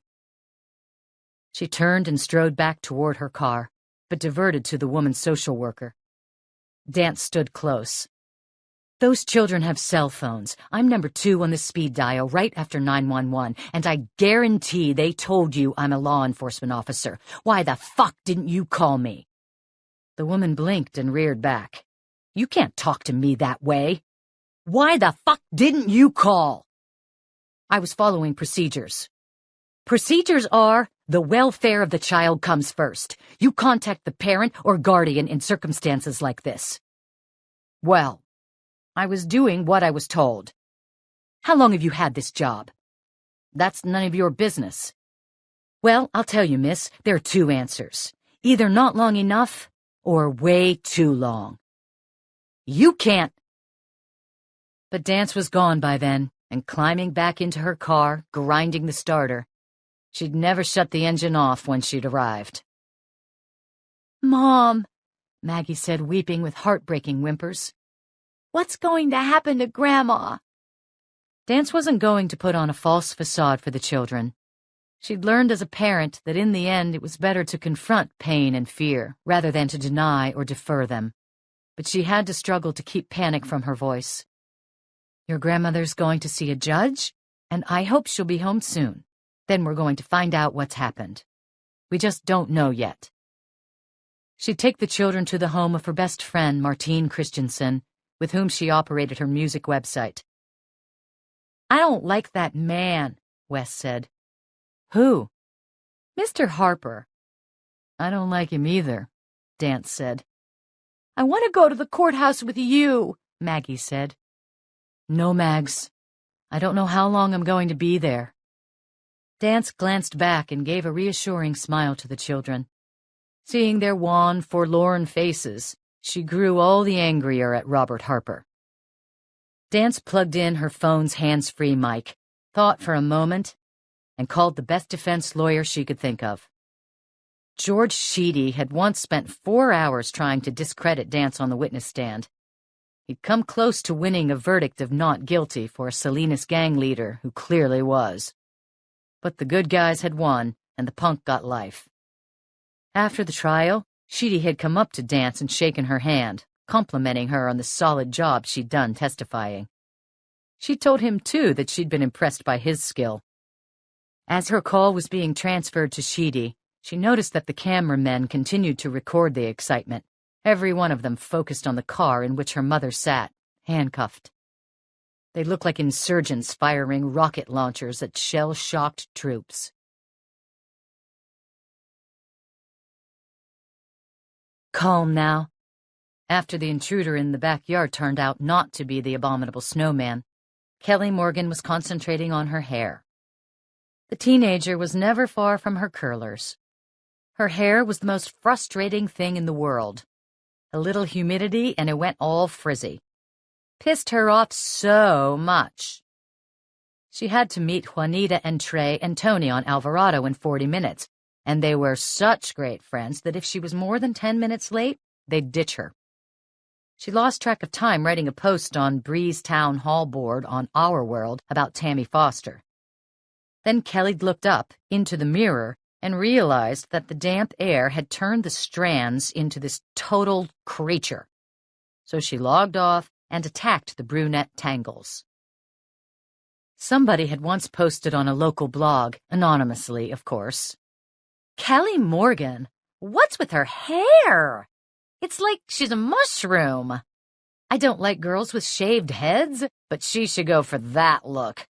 LOL. Yikes. Why doesn't she get a clue?" Kelly had sobbed, paralyzed at the terrible words, which cut her like a razor. That post was the reason she defended Tammy on Our World and flamed a non-girl, who she did end up owning, big time. Even now, thinking of the cruel post about her hair, she shivered with shame and anger. Never mind that Jamie said he loved everything about her. The posting had devastated her and made her hypersensitive about the subject, and had cost her countless hours. Since that April 4th post, she hadn't once gone outside without battling the dew into shape. "Okay, get to work, girl." She rose from her desk and went to her dressing table and plugged in the heated rollers. They gave her split ends, but at least the heat tamed the worst of the renegade tresses. She flicked the dressing table light on and sat down, stripped off her blouse and tossed it onto the floor, then pulled 2 tank tops over her bra, liking the look of the 3 straps, red, pink, and black. Tested the curlers. A few more minutes. Almost right. She started to brush. It was so unfair. Pretty face, nice boobs, great ass, and this effing hair. She happened to glance at her computer and saw an instant message from a friend. "Check out TCR. I mean now." Kelly laughed. Trish was so! Usually she didn't read the Chilton report. It was more politics than she cared about.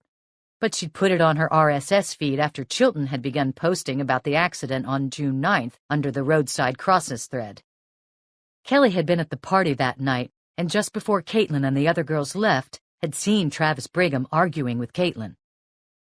She swung to the keyboard and typed, "Don't explode. Why?" Trish responded, "Chilton took out names, but people are saying Travis attacked Tammy." Kelly typed, "Is this win, or are you guessing?" The response, "Win, win. Travis is pissed because she flamed him in the blog. Read it. The driver equals Travis, and the victim equals Tammy. Sick to her stomach, Kelly began pounding the keys, calling up the Chilton report and plowing through the roadside crosses thread. Toward the end, she read, "Reply to Chilton, posted by Brittany M.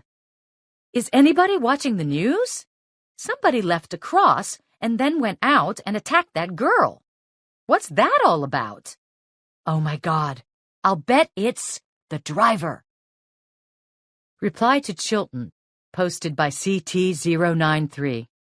Where the deleted are the police? I heard that girl in the trunk was raped and had crosses carved on her, and then he left her in the trunk to drown, just because she dissed him. The driver. I just looked at the news, and he hasn't been arrested yet. Why not? Reply to Chilton, posted by Anonymous. Me and my friends were near the beach where the victim was found, and they heard the police talking about this cross. They were like, he left it as a warning for people to shut up. The victim was attacked and raped because she dissed the driver here. What she wrote in this blog? Listen, if you flamed him here and you're not using proxies or posting anon, you're totally deleted. He's going to get you. Reply to Chilton, posted by Anonymous. I know a dude where the driver goes to game, and he was saying that the driver was saying he was going to get everybody who was posting stuff about him. He planned to cut their throats like terrorists do on Arab TV. Hey, cops, the driver is the roadside cross killer. And that's word. No. God, no. Kelly thought back to what she'd posted about Travis. What'd she said? Would the boy be mad at her? She frantically scrolled up and found her post. Reply to Chilton, posted by Bella Kelly. You are so right. Me and my friend were at that party on the 9th where it happened, and the driver was coming on to deleted. And they were like, just go away. But he didn't. He followed them out the door when they were leaving. But we have ourselves to blame, too, for not doing anything. All of us who were there. We all knew the driver is a loser and perv, and we should have called the police or somebody when they left. I had this bad feeling like in The Ghost Whisperer. And look what happened. Why? Why did I say that? I was all, leave Tammy alone. Don't flame people online. And then I went and said something about Travis. Shit! Now he's going to get me, too. Is that what I'd heard outside earlier? Maybe he really was outside, and when my brother showed up, that scared him off. Kelly thought of the bicyclist she'd seen. Hell, Travis rode a bike all the time. A lot of kids at school made fun of him because he couldn't afford a car. Dismayed, angry, scared. Kelly was staring at the posts on the screen of the computer when she heard a noise behind her. A snap, like earlier. Another. She turned. A wrenching scream poured from Kelly Morgan's lips. A face, the most frightening face she'd ever seen, was staring at her from the window. Kelly's rational thinking stopped cold. She dropped to her knees, feeling the warm liquid gush between her legs as she lost control of her bladder. A pain spurted in her chest, spread to her jaw, her nose, eyes. She nearly stopped breathing. The face, motionless, staring with its huge black eyes, scarred skin, slits for the nose, the mouth sewn shut and bloody. The pure horror from her childhood fears flooded through her. No, no, no! Sobbing like a baby, Kelly was scrabbling away as fast as she could and as far as she could. She slammed into the wall and sprawled, stunned, on the carpet. Eyes staring. Black eyes. Staring right at her. No! Jeans drenched with pee, stomach churning, Kelly crawled desperately toward the door. The eyes, the mouth with the bloody stitching in it. The Yeti, the abominable snowman. Somewhere in that portion of her mind that still worked, She knew it was only a mask tied to the crepe myrtle tree outside the window. But that didn't lessen the fear it ignited within her, the rawest of her childhood fears. And she knew, too, what it meant. Travis Brigham was here. He'd come to kill her, just like he tried to kill Tammy Foster. Kelly finally managed to climb to her feet and stumbled to her door. Run! Get the fuck out! In the hall, she turned toward the front door. Shit! It was open! Her brother hadn't locked it at all! Travis was here, in the house! Should she just sprint through the living room? As she stood frozen in fear, he got her from behind, his arms snaking around her throat. She struggled until he jammed a gun against her temple. Sobbing, "Please, no, Travis!" "Perv?" he whispered. "Loser?" I'm sorry, I didn't mean it." As he dragged her backward toward the basement door, she felt his arm flex harder until her pleas and the choking grew softer and softer, and the glare from the spotless living room window turned gray and then went black. Catherine Dance was no stranger to the American justice system. She had been in magistrates' offices and courtrooms as a crime journalist, a jury consultant, a law enforcement officer. But she'd never been the relative of the accused. After leaving the hospital, she dropped the children off at Martine's and called her sister Betsy, who lived with her husband down in Santa Barbara. "Bet, there's a problem with Mom." "What? Tell me what happened." There'd been a rare edge in the voice of the otherwise flighty woman, younger than Dance by several years. Betsy had curly, angelic hair and flitted from career to career like a butterfly testing out flowers. Dance had run through the details she knew. "I'll call her now," Betsy had announced. "She's in detention. They've got her phone. There'll be a bail hearing soon. We'll know more then." "I'm coming up. It might be better later." "Sure, of course." "Oh, Katie, how serious is this?" Dance had hesitated. She recalled Harper's still, determined eyes, missionary's eyes. Finally, she'd said, "It could be bad." After they'd disconnected, Dance had continued here to the magistrate's office at the courthouse, where she now sat with her father. The lean, white-haired man was even paler than usual. He'd learned the hard way of the dangers a marine biologist faces in the ocean sun, and was now a sunscreen and hat addict. His arm was around her shoulders. Edie had spent an hour in the holding cell, the intake area in which many of Dance's callers had been booked. Dance knew the procedures well. All personal effects were confiscated. You went through the warrant check and the inputting of information, and you sat in a cell surrounded by other arrestees. And then you waited and waited. Finally, you were brought here, into the magistrate's chilly, impersonal room for a bail hearing. Dance and her father were surrounded by dozens of family members of arrestees. Most of the accused here, some in street clothes, some in red Monterey County jumpsuits, were young Latino men. Dance recognized plenty of gang tats. Some were sullen whites, scruffier than the Latinos, with worse teeth and hair. In the back sat the public defenders. The bail bondsmen, too, waiting to pick up their 10% from the carcasses.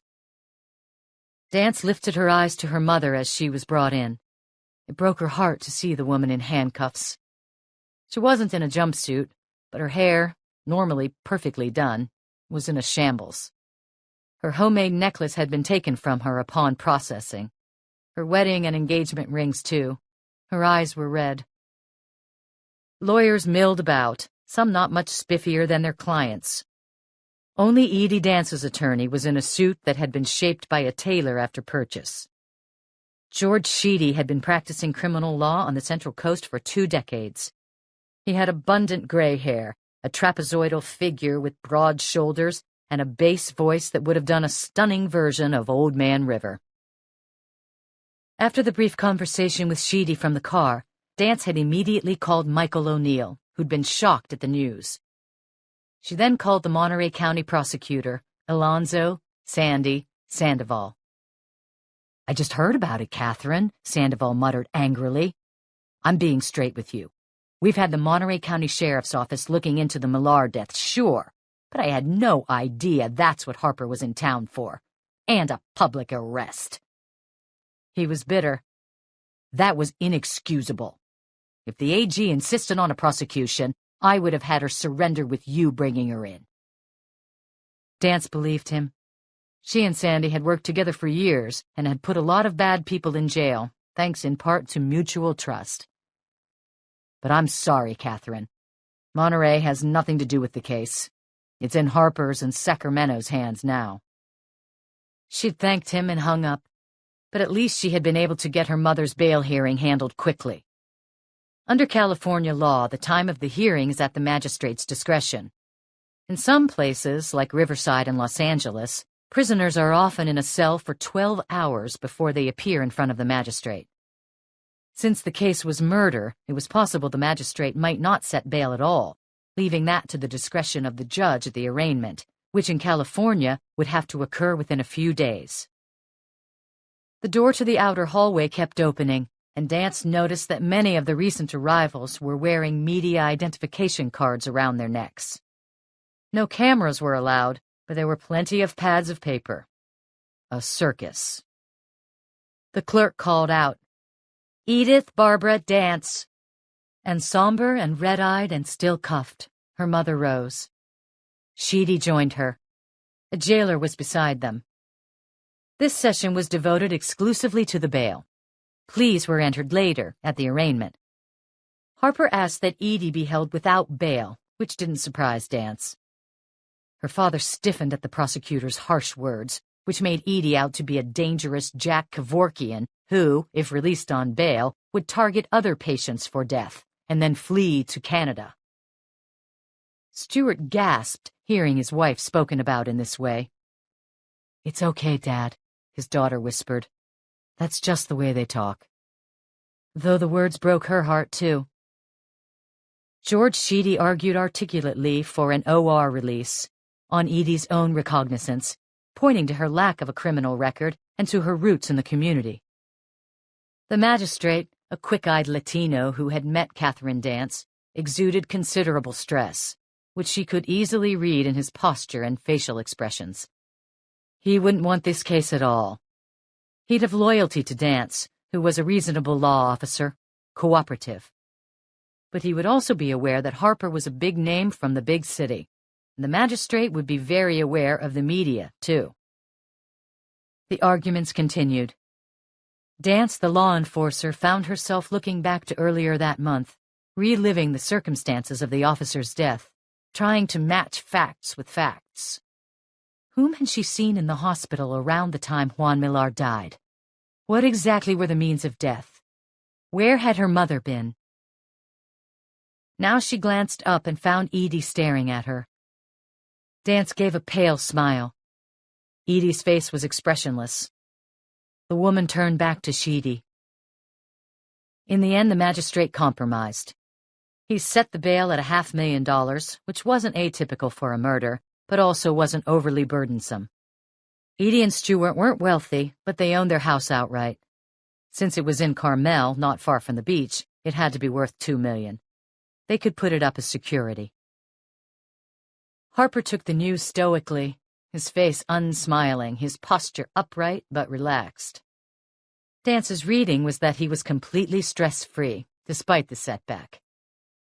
He reminded her of the killer in Los Angeles, J. Doe. One of the reasons she'd had such a hard time spotting the perp's deception was that a highly driven, focused person reveals, and feels, little distress when lying in the name of his cause. This certainly defined Robert Harper.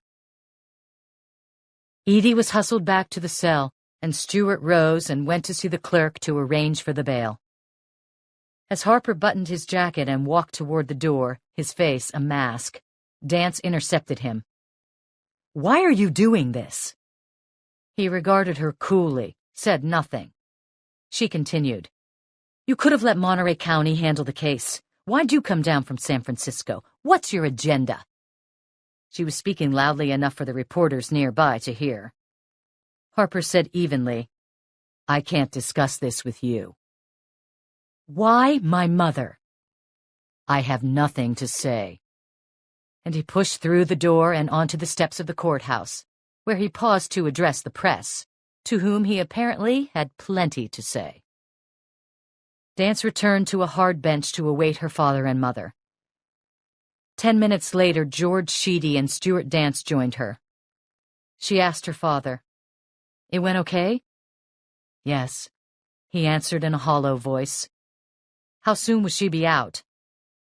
Stuart looked at Sheedy, who said, 10 minutes, maybe less."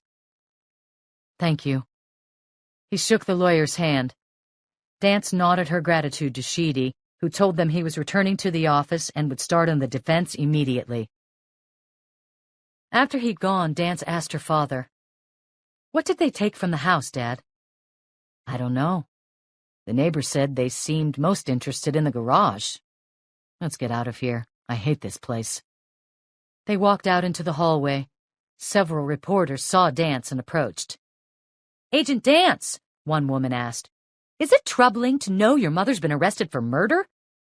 "Well, there's some cutting-edge interviewing." She wanted to fire back with something sarcastic, but she remembered the #1 rule in media relations. Assume everything you say in a reporter's presence will appear on the 6 o'clock news or on tomorrow's front page. She smiled. "There's no doubt in my mind that this is a terrible misunderstanding. My mother has been a nurse for years. She's devoted herself to saving lives, not taking them." "Did you know that she signed a petition supporting Jack Kevorkian and assisted suicide?" No, Dance didn't know that, and she wondered, how had the press come by the information so fast? Her reply, "You have to ask her about that. But petitioning to change the law isn't the same as breaking it." It was then that her phone sounded. It was O'Neill. She stepped away to take the call. "Michael, she's getting out on bail," she told him. There was a moment's pause. "Good. Thank God." Dance realized he was calling about something else, and something that was serious. "What is it, Michael?" "They found another cross." "A real memorial or with a future date?" "Today. And it's identical to the first one. Branches and florist wire." Her eyes closed in despair. Not again. Then O'Neill said, "But listen, we've got a witness, a guy who saw Travis leave it. He might have seen where he went or saw something about him that'll tell us where he's hiding. Can you interview him?" Another pause, then, "I'll be there in 10 minutes." O'Neill gave her the address. They disconnected. Dance turned to her father. "Dad, I can't stay. I'm so sorry." He turned his handsome, distraught face toward his daughter. "What?" "They found another cross. The boy's going after somebody else, it looks like. Today. But there's a witness. I have to interview him." "Of course you do." Yet he sounded uncertain. He was going through a nightmare at the moment, nearly as bad as her mother's, and he'd won his daughter, with her expertise and her connections, nearby. But she couldn't get images of Tammy Foster out of her mind, lying in the trunk, the water rising higher. Images of Travis Brigham's eyes, too, cold and dark beneath their abundant brows, as he gazed at his father, as if his character in a game, armed with knife or sword, was debating stepping out of the synth world and into the real, to slaughter the man. She had to go. And now. "I'm sorry." She hugged her father. "Your mother will understand." Dance raced to her car and started the engine. As she was pulling out of the parking lot, she glanced in the rearview mirror and saw her mother emerge from the door to the lockup. Edie stared at her daughter's departure. The woman's eyes were still, her face revealing no emotion. Dance's foot slipped to the brake, but then she pressed down once more on the accelerator and hit the grill flashers. Your mother will understand. No, she won't, Dance thought. She absolutely won't. After all these years in the area, Catherine Dance had never quite grown used to the peninsula fog. It was like a shapeshifter, a character out of the fantasy books that Wes liked. Sometimes it was wisps that hugged the ground and swept past you like ghosts. Other times it was smoke squatting in depressions of land and highway, obscuring everything. Most often it was a thick cotton bedspread floating several hundred feet in the air, mimicking cloud and ominously darkening everything below it. This was the breed of fog today. The gloom thickened as Dance, listening to Raki and the Cavemen, a North African group known for their percussion, drove along a quiet road running through the state land between Carmel and Pacific Grove. The landscape was mostly woods, untended, filled with pine, scrub oak, eucalyptus, and maple, joined by tangles of brush. She drove through the police line, ignoring the reporters and camera crews. Were they here for the crime, or because of her mother? Dance wondered cynically. She parked, greeted the deputies nearby, and joined Michael O'Neill. They began walking toward the cordoned-off shoulder, where the second cross had been found. "How's your mother doing?" O'Neill asked. "Not good." Dance was so glad he was here. Emotions swelled like a balloon within her, and she couldn't speak for a moment as the image of her mother in handcuffs and the run-in with a social worker about her children surfaced. The senior deputy couldn't help but give a faint smile.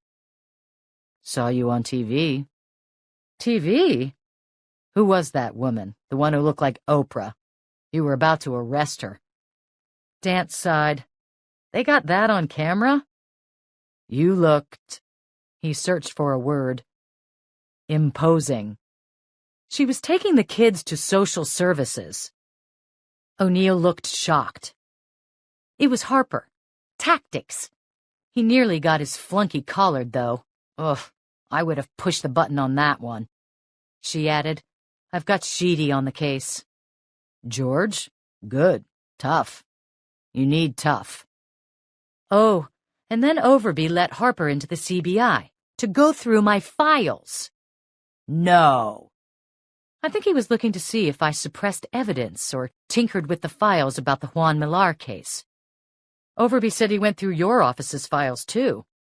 "Monterey County Sheriff's Office?" he asked.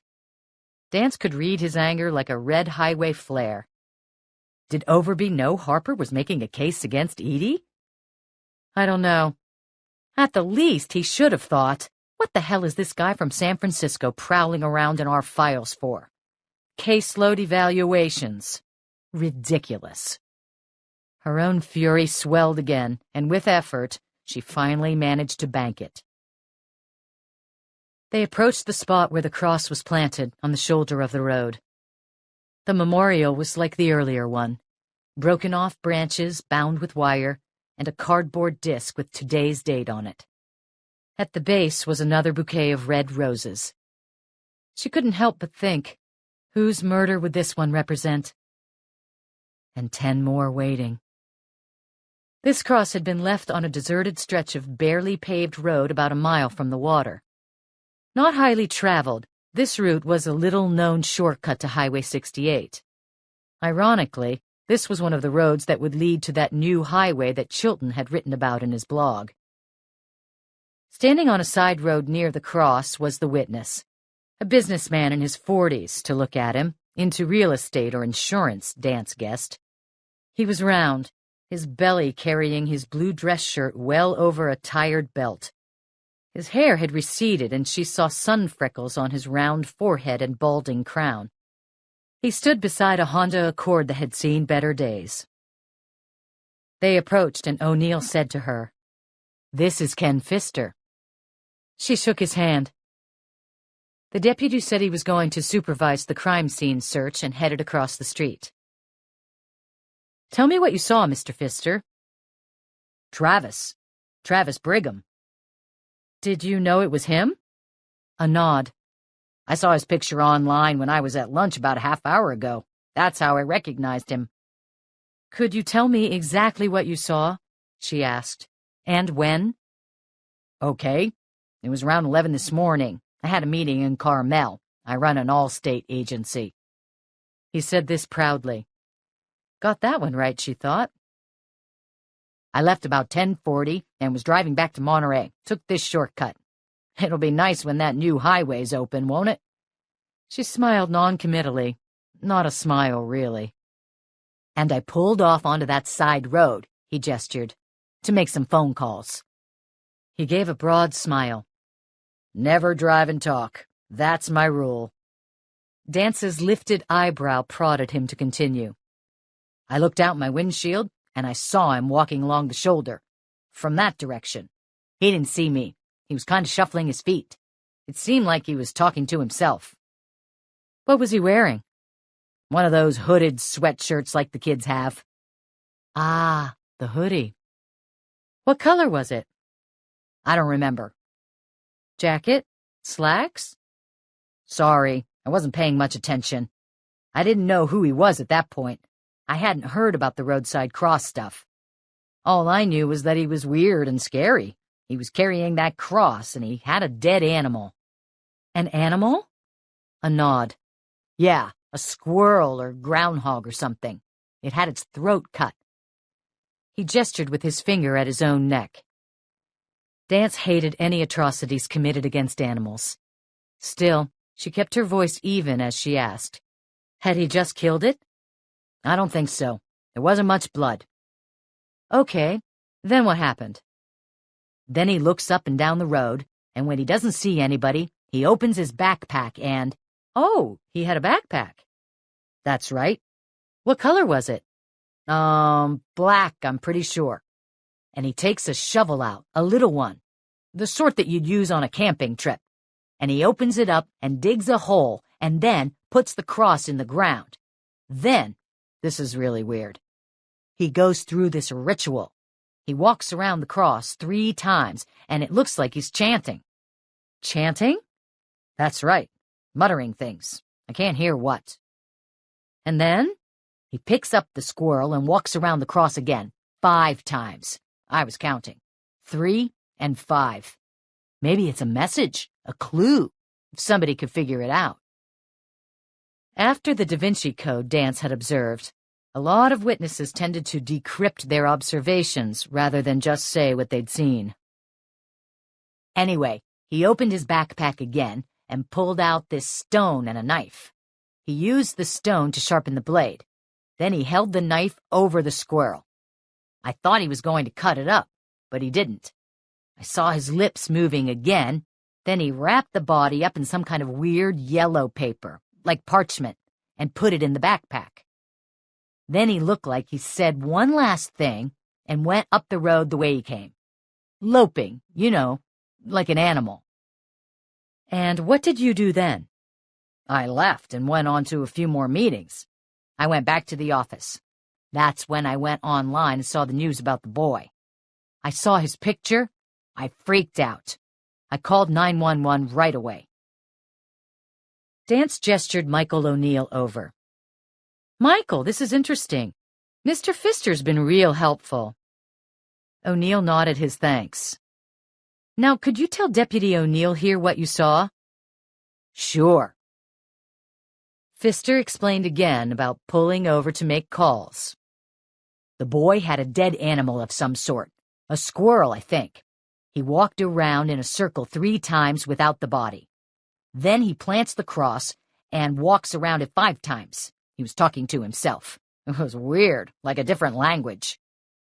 And then he wrapped the squirrel up in this parchment paper and held the knife over it. He said something else in that weird language again. Then he left." "Interesting," O'Neill said. "You're right, Catherine."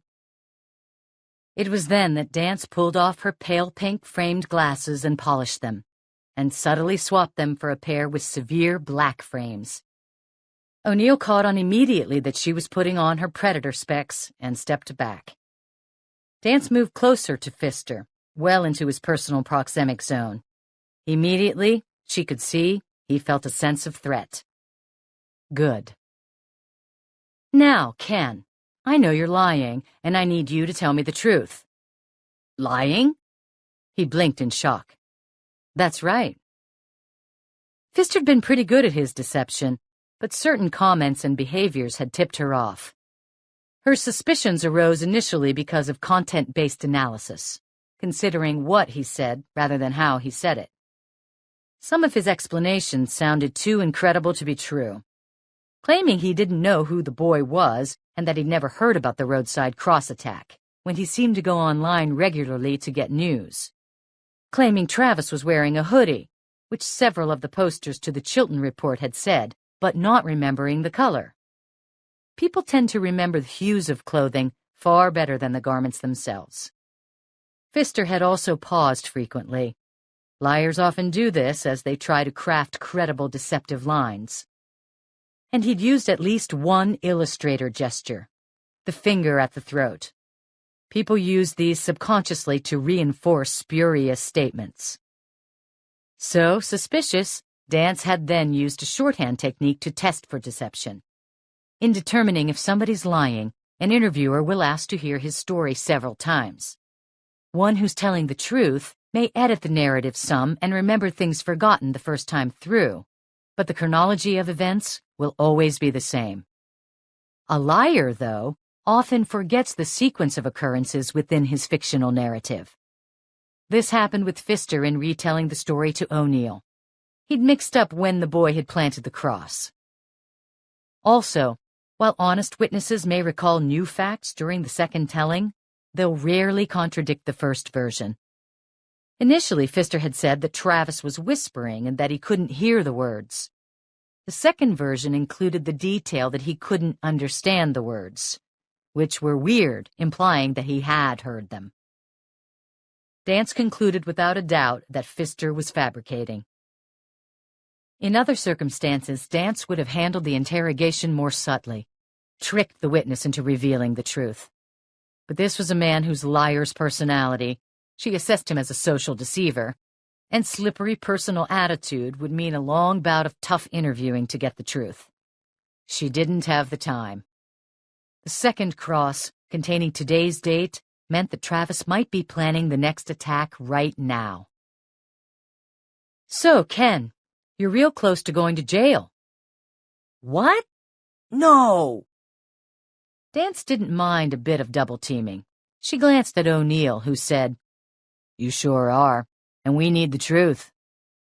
Oh, please, look. But he offered nothing for their examination. I didn't lie, really. Everything I told you is true. This was different from assuring her that he'd actually seen what he said he had. Why did the guilty always think they were so clever? She asked, "Did you witness what you told me?" Under her laser gaze, Pfister looked away. His shoulders slumped. No, but it's all true. I know it. How can you? She asked. Because I read that somebody saw him doing what I told you. On this blog, the Chilton Report. Her eyes slipped to O'Neill's. His expression matched hers. She asked, "Why did you lie?" He lifted his hands. I wanted to make people aware of the danger. I thought people should be more careful with this psycho out there. They should take more precautions, especially with their children. We have to be careful with our children, you know. Dance noted the hand gesture, heard the slight hitch in his throat. She knew his liar's mannerisms by now. Ken, we have no time for this. O'Neill unleashed his handcuffs. No, His head dropped in complete surrender. I made some bad business deals. My loans got called and I can't pay them, so He sighed. You lied to be a hero? Get some publicity? O'Neill's face registered disgust as he glanced at the news crew, cordoned off 50 yards away. Pfister began to protest. Then his hand drooped. Yes, I'm sorry. O'Neill jotted something in his notebook. I'll have to speak to the prosecutor about this. Oh, please, I'm sorry. So you didn't see him at all, but you knew somebody had just left the cross and you knew who it was. Okay, I had an idea. Yes, I knew. Why did you wait hours before telling us? She snapped. I was afraid. Maybe he was still waiting around here. O'Neill asked in a low, ominous voice. It didn't occur to you that telling all that crap about ritual sacrifices might have sent us in the wrong direction? I thought you knew all those things anyway. The stories were in that blog. They have to be true, don't they? Dance said patiently, Okay, Ken. Let's start over. Sure. Anything. Were you really in that meeting? Yes, ma'am. He was so deeply into the last stage of emotional response in interrogation, acceptance, and confession, that she nearly laughed. He was now the epitome of cooperation. And what happened then? Okay, I was driving along, and I pulled off on the side road here. He pointed emphatically at his feet. When I made the turn, there wasn't any cross. I made a couple of phone calls, then turned around and drove back to the intersection. I waited for traffic and looked up the road. There it was. He pointed again, this time at the cross. I didn't see him at all. The hoodie and everything, I got that from the blog. All I can say is that I didn't pass anybody on the shoulder, so he must have come out of the woods. And yeah, I knew what it meant, the cross, and it scared the shit out of me. The killer had just been there, right in front of me. A sour laugh. I locked the door so fast. Never done anything brave in my life. Not like my father. He was a fireman. Volunteer. This happened often with Catherine Dance. The most important aspect of interrogation and interviewing is to be a good listener, non-judgmental and aware. Because she honed this skill daily, witnesses, and suspects too, tended to look at her as a therapist. Poor Ken Pfister was confessing. But he'd have to lie down on somebody else's couch. It wasn't her job to explore his demons. O'Neill was looking into the trees. Based on what Pfister had originally told them, the officers were searching the shoulder. We better check out the woods. An ominous glance at Pfister. At least that might be helpful. He called several deputies after him, and they headed across the road to search in the forest. The traffic you waited for? She asked Pfister. Could the driver have seen anything? I don't know. Maybe, if Travis was still there. They'd have a better view than me. You get a license number? Make? No, it was dark, a van or truck. But I remember it was official. Official? Yeah, it said state on the back. Which organization? I didn't see. Honest. That could be helpful. They'd contact all the California agencies that might have had vehicles in the area. Good. He seemed ecstatic at the faint praise. All right, you're free to go now, Ken. But remember, there's still an open complaint against you. Yes, sure. Absolutely. Look, I'm really sorry. I didn't mean anything bad. He scurried off. As she crossed the road to join O'Neill and the team searching the woods, she watched the pathetic businessman climb into his dinged car. The stories were in that blog. They have to be true, don't they? She wanted to die. Kelly Morgan was silently asking that her prayers be answered. The fumes were choking her. Her vision was going. Her lungs stung. Eyes and nose were inflamed. The pain. But more horrifying than that was the thought of what was happening to her, the terrible changes to her skin and face from the chemicals. Her thoughts were fuzzy. She had no memory of Travis dragging her down the stairs. She'd come back to consciousness here, in her father's darkened wine cellar in the basement, chained to a pipe. Her mouth taped, her neck aching from where he'd half strangled her, and choking fiercely from whatever he'd poured onto the floor, the chemical now burning her eyes, her nose, her throat. Choking. Choking. Kelly tried to scream. It was pointless with the tape covering her face. Besides, there was nobody to hear. Her family was out, wouldn't be back till much later. The pain. Raging, she tried to kick the copper pipe away from the wall, but the metal wouldn't give. "Kill me!" Kelly understood what Travis Brigham was doing. He could have strangled her to death, just kept going another few minutes, or shot her. But that wasn't good enough for him. No, the loser and perv was getting even by destroying her looks. The fumes would eat away her eyelashes and brows, destroy her smooth skin, probably even make her hair fall out. He didn't want her to die. No.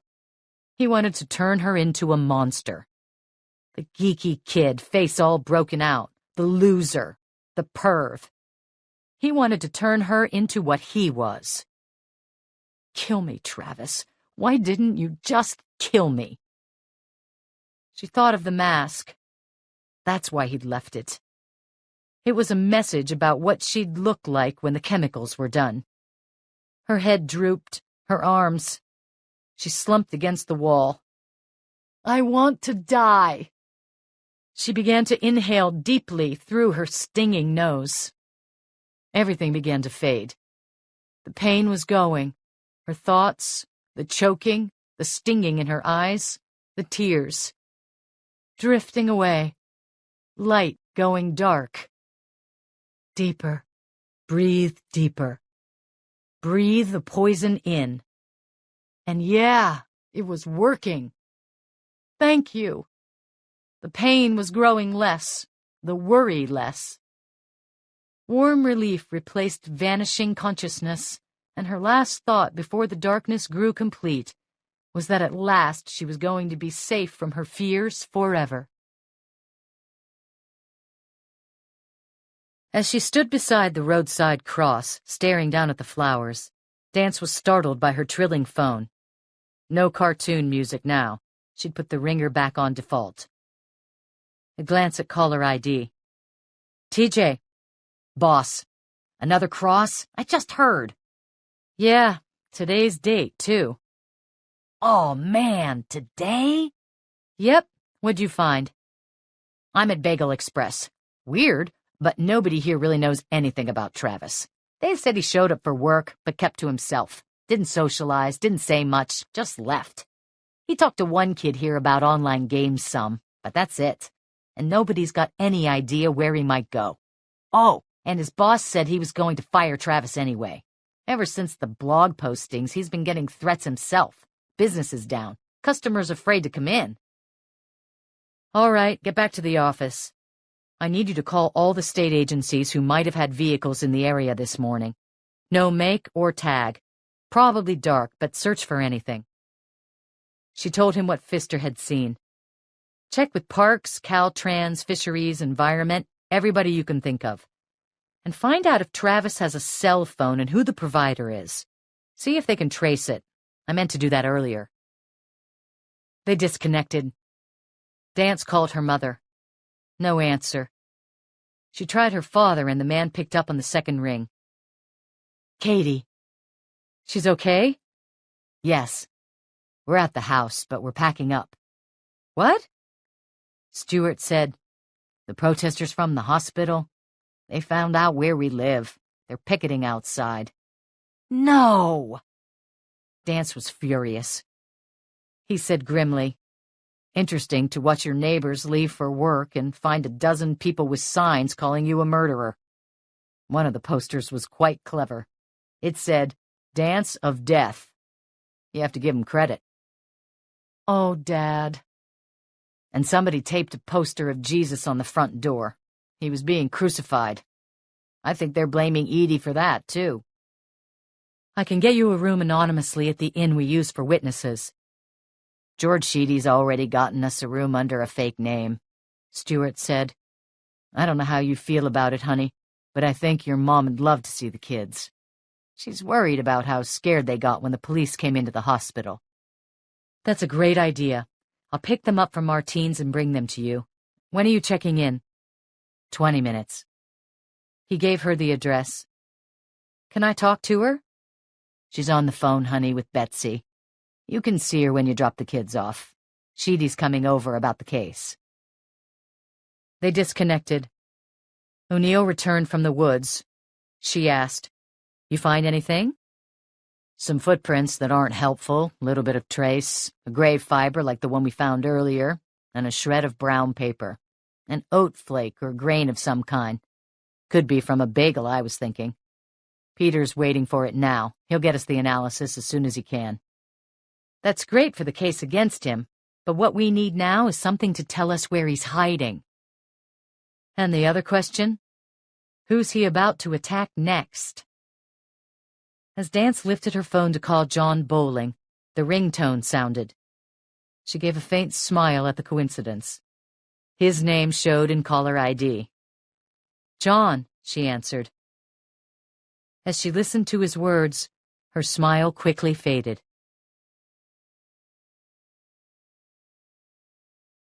Catherine Dance climbed out of her Crown Vic in front of Kelly Morgan's house. The Monterey County crime scene people were here, along with a dozen other state and town law enforcement officers. Reporters, too. Plenty of them, most asking about the whereabouts of Travis Brigham. Why exactly hadn't the CBI or the Monterey County Sheriff's Office or the Monterey City Police or anybody arrested him yet? How hard could it be to find a 17-year-old who paraded around dressed like the Columbine and Virginia Tech killers, who carried knives and machetes, sacrificed animals in bizarre rituals, and left roadside crosses on public highways? He's very active in computer games. Young people who are good at them learn very sophisticated combat and evasion techniques. Dance ignored them all and pushed on, under the police cordon. She arrived at one of the ambulances, the one nearest the house. A young, intense medic with slicked-back, dark hair climbed out of the back door. He closed it and then pounded on the side. The boxy vehicle, containing Kelly, her mother, and brother, raced off to the emergency room. Dance joined Michael O'Neill and the tech. "How is she?" "Still unconscious. We've got her on a portable ventilator." A shrug. "She's unresponsive. We'll just have to wait and see." It was a near miracle that they'd saved Kelly at all. And Jonathan Bowling was to thank. At the news that a second cross had been located, the professor had gone into a frenzy of work to identify the posters critical of Travis in the Chilton report by correlating posting nicks, nicknames, and information from social networking sites and other sources. He'd even compared grammar, word choice, and spelling styles in the report posts to those in networking sites and comments in high school yearbooks to identify anonymous posters. He'd enlisted his students, too. They'd finally managed to find a dozen names of people in the area who posted the blog replies most critical of Travis. His call a half hour ago was to give Dance their names. She'd immediately ordered TJ, Ray Caraneo, and Big Al Stemple to start calling and warning them they might be at risk. One of the posters, Bella Kelly, the screen name for Kelly Morgan, was unaccounted for. Her mother said she was supposed to be meeting with friends, but hadn't shown up. Stemple had led a tactical team to her house. Dance glanced at him now, sitting on the front steps. The huge, shave-headed man, hovering around 40, was the closest thing that the CBI had to a cowboy. He knew his weaponry, he loved tactical situations, and he was pathologically quiet, except when it came to talking about fishing and hunting. Accordingly, he and Dance had had very few social conversations. Stemple's bulky frame was leaning against the banister of the front porch as he breathed into an oxygen mask attached to a green tank. The tech nodded Stemple's way. "He's okay. Did his good deed for the year. Travis had her chained to a water pipe. Al ripped the pipe out with his bare hands. Problem was, it took him 10 minutes. He sucked in a lot of fumes." "You okay, Al?" Dance called. Stemple said something through the mask. Mostly he looked bored. Dance also read irritation in his eyes.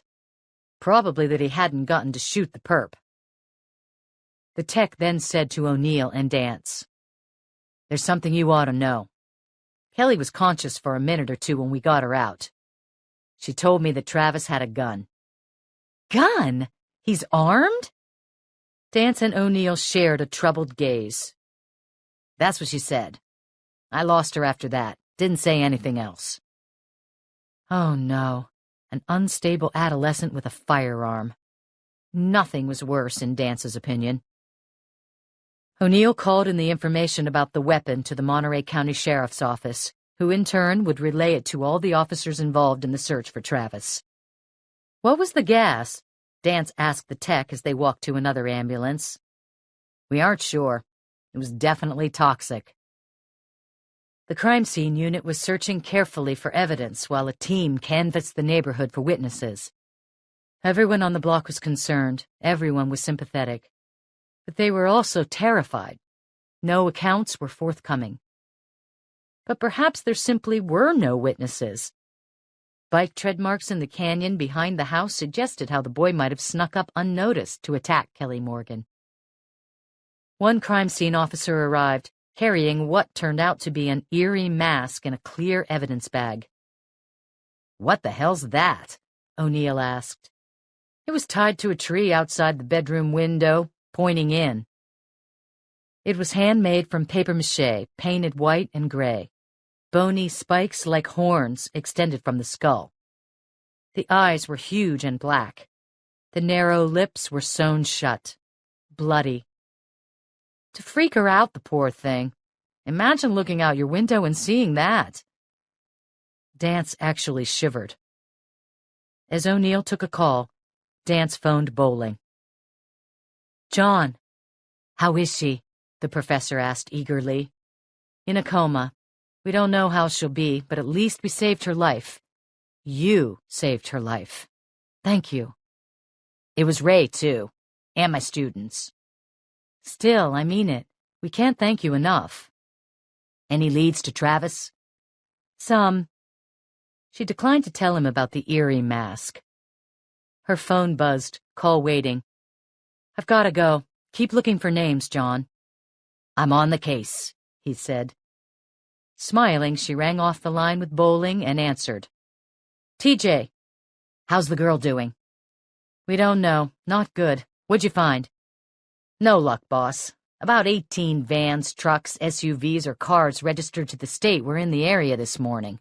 But the ones I've been able to track down, they weren't near where the cross was left. And Travis's phone?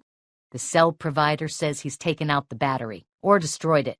They can't trace it." "Thanks. I got a couple more jobs. There's a mask the perp left here." "Mask? Ski mask?"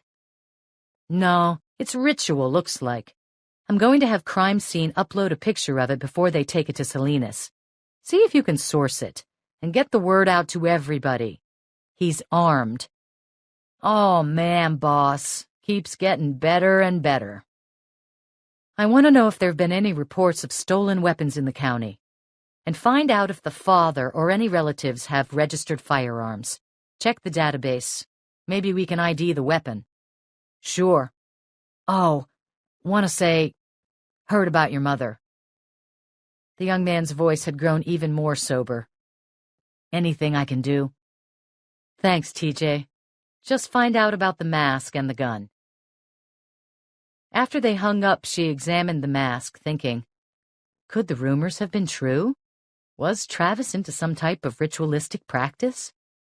Here she'd been skeptical of the posters on the blog, but maybe she'd been making a mistake by not paying attention to them. TJ called back within minutes. There had been no stolen guns reported in the past 2 weeks.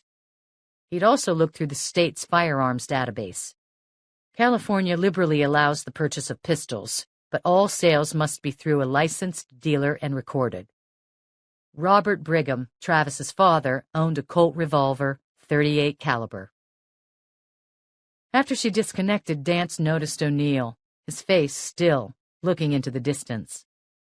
She walked up to him. "Michael, what is it?" "Gotta get back to the office. Something urgent on another case." "The Homeland Security thing?" she asked, referring to the Indonesian container case. He nodded. "I've got to get in right away. I'll call you as soon as I know more." His face was grave. "Okay. Good luck." He grimaced, then turned quickly and walked to his car. Dance felt concern and emptiness watching him go. What was so urgent? And why, she thought bitterly, had it struck now, just when she needed him with her? She called Ray Caraneo. "Thanks for the work with John Bowling. What did you find at the game shed?" "Well, he wasn't there last night. He lied about that, like you were saying. But as for friends, he doesn't really hang out with people there.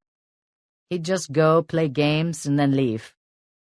"Anybody covering for him?" "That's not my impression." Dance told the young agent to meet her at Kelly Morgan's house. "Sure." "Oh, and Ray, one thing." "Yes, ma'am." "I need you to pick up something from the supply room at HQ." "Sure. What?" "Body armor. For both of us." Approaching the Brigham house, Caraneo beside her, Catherine Dance wiped her palm on her dark slacks, touched the grip of her Glock. "I don't want to use it," she thought. "Not on a boy." It wasn't likely that Travis was here. The Monterey County Sheriff's Office had been running surveillance on the place since the boy had vanished from the bagel shop. Still, he could have snuck back in. And Dance was reflecting, if it came to a firefight, she'd shoot if she had to. The rationale was simple. She'd kill another human being for the sake of her own children. She wouldn't let them grow up without any parent at all. The body armor chafed but gave her some confidence. She forced herself to stop patting the Velcro tabs.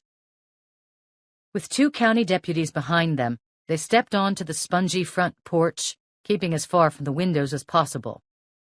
The family car was in the driveway. The landscape service truck, too, a pickup with hollies and rose bushes in the bed. In a whisper, she briefed Caraneo and the other officers about the younger brother, Sammy. "He's big, and he'll seem unstable, but he probably isn't dangerous. Use non-lethal if it comes down to it." "Yes, ma'am." Caraneo was wary, but calm. She sent the deputies to the back of the property, and the CBI agents flanked the front door. "Let's do it." She banged on the rotting wood. "Bureau of Investigation. We have a warrant. Open the door, please." Another pounding. "Bureau of Investigation. Open up." Hands near their weapons. An interminable moment later, as she was about to knock again, the door opened and Sonia Brigham stood there staring with eyes wide. She'd been crying. "Mrs. Brigham, is Travis here?" Please, is Travis home? It's important that you tell us." "No, really." "We have a warrant to collect his belongings." Handing her the blue-backed document, Dance entered, Caraneo behind her. The living room was empty. She noticed both boys' doors were open. She saw no sign of Sammy and glanced into his room, noting elaborate charts filled with hand-drawn pictures. She wondered if he was trying to write his own comic or Japanese manga. "Is your other son here, Sammy?" "He's out playing, down by the pond." "Please, do you know anything about Travis? Has anybody seen him?" A creak from the kitchen. Her hand dropped to her gun. Bob Brigham appeared in the kitchen doorway. He was holding a can of beer. "Back again," he muttered, "with your—" His voice faded as he snatched the warrant away from his wife and made a pretense of reading it. He looked at Ray Caraneo as if he were a busboy. Dance asked, "Have you heard from Travis?" Eyes swiveling around the house. "Nope, but you can't be blaming us for what he's up to." Sonia snapped, "He didn't do anything." Dance said, "I'm afraid that the girl today who was attacked identified him." Sonia began to protest, but fell silent and futilely fought tears. Dance and Caraneo searched the house carefully. It didn't take long.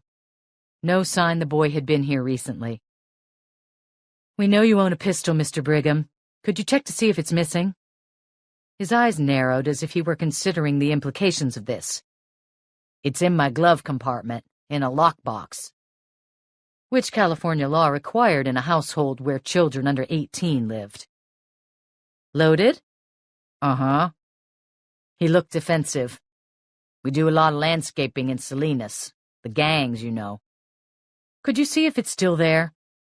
He's not gonna take my gun. He wouldn't dare. He'd get a whipping like he wouldn't believe. Could you check, please? The man gave her a look of disbelief. Then he stepped outside. Dance motioned to Caraneo to follow him. There was silence for a moment. Dance looked at the wall and noticed a few pictures of the family. She was struck by a much happier-looking and much younger Sonia Brigham standing behind the counter at a booth at the Monterey County Fairgrounds. She was thin and pretty. Maybe she'd run the concession before she'd gotten married. Maybe that's where she and Brigham had met. The woman asked, "Is the girl all right? The one who got attacked?"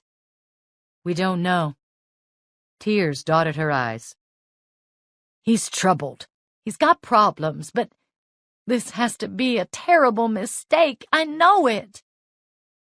Denial was the most intractable of emotional responses to hardship.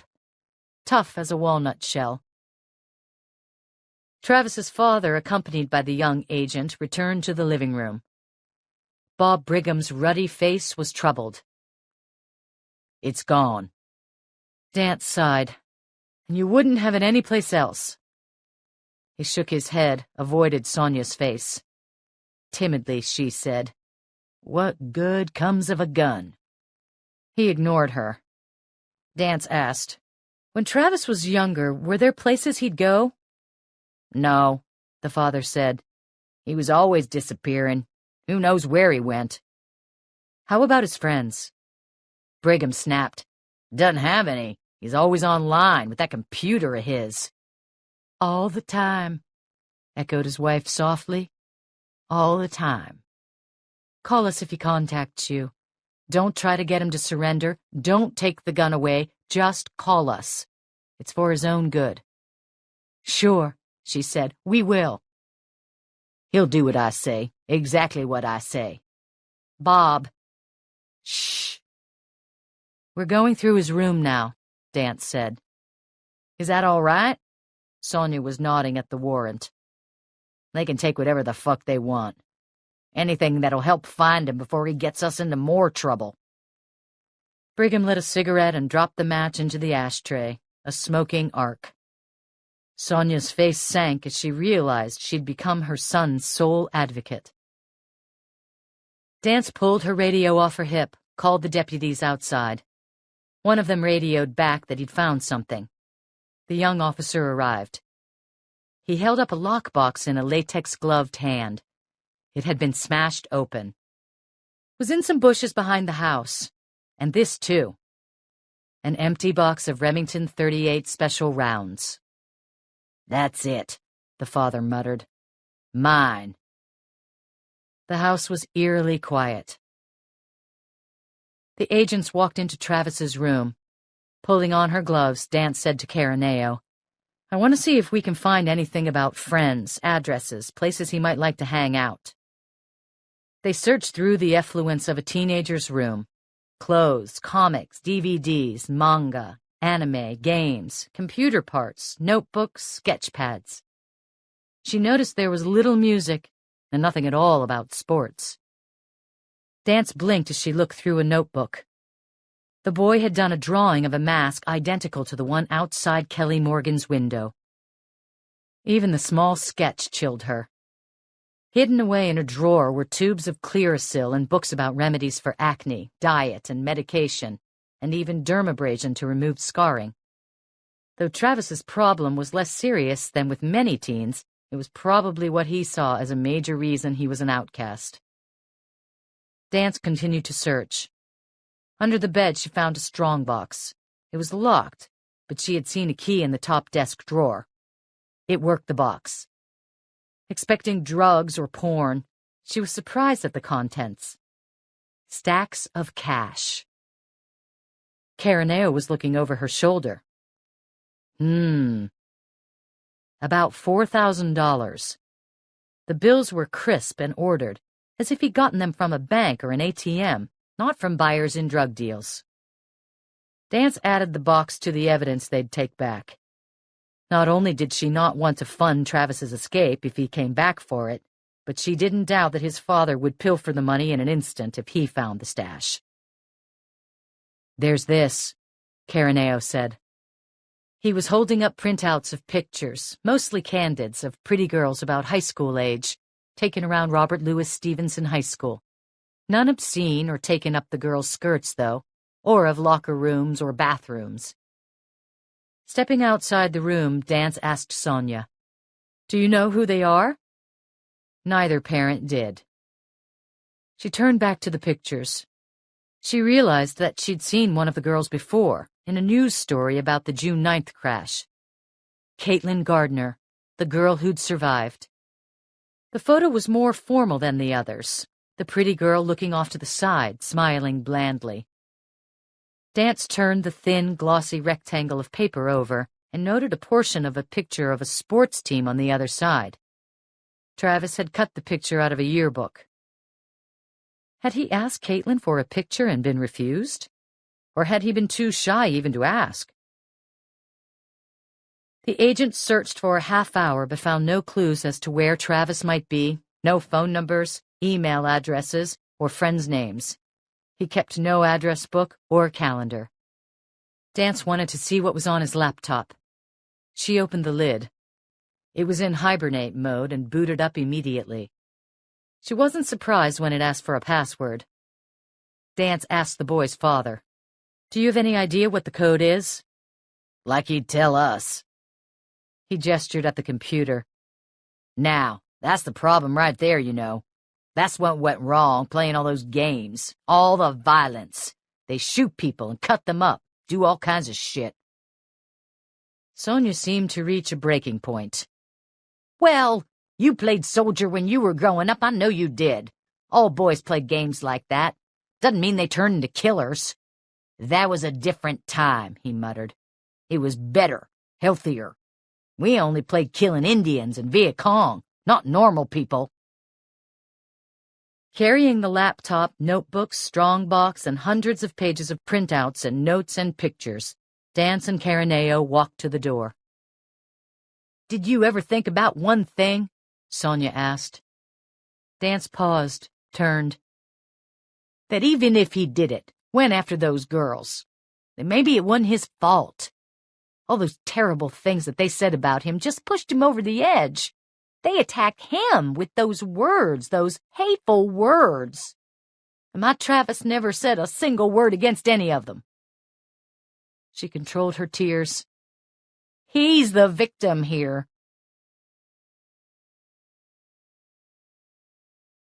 On the highway to Salinas, not far from beautiful Laguna Seca racecourse, Catherine Dance braked her unmarked Ford to a halt in front of a construction worker holding a portable stop sign. Two large bulldozers slowly traversed the highway in front of her, shooting ruddy dust into the air. She was on the phone with Deputy David Reinhold, the young officer who delivered Tammy Foster's computer to her in Bowling. Ray Caraneo had sped to the Monterey County Sheriff's Office crime scene unit in Salinas and dropped Travis's Dell off for processing into evidence. "I've logged it in," Reinhold told her, "and run it for prints and other trace. Oh, and it probably wasn't necessary, Agent Dance, but I ran a nitrate swab for explosives, too." Computers were occasionally booby-trapped, not as IED weapons, but to destroy compromising data contained in the files. "Good, Deputy." The officer certainly had initiative. She recalled his quick blue eyes and his smart decision to pull out the battery of Tammy's computer. "Some of the prints are Travis's," the young deputy said, "but there are others, too. I ran them. A half dozen were from Samuel Brigham." "The boy's brother." "Right, and a few others. No match in APHIS. But I can tell you, they're larger, probably male." Dance wondered if the boy's father had tried to get inside. Reinhold said, "I'm happy to try to crack into the system if you want. I've taken some courses." "Appreciate it, but I'm having Jonathan Bowling, you met him in my office, handle that." "Sure, Agent Dance, whatever you'd like. Where are you?" "I'm out now, but you can have it delivered to the CBI. Have Agent Scanlon take custody. He'll sign the card and receipt." "I'll do it right now, Catherine." They disconnected and she looked around impatiently, waiting for the construction flagman to allow her through. She was surprised to see the area dug up so completely. Dozens of trucks and road grading equipment were tearing apart the ground. She'd driven here just last week and the work hadn't yet begun. This was the big highway project that Chilton had written about in the blog. The shortcut to Highway 101, in the thread titled Yellow Brick Road, suggesting gold, and wondering if somebody was profiting illegally on the project. She noted that the equipment belonged to Clint Avery Construction, one of the largest companies on the peninsula.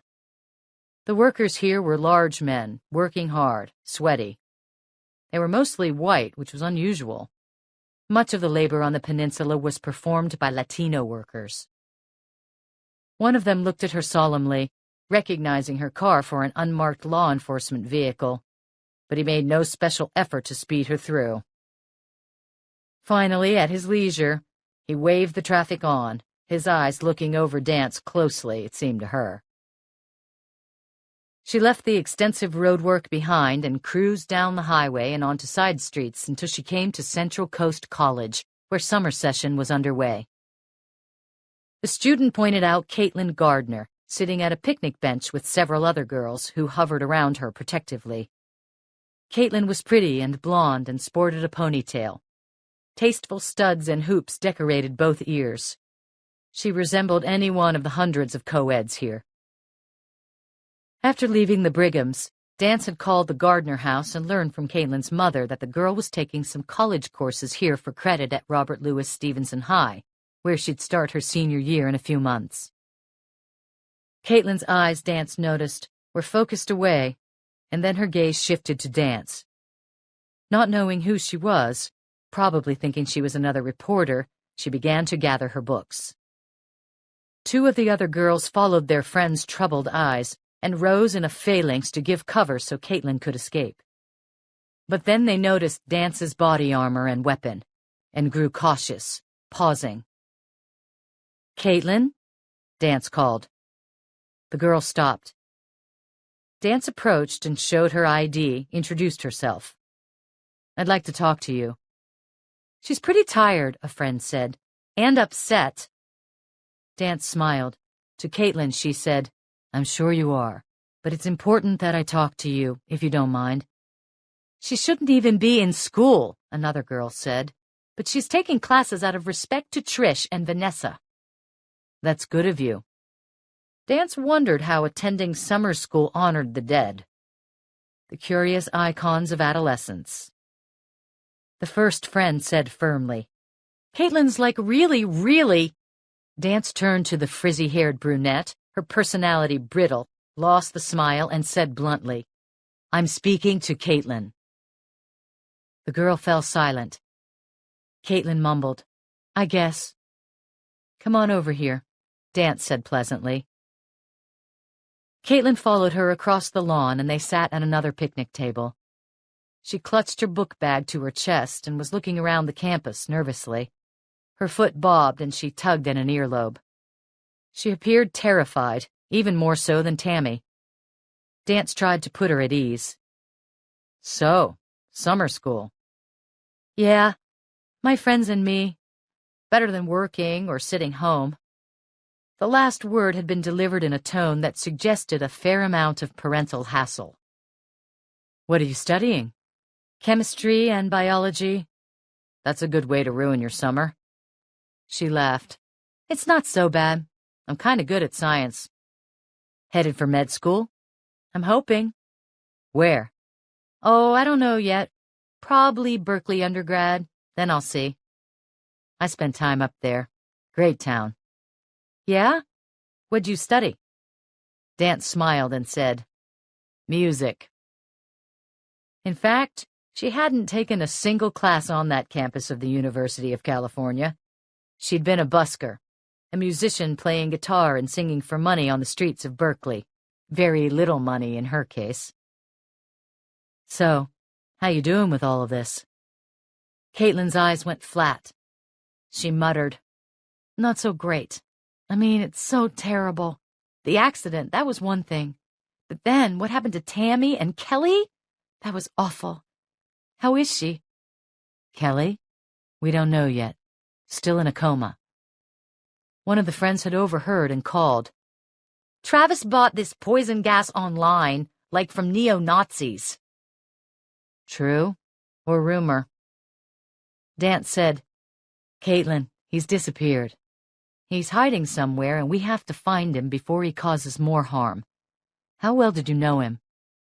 Not too good. We had a class or two together. I'd see him in the halls sometimes, that's all. Suddenly she started in panic and her eyes jumped to a nearby stand of bushes. A boy was pushing his way through them. He looked around, retrieved a football, and then returned into the foliage for the field on the other side. Travis had a crush on you, right? Dance pressed on. No, she said. And Dance deduced that the girl did in fact think this.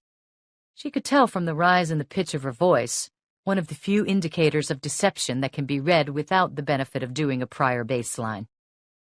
Not just a little. Maybe he did, but a lot of boys. You know what it's like. Her eyes did a sweep of Dance, meaning boys might have had a crush on you, too, even if it was a long, long time ago. Did you two talk? Sometimes about assignments, that's all. Did he ever mention any place he liked to hang out at? Not really. Nothing like specific. He said there were some neat places he liked to go, near the water mostly. The shore reminded him of some places in this game he played. This was something, that he liked the ocean. He could be hiding out in one of the shorefront parks, maybe Point Lobos. In this land of temperate climate, he could easily survive with a waterproof sleeping bag. Does he have any friends he might be staying with? Really, I don't know him real well. But he didn't have any friends I ever saw. Not like my girlfriends and me. He was like online all the time. He was smart and everything, but he wasn't into school. Even at lunch or study period, he'd just sit outside with his computer, and if he could hack into a signal, he'd go online. Are you scared of him, Caitlin? Well, yeah. As if it was obvious. But you haven't said anything bad about him on the Chilton Report or social networking sites, have you? No. What was the girl so upset about? Dance couldn't read her emotions, which were extreme. More than just fear. Why haven't you posted anything about him? Like, I don't go there. It's bullshit. Because you feel sorry for him? Yeah. Caitlin frantically played with one of the 4 studs in her left ear. Because... What? The girl was very upset now, tension bursting, tears dotted her eyes.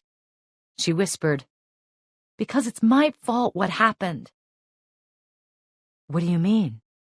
The accident. It's my fault. Go on, Caitlin. See, there was this guy at the party. A guy I kind of like. Mike D'Angelo. At the party? Right. And he was totally ignoring me. Hanging out with this other girl, Brianna, rubbing her back, you know, right in front of me. I wanted to make him jealous. So I walked up to Travis and was hanging out with him. I gave him my car keys right in front of Mike and asked him to take me home. I was like, oh, let's drop Trish and Vanessa off, and then you and me can hang out. And you thought it would make Mike feel bad? She nodded tearfully. It was so stupid, but he was acting like such a shit, flirting with Brianna. Her shoulders were arched in tension. I shouldn't have, but I was so hurt. If I hadn't done that, nothing would have happened. This explained why Travis had been driving that night. All to make another boy jealous. The girl's explanation also suggested a whole new scenario. Maybe on the drive back, Travis had realized that he was being used by Caitlin, or maybe he was angry at her for having a crush on Mike. Had he intentionally crashed the car? Murder-suicide, an impulsive gesture, not unheard of when it came to young love. So he's got to be mad at me. What I'm going to do is put an officer outside your house. Really? Sure. It's still early at summer school, right? You don't have any tests coming up, do you? No, we just started. Well, why don't you head home now? You think? Yeah, and stay there until we find him. Dance took down the girl's address. If you can think of anything more about where he might be, please let me know. Sure. The girl took Dance's card. Together they walked back to her crew. Floating through her ears was the haunting quena flute of the South American group Urubamba. The music calmed her, and it was with some regret that Dance pulled into the Monterey Bay Hospital parking lot, parked, and paused the music. Of the protesters, only about half remained. The Reverend Fisk and his red-headed bodyguard were absent, probably trying to track down her mother. Dance walked inside. Several nurses and doctors came up to express their sympathy. 2 nurses wept openly when they saw their co-worker's daughter. She walked downstairs to the office of the head of security. The room was empty. She glanced up the hall toward the intensive care unit. She headed in that direction and pushed through the door. Dance blinked as she turned to the room where Juan Millar had died. It was cordoned off with yellow police tape. Signs read, "Do not enter. Crime scene." It was Harper's doing, she reflected angrily. This was idiocy. There were only 5 intensive care rooms down here. 3 were occupied, and the prosecutor had sealed one of them? What if 2 more patients were admitted? And what's more, she thought, the crime had taken place nearly a month ago. The room occupied by presumably a dozen patients since then, not to mention cleaned by fastidious crews. There couldn't possibly be more evidence to collect. Grandstanding and public relations. She started away and nearly ran right into Juan Millar's brother, Julio, the man who had attacked her earlier in the month. The dark, compact man in a dark suit pulled up short, eyes fixed on her. He was carrying a folder of papers which sagged in his hand as he stared at Dance, only 4 or 5 feet away. Dance tensed and stepped back slightly to give her time to get her pepper spray or cuffs. If he came at her again, she was prepared to defend herself, though she could imagine what the media would do with the story of the daughter of a suspected mercy killer macing the brother of the euthanized victim. But Julio simply stared at her with a curious look, not of anger or hate, but almost amusement at the coincidence of running into her. He whispered, "Your mother. How could she?" The words sounded rehearsed, as if he'd been waiting for the chance to recite them. Dance began to speak, but Julio clearly expected no response. He walked slowly out of the door that led to the back exit. And that was it. No harsh words, no threats, no violence. How could she? Her heart pounding furiously from the bewildering confrontation, she recalled that her mother had said Julio had been here earlier. Dance wondered why he was back now.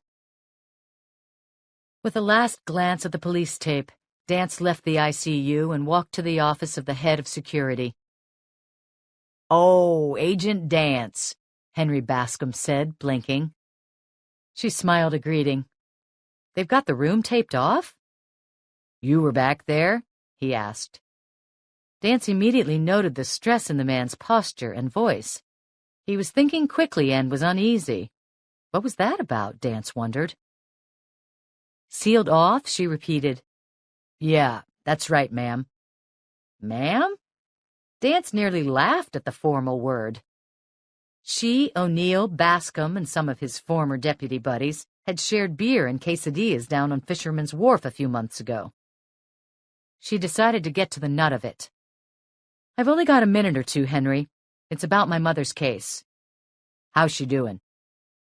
Dance was thinking, "I don't know any better than you do, Henry." She said, "Not great." "Give her my best."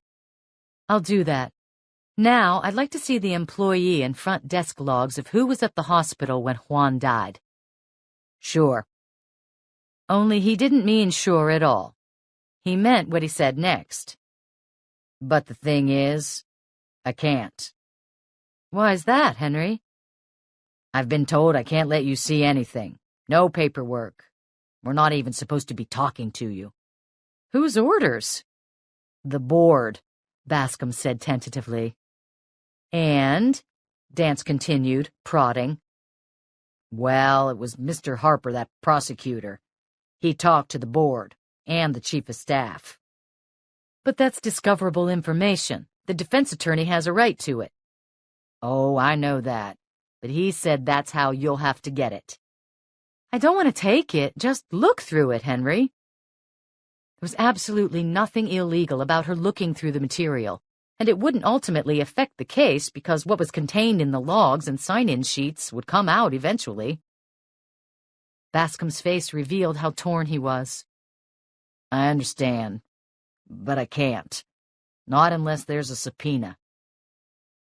Harper had spoken to the security chief for one purpose only, to bully Dance and her family.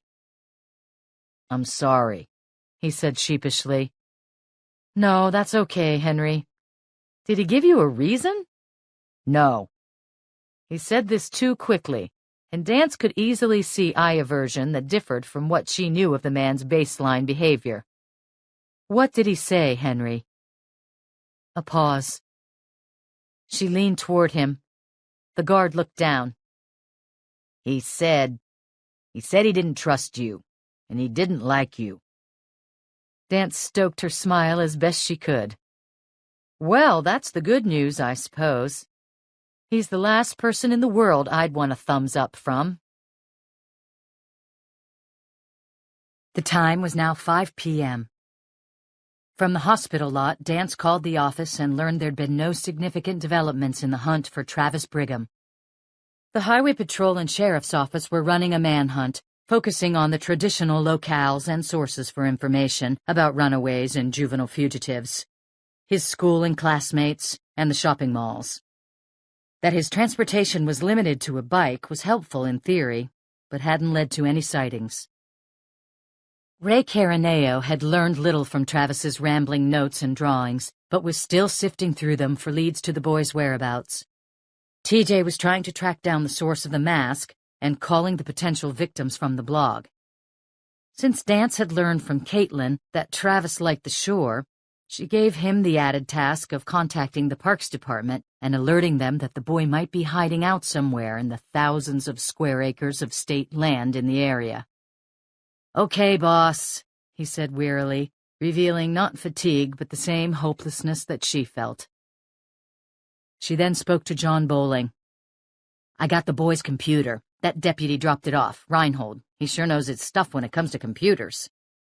"He shows initiative. He'll go places. You have any luck?" "No. Travis is smart. He's not relying on your basic password protection alone. He's got some proprietary encryption programs that have locked his drive. We may not be able to crack it, but I've called an associate at the school. If anybody can get inside, they can." Dance thought. How gender-neutral. Associate and they. Dance translated the words as young, gorgeous female grad student, probably blonde and voluptuous.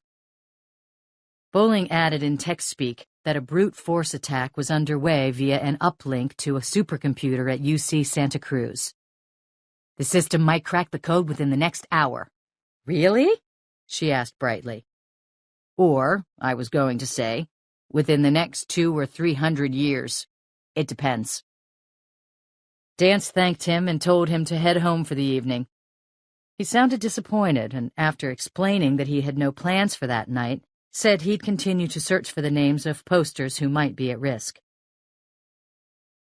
She then collected the children from Martine's, and they all drove to the inn where her parents were hiding out.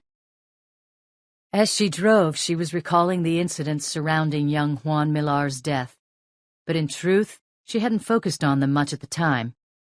The manhunt had demanded all her attention. Daniel Pell, the cult leader, killer, and vicious manipulator, and his partner, a woman equally dangerous, had remained on the peninsula after his escape to stalk and murder new victims. Dance and O'Neill had worked non-stop pursuing them, and Juan Millar's death had not occupied her thoughts, other than to engender a piercing remorse for the part, though small, she'd played in it. If she'd guessed that her mother might have become entwined in the case, she would have been much more attentive. 10 minutes later, Dance parked the car in the gravel lot at the inn. Maggie offered, "Wow!" bouncing on the seat as she examined the place. "Yeah, neat," though Wes was more subdued. The quaint cottage, part of the luxurious Carmel Inn, was one of a dozen standalone cabins separate from the main building. "There's a pool!" Maggie cried. "I want to go swimming." "Sorry, I forgot your suits." Dance nearly suggested that Edie and Stewart could take them shopping for swimwear, but then recalled that her mother shouldn't be out in public. Not with Reverend Fisk and his birds of prey on the loose. "I'll bring them by tomorrow. And hey, Wes, there's a tennis court. You could practice with Grandpa." "Okay." They climbed out, Dance collecting their suitcases, which she'd packed earlier. The children would be staying here tonight with their grandparents. They walked along the path bordered with vines and low green chicken hen succulents. "Which one's theirs?" Maggie asked, bouncing along the trail. Dance pointed it out, and the girl launched herself forward fast. She hit the buzzer, and a moment later, just as Dance and Wes arrived, the door opened, and Edie smiled at her grandchildren and let them inside. "Grandma!" Maggie called. "This is cool!" "It's very nice. Come on in." Edie gave a smile to Dance, who tried to read it, but the expression was as informative as a blank page. Stewart hugged the children. Wes asked, "You okay, Grandma?" "I'm absolutely fine. How are Martine and Steve?" "Okay," the boy said. "The twins and I built a mountain out of pillows," Maggie said. "With caves." "You'll have to tell me all about it." Dance saw they had a visitor. Distinguished defense attorney George Sheedy rose and stepped forward, shaking Dance's hand and saying hello in his basso profundo voice. A briefcase was open on the coffee table in the sitting area of the suite, and yellow pads and printouts sat in cluttered stacks. The lawyer said hello to the children. He was courteous, but from his posture and expression, Dance could tell immediately that the conversation she'd interrupted was a hard one. Wes regarded Sheedy suspiciously. After Edie dispensed treats to the children, they headed outside to a playground. "Stay with your sister," Dance commanded. "Okay, come on," the boy said to Maggie, and juggling juice boxes and cookies, they left. Dance glanced out the window and noted that she could see the playground from here. The pool was behind a locked gate. With children, you could never be too vigilant. Edie and Stewart returned to the couch. 3 cups of coffee rested, largely untouched, on a low driftwood table. Her mother would have instinctively prepared them the moment Sheedy arrived. The lawyer asked about the case and the hunt for Travis Brigham. Dance gave sketchy answers, which in fact were the best she could offer. "And that girl, Kelly Morgan?" "Still unconscious, it seems." Stewart shook his head. The subject of the roadside cross attacks was tucked away, and Sheedy glanced at Edie and Stewart, eyebrow raised. Dance's father said, "You can tell her. Go ahead. Everything." Sheedy explained, "We're tipping to what Harper's game plan seems to be. He's very conservative, he's very religious, and he's on record as opposing the Death with Dignity Act." The proposal cropped up every so often in California. It was a statute, like Oregon's, that would allow physicians to assist people who wished to end their lives. Like abortion, it was a controversial topic, and the pros and cons were highly polarized. Presently in California, if somebody helped a person commit suicide, that assistance was considered a felony. So, he wants to make an example of Edie. The case isn't about assisted suicide. Your mother tells me that Juan was too badly injured to administer the drugs to himself. But Harper wants to send a message that the state will seek tough penalties against anybody who helps with a suicide. His meaning? Don't support the law, because DAs will be looking real closely at each case. One step out of line, and doctors or anybody helping someone die will get prosecuted. Hard. The distinguished voice continued grimly, speaking to Dance. That means he's not interested in plea bargains. He wants to go to trial and run a big, splashy public relations-driven contest. Now, in this instance, because somebody killed Juan, that makes it murder. First degree, Dance said. She knew the penal code the way some people knew the joy of cooking. Sheedy nodded. Because it's premeditated, and Millar was a law enforcement officer. But not special circumstances, Dance said, looking at her mother's pale face. Special circumstances would allow for the death penalty. But for that punishment to apply, Millar would have had to have been on duty at the time he was killed. But Sheedy said, scoffing, Believe it or not, he's considering that. How? How can he possibly be? Dance asked heatedly. Because Millar was never officially signed out of his tour. He's playing a technicality like that, Dance snapped in disgust. Is Harper mad? Stewart muttered. No, he's driven, and he's self-righteous, which is scarier than being mad. He'll get better publicity with a capital case, and that's what he wants. Don't worry, there's no way you'd be convicted of special circumstance murder, he said, turning toward Edie. But I think he's going to start there. Still, murder one was harrowing enough. That could mean 25 years in prison for Edie. The lawyer continued. Now, for our defense. Justification doesn't apply, or mistake, or self-defense. Ending the man's pain and suffering would be relevant at sentencing.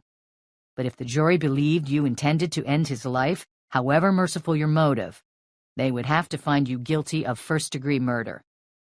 The defense, then, Dance said, is on the facts. Exactly. First, we attack the autopsy and the cause of death. The coroner's conclusion was that Millar died because the morphine drip was opened too far, and that an antihistamine had been added to the solution. That led to respiratory and then cardiac failure. We'll get experts to say that this was wrong. He died of natural causes as a result of the fire. The drugs were irrelevant. Second, we assert that Edie didn't do it at all. Somebody else administered the drugs either intentionally to kill him or by mistake. We want to try to find people who might have been around, somebody who might have seen the killer, or somebody who might be the killer. What about it, Edie? Was anybody near the ICU around the time Juan died? The woman replied, There were some nurses down on that wing, but that was all. His family was gone, and there were no visitors. Well, I'll keep looking into it. Sheedy's face was growing grave. Now, we come to the big problem. The medication that was added to the IV was diphenhydramine. The antihistamine, Edie said. In the police raid on your house, they recovered a bottle of a brand-name version of diphenhydramine. The bottle was empty. What? Stewart gasped. It was found in the garage, hidden under some rags. Impossible! And a syringe with a small bit of dried morphine on it. The same brand of morphine that was in Juan Millar's IV drip. Edie muttered, I didn't put it there. Of course I didn't. We know that, Mom. The lawyer added, Apparently no fingerprints or significant trace. Dance said, The perp planted it. Which is what we'll try to prove. Either he or she intended to kill Millar, or did it by mistake. In either case, they hid the bottle and syringe in your garage to shift the blame. Edie was frowning. She looked at her daughter. Remember earlier in the month, just after Juan died, I told you I heard a noise outside? It was coming from the garage. I'll bet somebody was there. That's right, Dance agreed, though she couldn't actually recall it.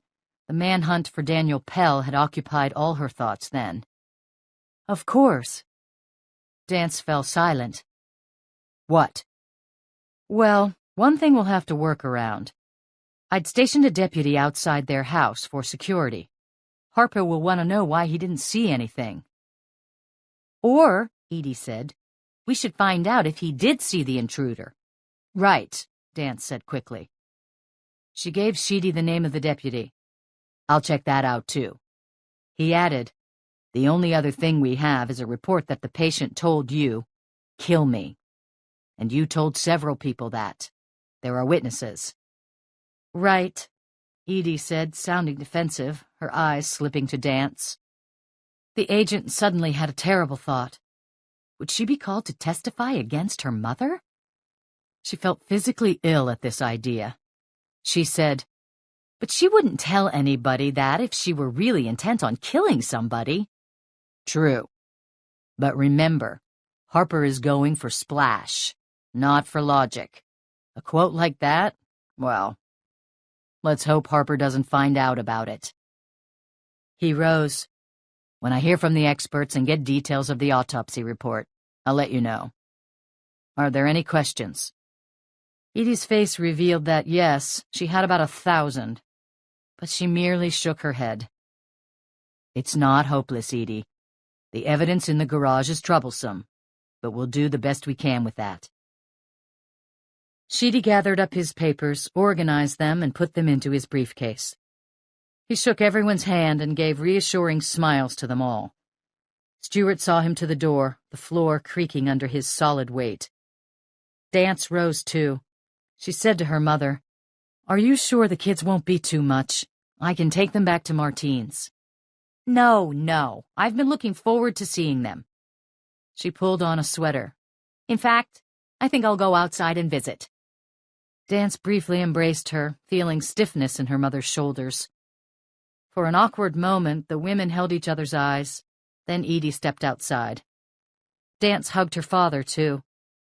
"Why don't you come over for dinner tomorrow?" she asked him. "We'll see."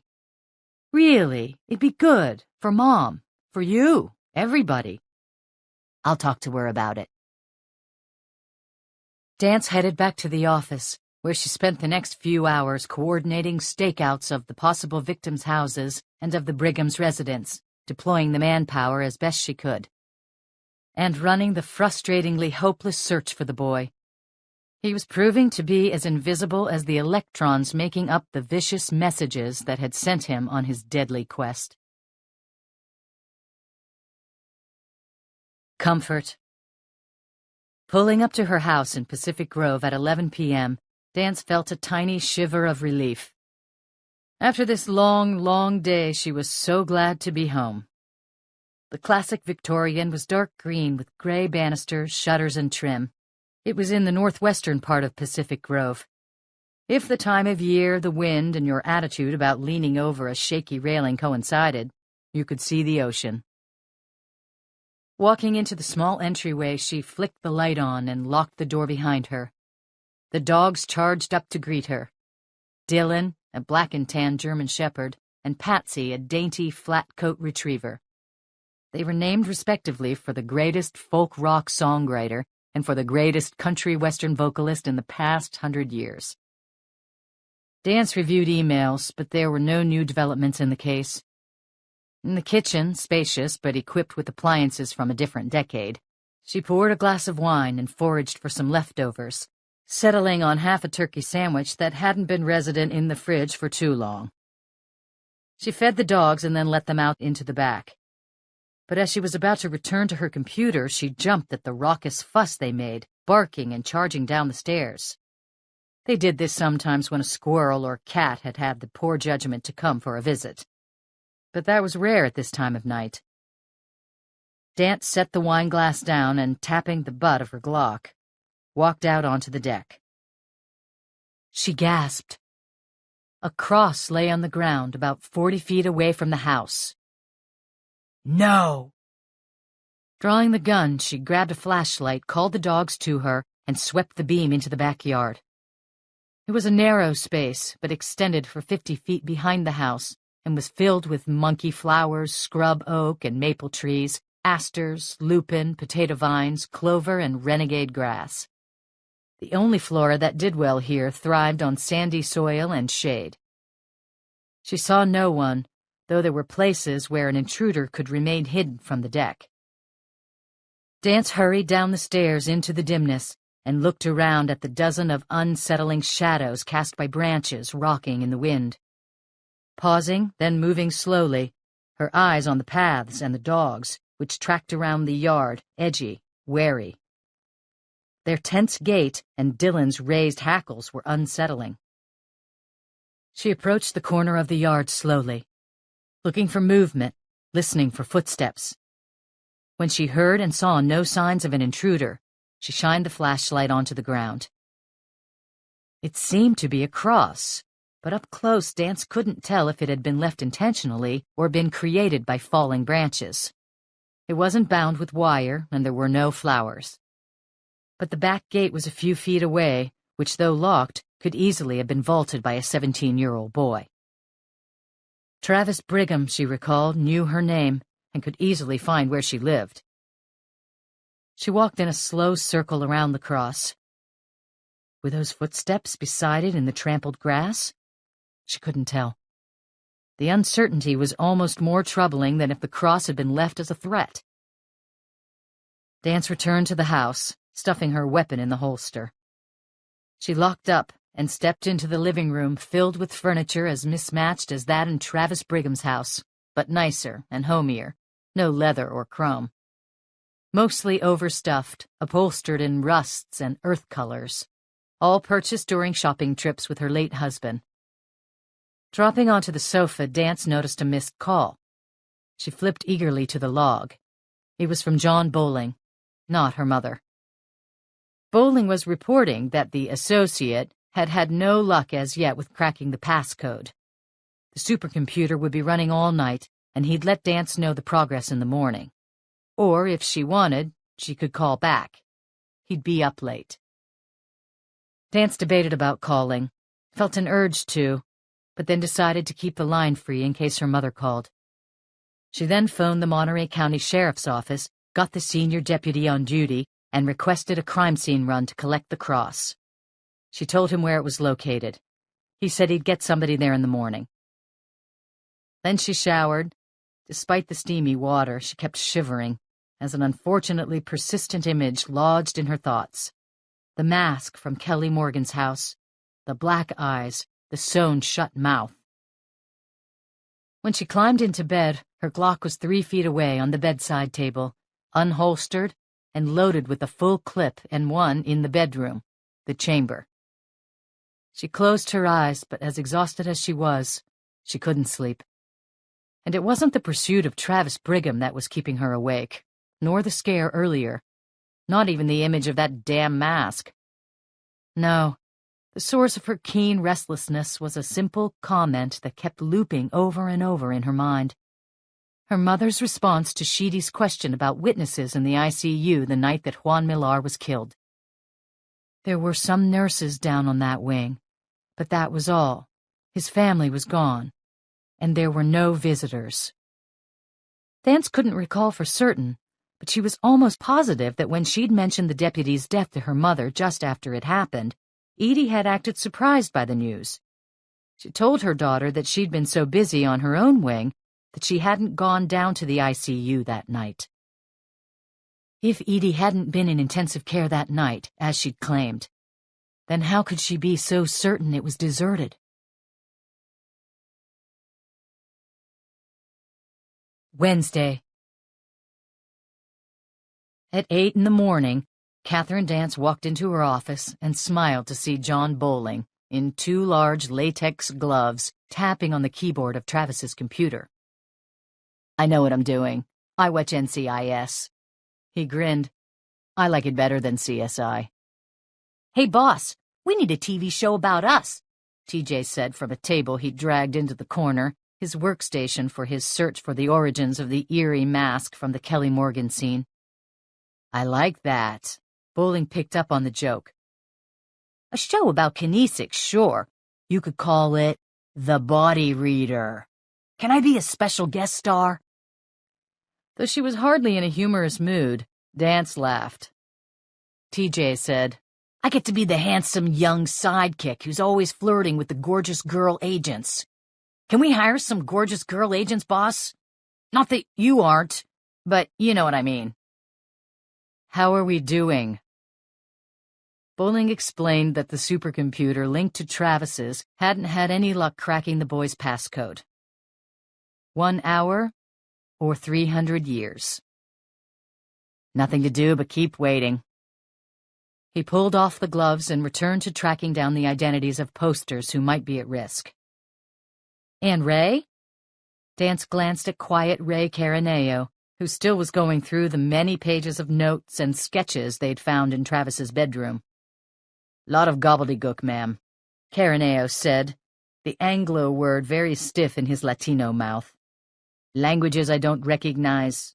Numbers, doodles, spaceships, trees with faces in them, aliens, and pictures of bodies cut up, hearts and organs.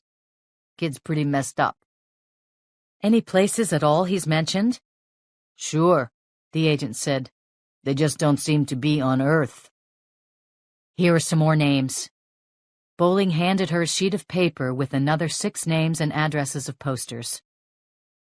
Dance looked up the phone numbers in the state database and called to warn them that Travis presented a threat. It was then that her computer pinged with an incoming email. She read it, surprised to see the sender, Michael O'Neill. He must have been real busy. He rarely sent her messages, preferring to talk to her in person.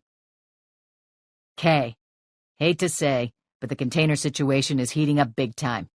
TSA and Homeland Security are getting worried. I'll still help you out on the Travis Brigham case, ride herd on forensics and drop in when I can, but this one will take up most of my time. Sorry. M. The case involving the shipping container from Indonesia. Apparently he couldn't put it on hold any longer. Dance was fiercely disappointed. Why now? She sighed in frustration. A twinge of loneliness, too.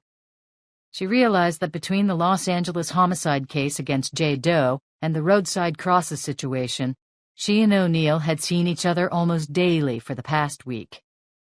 That was more on average than she'd seen her husband. She really wanted his expertise in the pursuit of Travis Brigham, and she wasn't ashamed to admit that she simply wanted his company, too. Funny how just talking, sharing thoughts and speculations was such an elixir.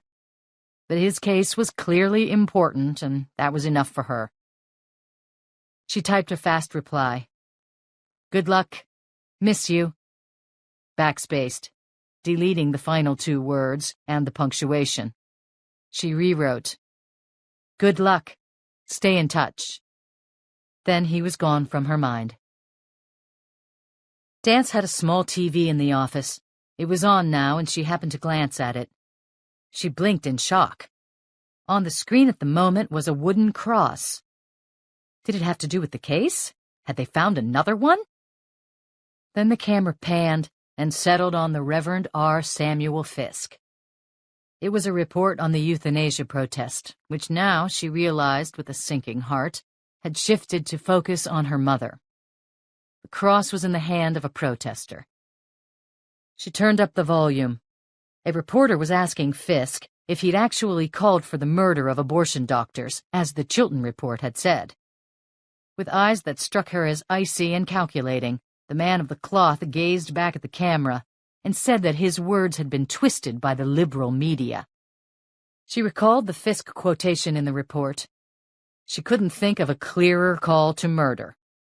She'd be curious to see if Chilton posted a follow-up. She muted the set. She and the CBI had their own problems with the media. Through leaks, scanners, and that magical way the press learns details about cases, the story about the crosses as prelude to murder and that a teenage student was the suspect had gone public. Calls about the mask killer, the social network killer, the roadside cross killer were now flooding the CBI lines, despite the fact that Travis hadn't managed actually to kill the 2 intended victims, and that no social networking sites were directly involved. The calls kept coming in. Even the media-hungry head of the CBI was, as TJ cleverly and carelessly put it, overwhelmed. Catherine Dance spun around in her chair and gazed out the window at a gnarled trunk that had started as two trees and had grown, through pressure and accommodation, into one, stronger than either alone. An impressive knot was visible just outside the window, and she often rested her eyes on it, a form of meditation. Now she had no time for reflection. She called Peter Bennington at the Monterey County Sheriff's Office Forensics about the scenes at the second cross in Kelly Morgan's house. The roses left with the second cross were bound with the same type of rubber bands used by the deli near where Travis used to work, but they revealed no trace that was helpful. The fiber that Michael O'Neill had gotten from the gray hooded sweatshirt in the Brigham's laundry basket was indeed almost identical to the fiber found near the second cross, and the tiny scrap of brown paper from the woods Ken Pfister had pointed out was most likely from an M&M package, candy that she knew Travis bought. The grain trace from the scene was associated with that used in oat bran bagels at Bagel Express.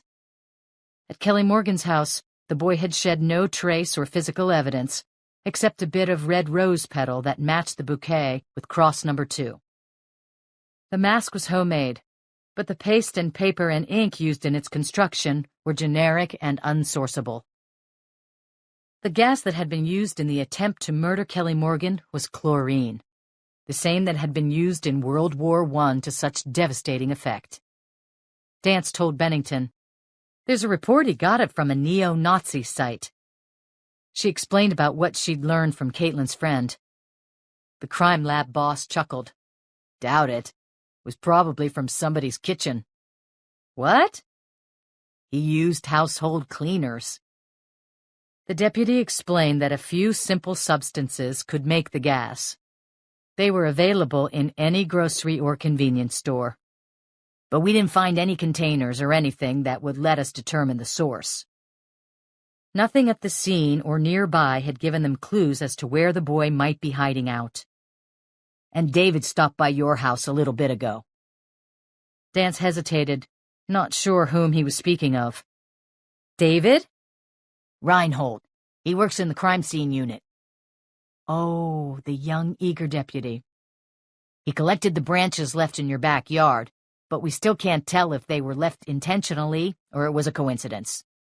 No other trace," he said. "He got up early. I left the house at 7. Bennington laughed.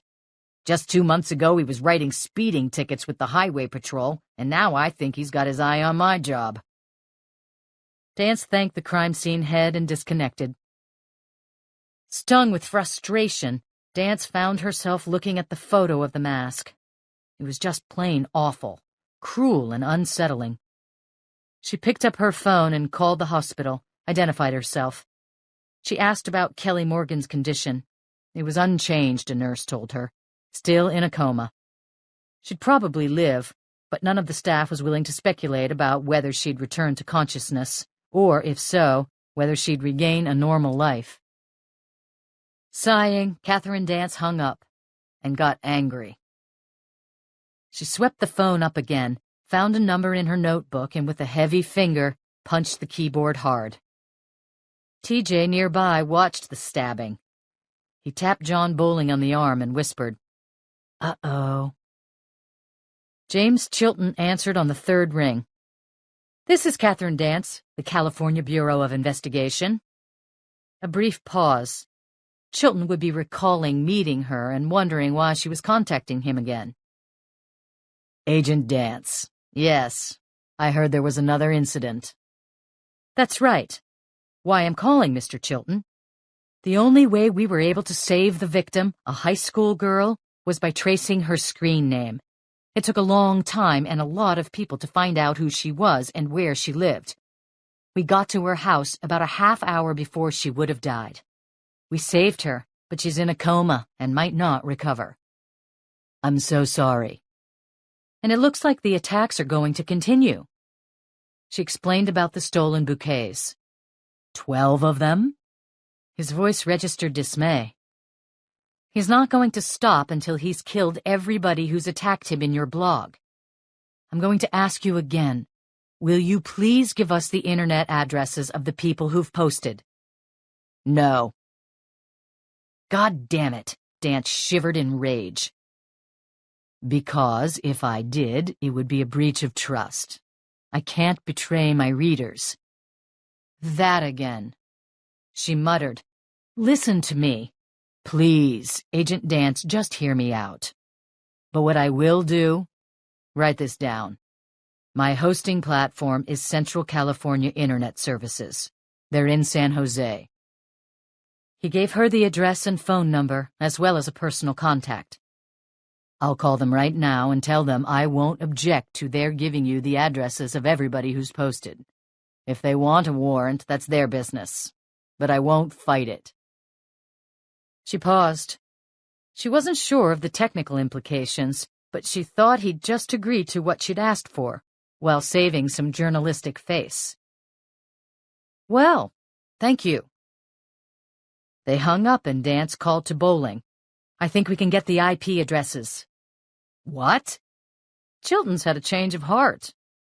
Sweet, he said, smiling, and seemed like a boy who'd just been told his father had gotten tickets to a playoff game.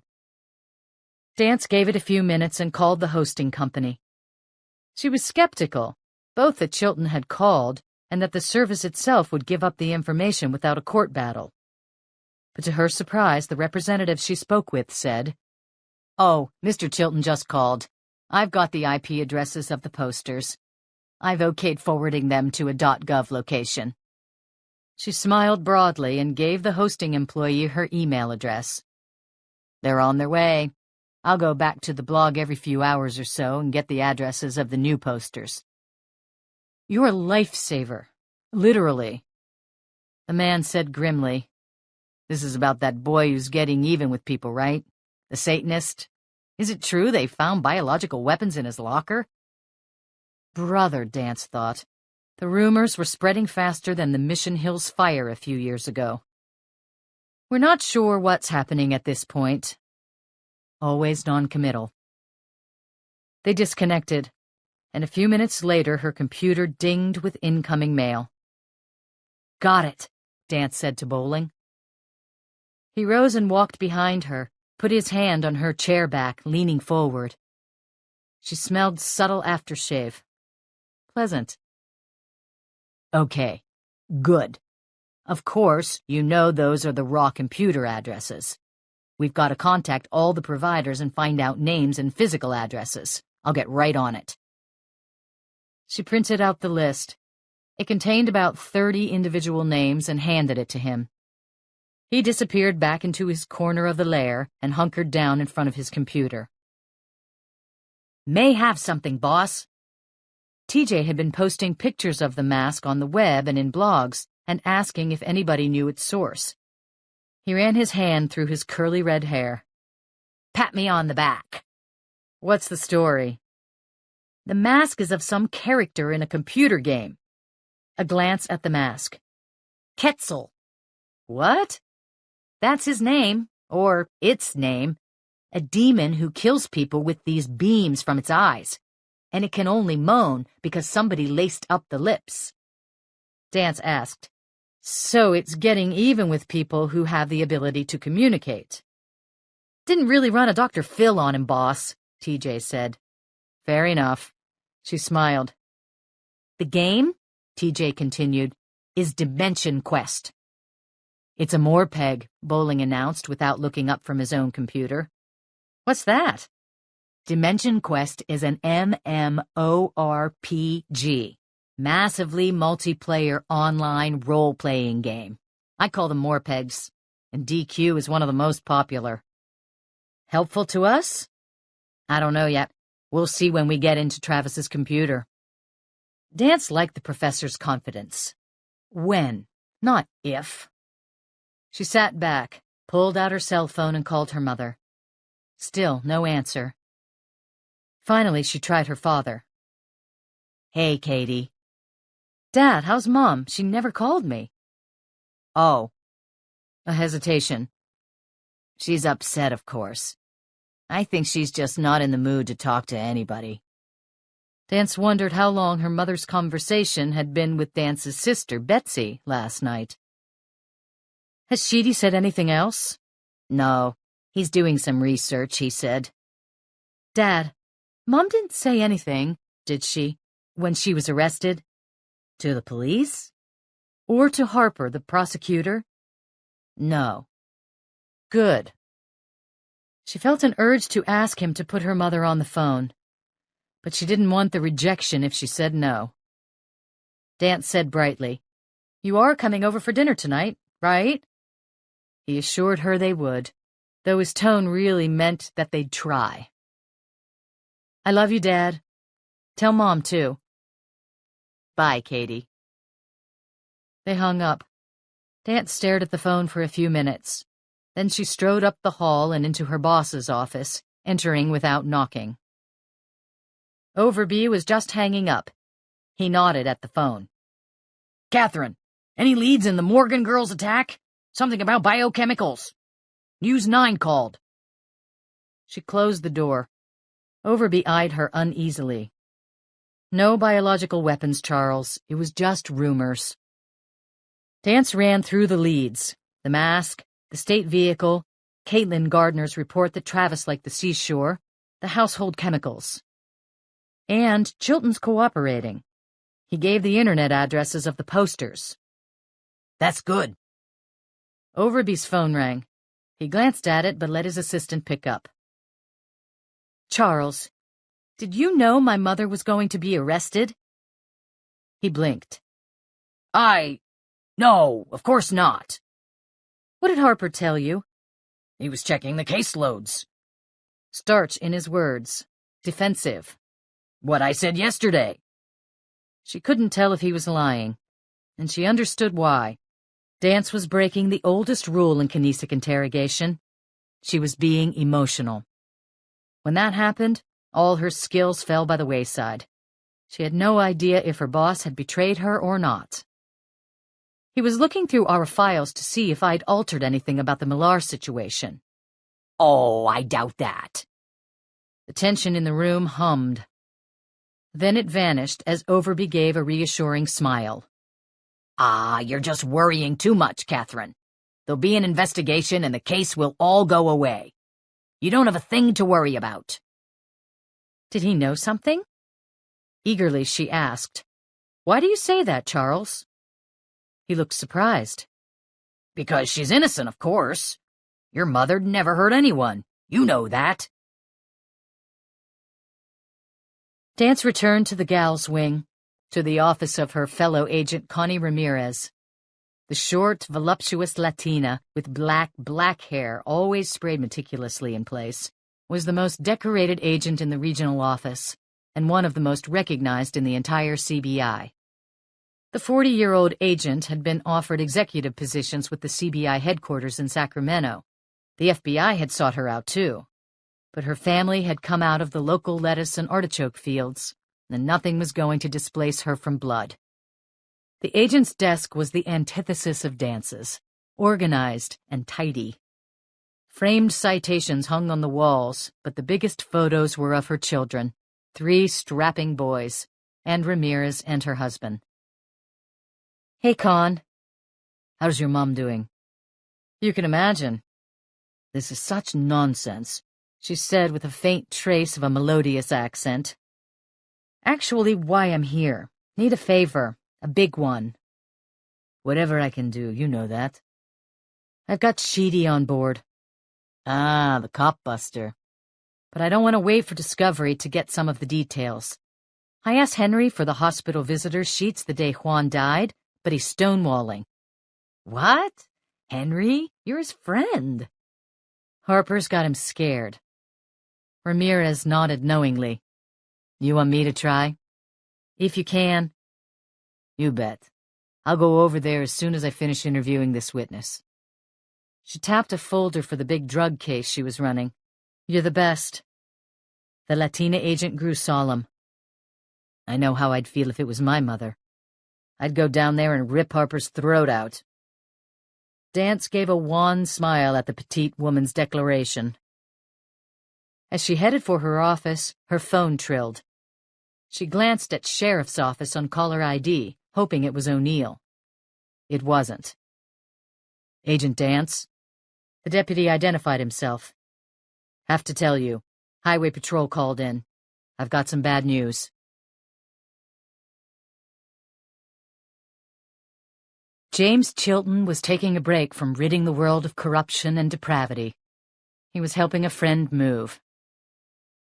After the call from the Monterey County Sheriff's Office, Catherine Dance had rung up Chilton at his home and been directed by Patrizia to this modest, beige California ranch house on the outskirts of Monterey. Dance parked near a large U-Haul truck, plucked the iPod earbuds out, and climbed from her car. In jeans and a t-shirt, sweating, Chilton was wrangling a large armchair up the stairs and into the house. A man with corporate trimmed hair and wearing shorts and a sweat-limp polo shirt was carting a stack of boxes behind the blogger. A realtor sign in the front yard diagonally reported, "Sold." Chilton came out of the front door and walked 2 steps to the gravel path, bordered by small boulders and potted plants. He joined Dance, wiped his forehead, and being so sweaty and streaked with dust and dirt, nodded in lieu of shaking her hand. Pat called. "You wanted to see me, Agent Dance? Is this about the internet addresses?" "No, we've got them, thanks. This is something else." The other man joined them, fixing Dance with a pleasant, curious gaze. Chilton introduced them. The man was Donald Hawken. Familiar. Then Dance recalled. The name appeared in Chilton's blog, in On the Home Front, the personal section, she believed. Not one of the controversial posts. Hawken was returning to Monterey from San Diego. "Moving day, it looks like," she said. Chilton explained. "Agent Dance is investigating that case involving the posts on the report." Hawken, tanned and toned, frowned sympathetically. "And I understand there was another girl attacked. We were listening to the news." Dance remained circumspect, as always, about giving away information, even to concerned citizens. The blogger explained that the Chiltons and Hawken and his first wife had been close friends a few years ago. The women had hosted dinner parties, the men had golfed regularly, at the anemic Pacific Grove course and on flush days at Pebble Beach. About 3 years ago, the Hawkins had moved to San Diego, but he had recently remarried, was selling his company, and coming back here. "Could I talk to you for a minute?" Dance asked Chilton. As Hawken returned to the U-Haul, the blogger and Dance walked to her Crown Vic. He cocked his head and waited, breathing hard from lugging the furniture into the house. "I just got a call from the sheriff's office. The Highway Patrol found another cross, with today's date on it." His face fell. "Oh, no. And the boy?" "No idea of his whereabouts. He's disappeared, and it looks like he's armed." "I heard on the news," Chilton said, grimacing. "How'd he get a gun?" "Stole it from his father." Chilton's face tightened angrily. "Those Second Amendment people. I took them on last year. I've never had so many death threats in my life." Dance got to the crux of her mission. "Mr. Chilton, I want you to suspend your blog." "What?" "Until we catch him." Chilton laughed. "That's absurd." "Have you read the postings?" "It's my blog. Of course I read them." "The posters are getting even more vicious. Don't give Travis any more fodder." "Absolutely not. I'm not going to be cowed into silence." "But Travis is getting the names of victims from the blog. He's reading up on them, finding their deepest fears, their vulnerabilities. He's tracking down where they live." "People shouldn't be writing about themselves on public internet pages. I did a whole blog about that, too." "Be that as it may, they are posting." Dance tried to control her frustration. "Please, work with us." "I have been working with you. That's as far as I'm willing to go." "What can it hurt to take it down for a few days?" "And if you don't find him by then, put it up again. Or you come to me and say a few more, then a few more. At least stop taking posts on that thread. He won't get any more names he can target as victims. It'll make our job easier."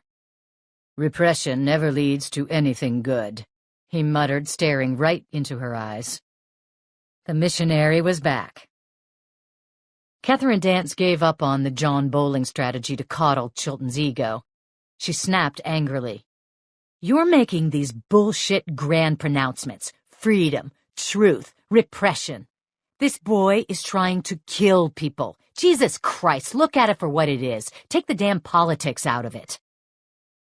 Chilton calmly replied, "My job is to keep an open forum for public opinion. That's the First Amendment. I know. You're going to remind me that you were a reporter too, and you cooperated if the police wanted some help. But see, that's the difference.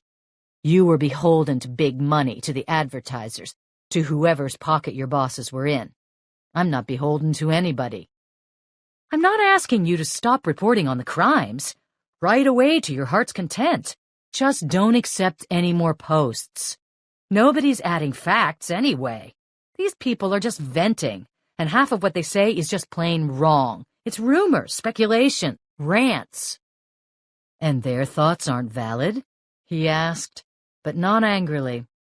In fact, he seemed to be enjoying the debate. "Their opinions don't count.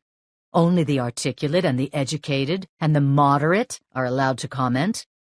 Well, welcome to the new world of journalism, Agent Dance. The free exchange of ideas.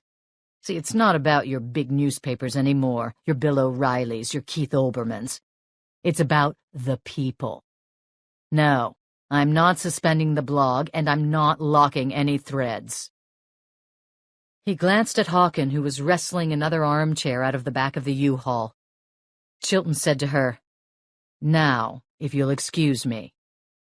And he strode to the truck, looking, she decided, just like some martyr on his way to the firing squad, having just delivered a rant about a cause he, though nobody else, fervently believed in. Like everyone else on the peninsula, anybody over age 6 and with access to the media, that is, Lyndon Strickland was very aware of the roadside cross case. And, like a lot of people who read the Chilton report, he was angry.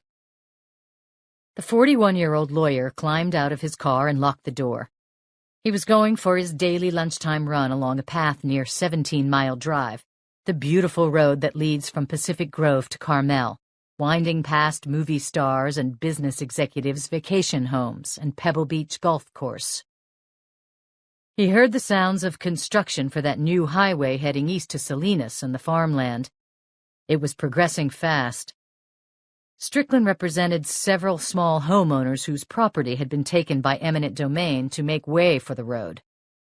He'd been up against the state and against massive Avery construction itself, and their armada of big legal guns. Not unexpectedly, he'd lost the trial, just last week. But the judge had stayed the destruction of his clients' houses pending appeal. The lead defense counsel from San Francisco had been livid.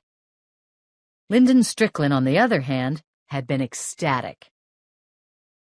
The fog was coming up, the weather chill, and he had the jogging path to himself as he started to run.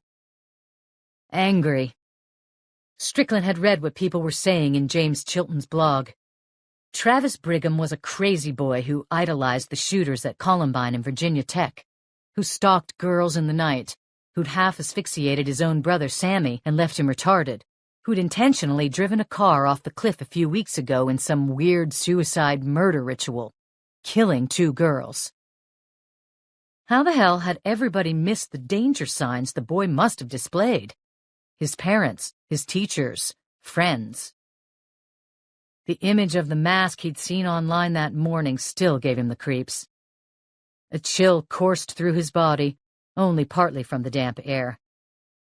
The mask killer.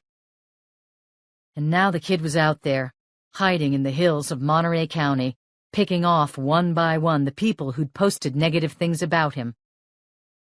Strickland read the Chilton report frequently. It was on his RSS feed near the top. He disagreed with Chilton on some issues, but the blogger was always reasonable and always made solid intellectual arguments in support of his positions. For instance, although Chilton was adamantly opposed to abortion, He'd posted a comment against that wacko Reverend Fisk, who'd called for the murder of abortion doctors. Strickland, who'd often represented Planned Parenthood and other pro-choice organizations, had been impressed with Chilton's balanced stance. The blogger was also opposed to the desalination plant, as was Strickland, who was meeting with a potential new client. An environmental group was interested in hiring him to sue, to stop the plant from going forward. He'd just posted a reply supporting the blogger. Strickland now headed up the small hill that was the hardest part of his jog. The route was downhill from there. Sweating, heart pounding, and feeling the exhilaration of the exercise. As he crested the hill, something caught his eye. A splash of red off the jogging path and a flurry of motion near to the ground. What was it, he wondered. He circled back, paused his stopwatch, and walked slowly through the rocks to where he saw a sprinkling of crimson, out of place in the sandy soil, dotted with brown and green plants. His heart continued to slam in his chest, though now out of fear, not exertion. He thought immediately about Travis Brigham. But the boy was targeting only those who'd attacked him online. Strickland had said nothing about him at all. Relax. Still, as he detoured along the trail toward the commotion and spots of red, Strickland pulled his cell phone from his pocket, ready to push 911 if there was any threat. He squinted, looking down as he approached the clearing. What was he looking at? Shit, he muttered, freezing. On the ground were hunks of flesh sitting amid a scattering of rose petals.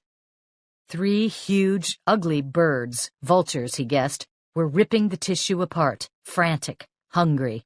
A bloody bone sat nearby, too. Several crows were hopping close cautiously, grabbing a bit, then retreating.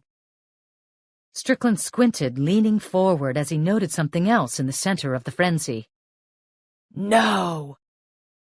A cross had been scraped into the sandy soil. He understood that Travis Brigham was around here somewhere. Heart trilling, the lawyer scanned the bushes and trees and dunes. He could be hiding anywhere. And suddenly it didn't make any difference that Lyndon Strickland had never posted anything about the boy. As an image of that terrifying mask the boy had left as an emblem of his attack lodged in his mind, Strickland turned and started to flee back to the path. He got a mere 10 feet before he heard someone push out of the bushes and begin running fast his way. John Bowling sat in Dance's office on her sagging couch. The sleeves of his dark blue striped shirt were rolled up and he had 2 phones going at once as he stared at printouts of Chilton's blog. He was working to find the physical addresses from the internet data that the hosting service had provided. Crooking a Samsung between ear and shoulder, he jotted information and called out. Got another one. Sexy girl is Kimberly Rankin, 128 Forest, Pacific Grove. Dance took the details down and phoned to warn the girl, and her parents, of the danger and to insist bluntly that she stop posting to the report and to tell her friends to stop too. How's that, Chilton? Bowling was studying the computer screen in front of him. Dance looked over and saw that he was frowning. What is it? She asked. The first posts responding in the roadside crosses thread were mostly local, classmates and people around the peninsula. Now, people from all over the country, hell, from all over the world are chiming in. They're really going after him, and the highway patrol, or the police, too, for not following up on the accident. And they're dissing the CBI, too. Us? Yep. Somebody reported that a CBI agent went to interview Travis at home, but didn't retain him. How do they even know Michael and I were there? He gestured at the computer. The nature of the beast. Information spreads. People in Warsaw, Buenos Aires, New Zealand. Dance returned to the crime scene report of the most recent roadside cross on a quiet road in a lightly inhabited part of North Monterey. No witnesses. And little had been found at the scene, aside from the same sort of trace discovered at the earlier scenes, linking Travis to the crime. But there was one discovery that might prove helpful. Soil samples revealed some sand that wasn't generally found in the immediate vicinity of the cross. It couldn't, however, be sourced to a particular location. And all the while she reviewed these details, she couldn't help but think, who is the next victim? Is Travis getting close? And what terrible technique is he going to use this time to frighten and to kill?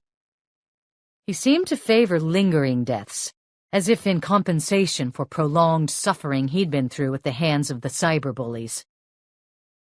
Bowling said, "I've got another name." He called it out to Dance, who jotted it down.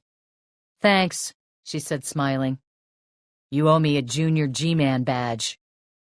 As Bowling cocked his head and bent toward his notes once more, he said something else softly. Perhaps it was her imagination, but it almost sounded as if he'd started to say, "Or maybe dinner," but swallowed the words before they fully escaped. Imagination, she decided, and turned back to her phone. Bowling sat back. "That's all of them for now. The other posters aren't in the area or they have untraceable addresses. But if we can't find them, Travis can't either." He stretched and leaned back. "Not your typical day in the world of academia, is it?" Dance asked. "Not exactly." He cast a wry look her way. "Is this a typical day in the world of law enforcement?" No, it's not. I guess that's the good news." Her phone buzzed. She noted the internal CBI extension. "TJ." "Boss." As had happened on more than one occasion recently, the young agent's typically irreverent attitude was absent. "Have you heard?" Dance's heart gave a bit of a flip when she saw Michael O'Neill at the crime scene. "Hey," she said. "Thought I'd lost you." He gave a faint startle reaction to that, then said, "Juggling both cases. But a crime scene," he nodded toward a fluttering ribbon of police tape, "has priority." "Thanks." John Bowling joined them. Dance had asked the professor to accompany her.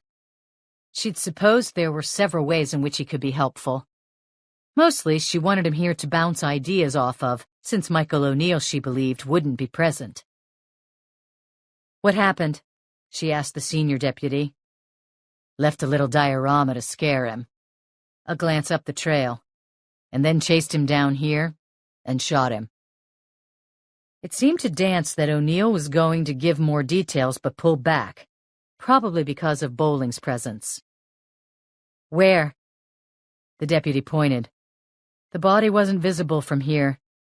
I'll show you the initial scene." He led them along the jogging path. About 200 yards up a shallow hill, they found a short trail that led to a clearing. They ducked under yellow tape and saw rose petals on the ground and a cross carved in the sandy dirt.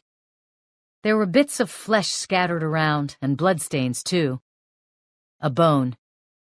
Claw marks in the dirt, from vultures and crows, it seemed. O'Neill said, "It's animal, the crime scene people say. Probably beef, store-bought. My guess is the Vic was jogging up the trail back there, saw the fuss, and then took a look. He got spooked and ran. Travis got him halfway down the hill." "What's his name?" "Lyndon Strickland. He's a lawyer. Lives nearby." Dance squinted. "Wait, Strickland? I think he posted something on the blog." Bowling opened his backpack and pulled out a dozen sheets of paper, copies of the blog pages. "Yep, but not in roadside crosses. He posted a reply about the desalination plant. He's supporting Chilton." He handed her the printout. "Reply to Chilton posted by Lyndon Strickland. I have to say you've opened my eyes on this issue. Had no idea that somebody's ramrodding this through. I reviewed the filed proposal at the county planning office and must say that, though I am an attorney familiar with environmental issues, it was one of the most obfuscatory documents I have ever tried to wade through. I think we need considerably more transparency in order to have meaningful debate on this matter." Dance asked, "How did Travis know he'd be here? It's so deserted." Bowling said, These are jogging trails. I'll bet Strickland posted to a bulletin board or blog that he likes running here. We give away too much information about ourselves online. Way too much. O'Neill asked, "Why would the boy kill him?" Bowling seemed to be considering something. "What, John?" Dance asked. "It's just a thought. But remember that Travis is into those computer games?" Dance explained to O'Neill about the massively multiplayer online role-playing games that Travis played. The professor continued, "One aspect of the game is growth. Your character develops and grows. Your conquests expand. You have to do that, otherwise you won't succeed. Following that classic pattern, I think Travis might be expanding his pool of targets. First, it was people who directly attacked him. Now, he's including somebody who supports Chilton, even if he has nothing to do with the roadside crosses thread." Bowling cocked his head, looking at the bits of meat and the claw marks in the sandy ground. "That's an exponential increase in the number of possible victims. It'll mean dozens more are at risk now. I'll start checking out the internet addresses of anyone who's posted anything even faintly supportive of Chilton." More discouraging news. "We're going to examine the body now, John," Dance said. "You should head back to the car." "Sure." Bowling looked relieved that he didn't have to participate in this part of the job. Dance and O'Neill hiked through the dunes to where the body had been found. "How's the terrorist thing going? The container case?" The senior deputy gave a wan laugh. "Moving along. You get Homeland Security involved, FBI, Customs, it's a quagmire. What's that line? You rise to the level of your own unhappiness? Sometimes I'd like to be back in a police interceptor handing out tickets. It's level of incompetence. And no, you'd hate being back in patrol." "True." He paused. "How's your mother holding up?" That question again. Dance was about to put on a sunny face, but then remembered to whom she was speaking. She lowered her voice. "Michael, she hasn't called me. When they found Pfister in the second cross, I just left the courthouse. I didn't even say anything to her. She's hurt. I know she is." "You found her a lawyer, one of the best on the peninsula, and he got her released, right?" "Yes." "You've done everything you can. Don't worry about it. She's probably distancing herself from you, for the sake of this case." "Maybe." Eyeing her, he laughed again. "But you don't believe that. You're convinced she's mad at you, that she thinks you've let her down." Dance was remembering times in her childhood when, at some affront, real or imagined, the staunch woman would turn cold and distant. It was only in partial humor that Dance's father occasionally referred to his wife as the staff sergeant. Mothers and daughters, O'Neill mused out loud as if he knew exactly what she'd been thinking. When they reached the body, Dance nodded at the men from the coroner's office, who were setting a green body bag beside the corpse. The photographer had just finished up. Strickland lay on his belly, in jogging attire, now bloody. He'd been shot from behind, once in the back, once in the head. "And then there's this." One of the medics tugged the sweatshirt up, revealing an image carved into the man's back, a crude approximation of a face, which might have been the mask. Quetzal, the demon from Dimension Quest. This is probably what O'Neill was reluctant to mention in front of Bowling. Dance shook her head. "Post-mortem?" "Right." "Any witnesses?" "None," a sheriff's deputy said. "There's that highway construction site about a half-mile from here. They heard the shots and called it in, but nobody saw anything." One of the crime scene officers called. "Didn't find any significant physical evidence, sir." O'Neill nodded, and together he and Dance returned to their cars. Dance noticed Bowling was standing beside his Audi, hands clasped in front of him, and his shoulders seemed raised slightly. Sure signs of tension. "Murder scenes will do that to you." She said, "Thanks for coming out here, John. This was above and beyond the call of duty, but it was helpful to get your thoughts. Sure. He sounded as if he was trying to be stoic. She wondered if he'd ever been to a crime scene. Her phone rang. She noticed Charles Overby's name and number on caller ID. She'd called earlier and told him about this killing. Now she'd have to tell him that the victim hadn't been guilty of cyberbullying, but was a true innocent bystander. This would throw the area into even more panic. Charles. Catherine, you're at the latest scene? Right, it looks like... Did you catch the boy? No, but... Well, you can give me the details later. Something's come up. Get here as soon as you can. So this is the Catherine dance. A big ruddy hand encircled hers, holding it until the bucket of propriety had been filled, and then releasing. Odd, she noted. He hadn't put as much emphasis on the article as you'd expect. Not the Catherine dance. More like, so this is the agent. Or, this is the chair. But she ignored the curious descriptive since kinesic analysis wasn't a priority at the moment. The man wasn't a suspect, but was, as it turned out, connected to the CBI's boss of bosses.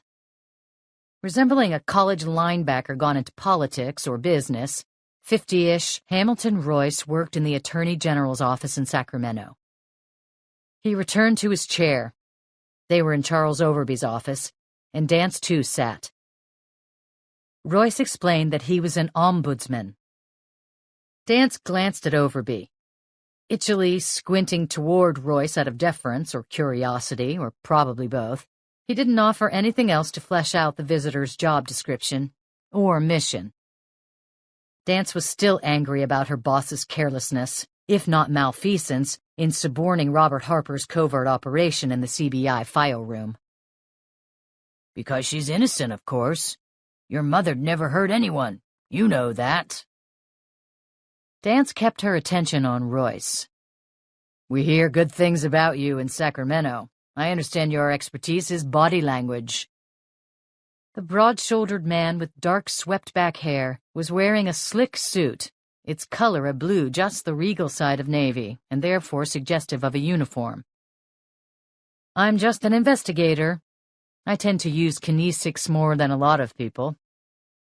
Ah, there she goes, Charles, selling herself short. You said she'd do that. Dance offered a cautious smile and wondered what exactly Overby had said and how cautious he'd been in offering or withholding praise of an employee. Evidence for job and raise reviews, of course. Her boss's face remained neutral. How hard life can be when you're unsure. Royce continued jovially. So you could look me over and tell me what I'm thinking. Just because of how I cross my arms, where I look, whether I blush or not, tip to my secrets. It's a little more complicated than that, she said pleasantly. Ah. In fact, she'd already come up with the tentative personality typing. He was a thinking, sensing extrovert, and probably had a Machiavellian liar's personality. Accordingly, Dance was wary. Well, we do hear good things about you. That case earlier in the month, that crazy man on the peninsula here, that was a tough one. You nailed the fellow, though. We caught some lucky breaks. No, Overby interrupted quickly. No breaks, no lucky. She outthought him. And Dance realized by saying luck, she'd suggested a criticism of herself, the CBI's Monterey office, and Overby. And what do you do exactly, Hamilton? She wasn't going for a status-defining mister, not in a situation like this. Oh, jack of all trades, a troubleshooter. If there are problems involving state agencies, the governor's office, the assembly, even the courts, I look into it, read a report. A smile. A lot of reports. I hope they get read. You never know. This didn't seem to answer her question. She looked at her watch, a gesture that Royce noticed but that Overby did not, as she'd intended. Hamilton is here about the Chilton case, Overby said, then looked at the man from Sacramento to make sure that was all right. Back to Dance. Brief us, he said like a ship captain. Sure, Charles, Dance replied wryly, noting both his tone and the fact Overby had said the Chilton case. She'd been thinking of the attacks as the Roadside Cross case, or the Travis Brigham case. Now she had an inkling as to why Royce was here. She explained about the murder of Lyndon Strickland, the mechanics of the killing, and how he figured in the Chilton blog. So he's expanding his possible targets? We think so, yes. Evidence? Sure, there's some, but nothing specific that leads to where Travis is hiding out. We've got a joint highway patrol and sheriff's office task force running a manhunt. She shook her head. They're not making much progress. He doesn't drive. He's on a bike, and he's staying underground. She looked at Royce. Our consultant thinks he's using evasion techniques he learned in online games to stay out of sight. Who? John Bowling, a professor from UC Santa Cruz. He's very helpful. And he's volunteering his time. No charge to us. Overby slipped in smoothly, as if the words were oiled. About this blog, Royce said slowly. How does that figure in exactly? Dance explained. Some postings have set the boy off. He was cyberbullied. So he snapped. We're doing everything we can to find him, Overby said. He can't be far. It's a small peninsula. Royce hadn't given much away, but Dance could see from his focused eyes he was not only sizing up the Travis Brigham situation, but was neatly folding it into his purpose here, which he finally got down to. Catherine, there's a concern in Sacramento about this case, I have to tell you. Everybody's nervous. It's got teenagers, computers, social networking. Now a weapon's involved. You can't help but think Virginia Tech and Columbine. Apparently those boys from Colorado were his idols. Rumor? I don't know if that's true or not. It was posted on the blog by someone who might or might not have known him. And from the flutter of eyebrow and twitch of lip, she realized she might have just played into his hand. With people like Hamilton Royce, you never could be sure if all was straightforward or if you were fencing. This blog. I was talking to the AG about it. We're worried that as long as people are posting, it's like gasoline on the flames. You know what I mean? Like an avalanche. Well, mixing my metaphors, but you get the idea. What we were thinking? Wouldn't it be better for the blog to shut down? I've actually asked Chilton to do that. Oh, you have? Overby asked the question. And what did he say? Emphatically no. Freedom of the press. Royce scoffed. It's just a blog. It's not the Chronicle or Wall Street Journal. He doesn't feel that way. Dance then asked, has anybody from the AG's office contacted him? No. If the request came from Sacramento, we're worried that he'd post something about us bringing the subject up. And that'd spread to the newspapers and TV. Repression. Censorship. And those labels might rub off on the governor and some congressmen. No, we can't do that. Well, he refused, Dance repeated. I was just wondering, Royce began slowly, his gaze keenly strafing Dance, if there was anything you found out about him, something to help persuade him. Stick or carrot? She asked quickly.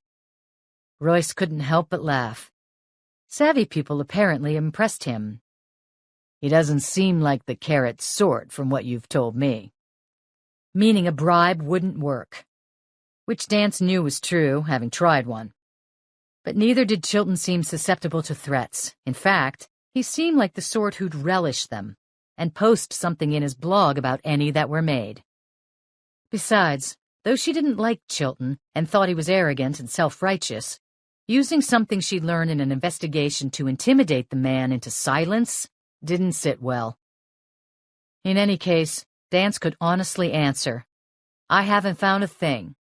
James Chilton himself is a small part of the case. He didn't even post anything about the boy, and he deleted Travis's name. The point of the roadside crosses thread was to criticize the police and highway department. It was the readers who started to attack the boy.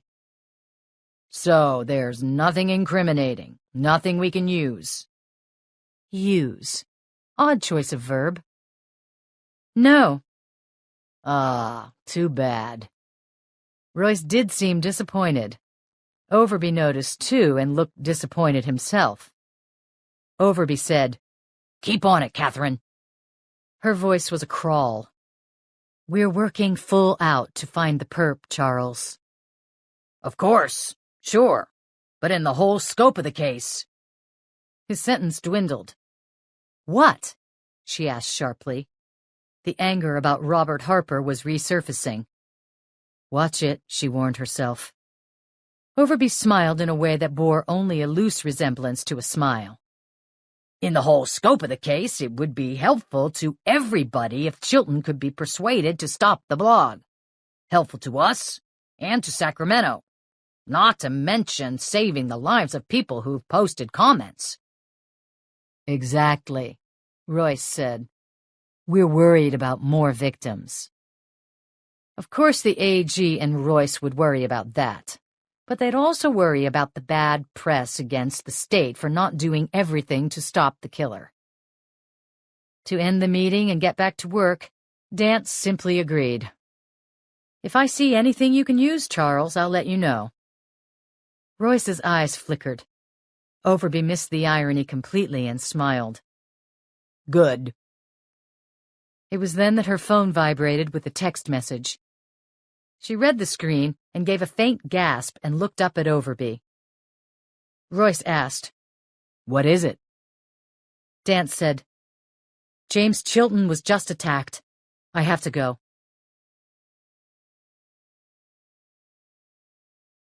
Dance hurried into emergency admitting at Monterey Bay Hospital. She found TJ looking troubled in the middle of the lobby. "Boss," he said, exhaling hard, relieved to see her. "How is he?" "He'll be okay." "Did you get Travis?"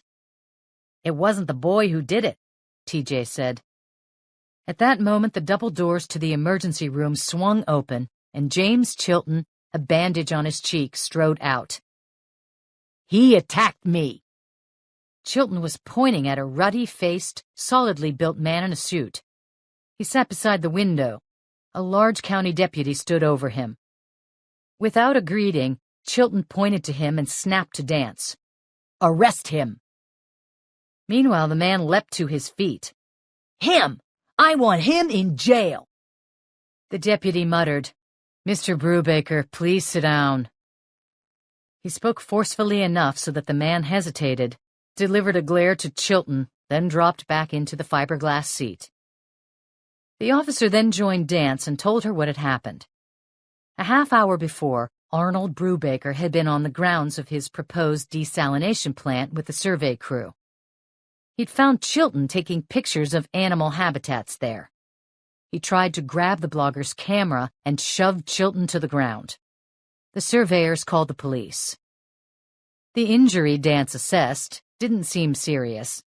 Still, Chilton seemed possessed. "That man is raping the peninsula. He's destroying our natural resources, our flora and fauna, not to mention destroying an Indian burial ground." The Ohlone Indians were the first inhabitants of this part of California. "We aren't building anywhere near the tribal land," Brubaker yelled. "That was a rumor and completely untrue.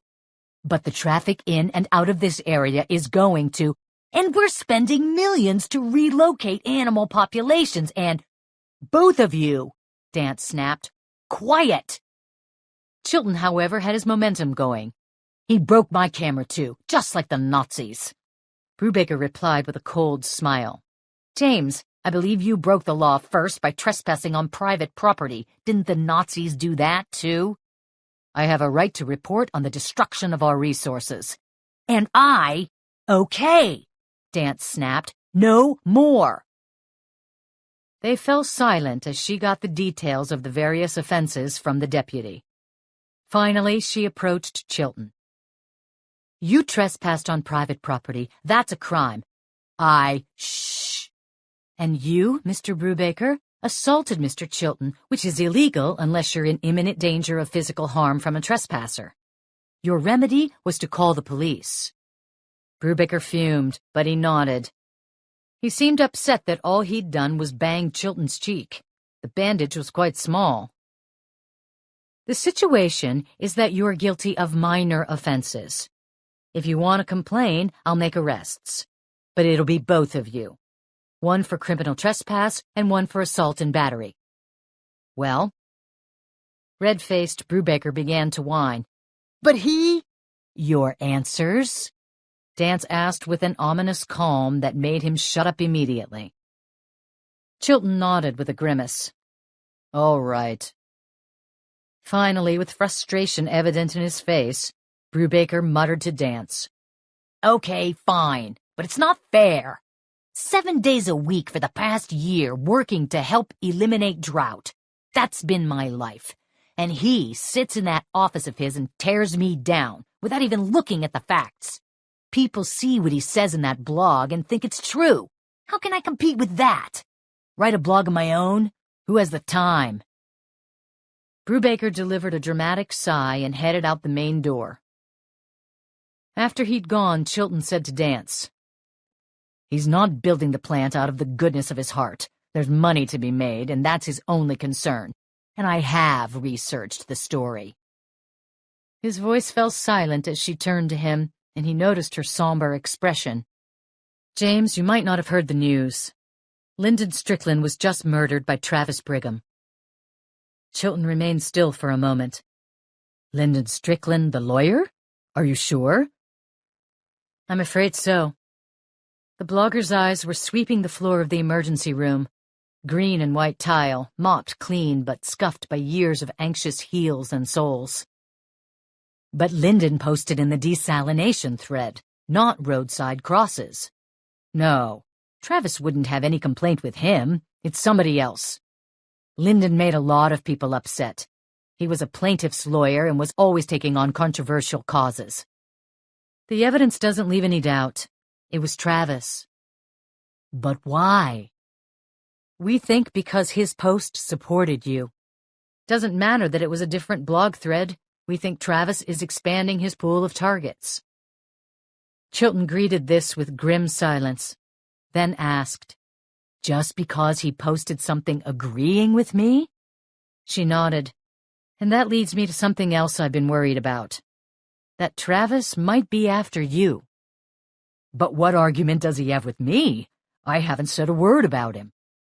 She continued, He's targeted somebody who's supporting you, and the extension of that is that he's angry with you, too. You really think so? I think we can't afford to dismiss it. But my family's. I've ordered a car stationed outside your house, a deputy from the sheriff's office. Thank you.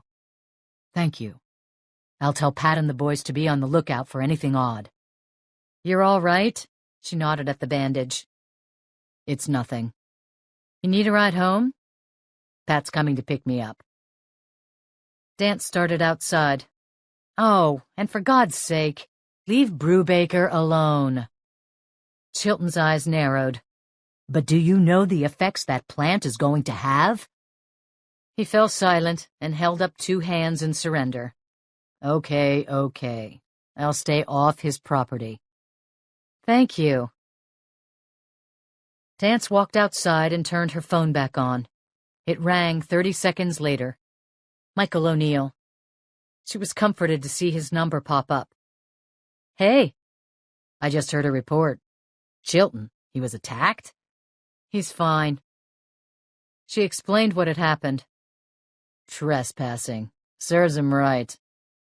I called the office. They're getting the crime scene report back from the Strickland shooting. I pushed him to get it done fast, but nothing really helpful jumps out. Thanks. Dance then lowered her voice, amusing herself because she did so, and told O'Neill about the curious encounter with Hamilton Royce. Great. Too many cooks screwing up the broth. I'd like to put them in the broth, Dance muttered, and turn up the heat. And this Royce wants to shut down the blog? Yep, worried about the public relations is my take. O'Neill offered. I almost feel sorry for Chilton. Spend 10 minutes with him. You'll feel different. The deputy chuckled. I was going to call you anyway, Michael.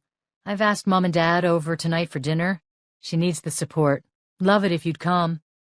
She added, you and Anne and the kids. A pause. I'll try. I'm really swamped in this container case.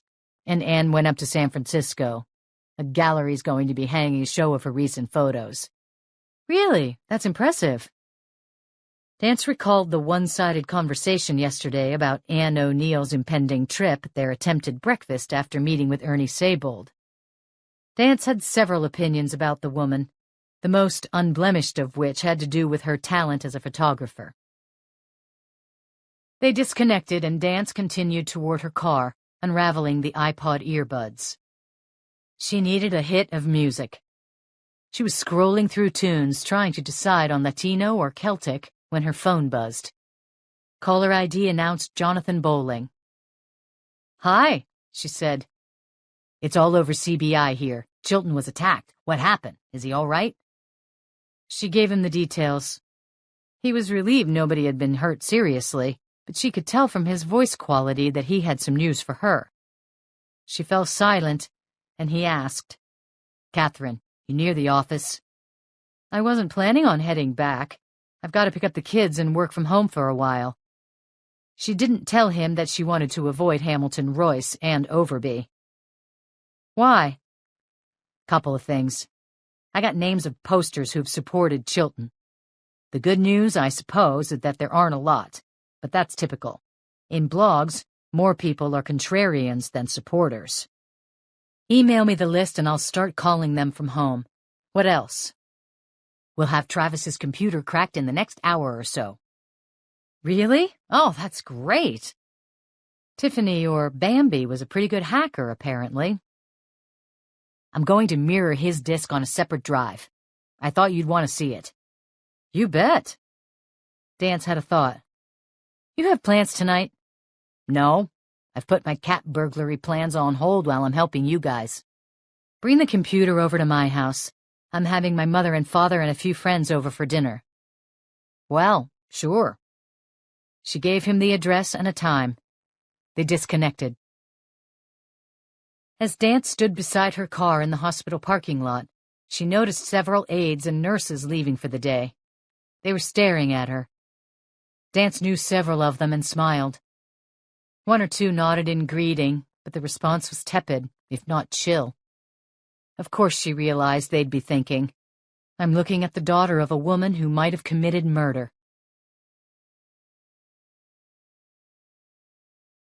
I'll carry the groceries, Maggie announced as Dance's Pathfinder squealed to a stop in front of their house. The girl had been feeling independent lately. She grabbed the largest bag. There were 4 of them. After picking up the children at Martine's, they'd stopped at Safeway for a shopping frenzy. If everyone she had invited showed up, the dinner party would include nearly a dozen people, among them youngsters with serious appetites. Listing under the weight of 2 bags gripped in one hand, an older brother thing, Wes asked his mother, When's Grandma coming over? In a little while, I hope. There's a chance she might not come.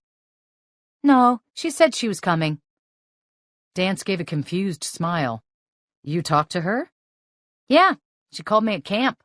Me too, Maggie offered. So she'd called to reassure the children she was all right. But Dance's face flushed.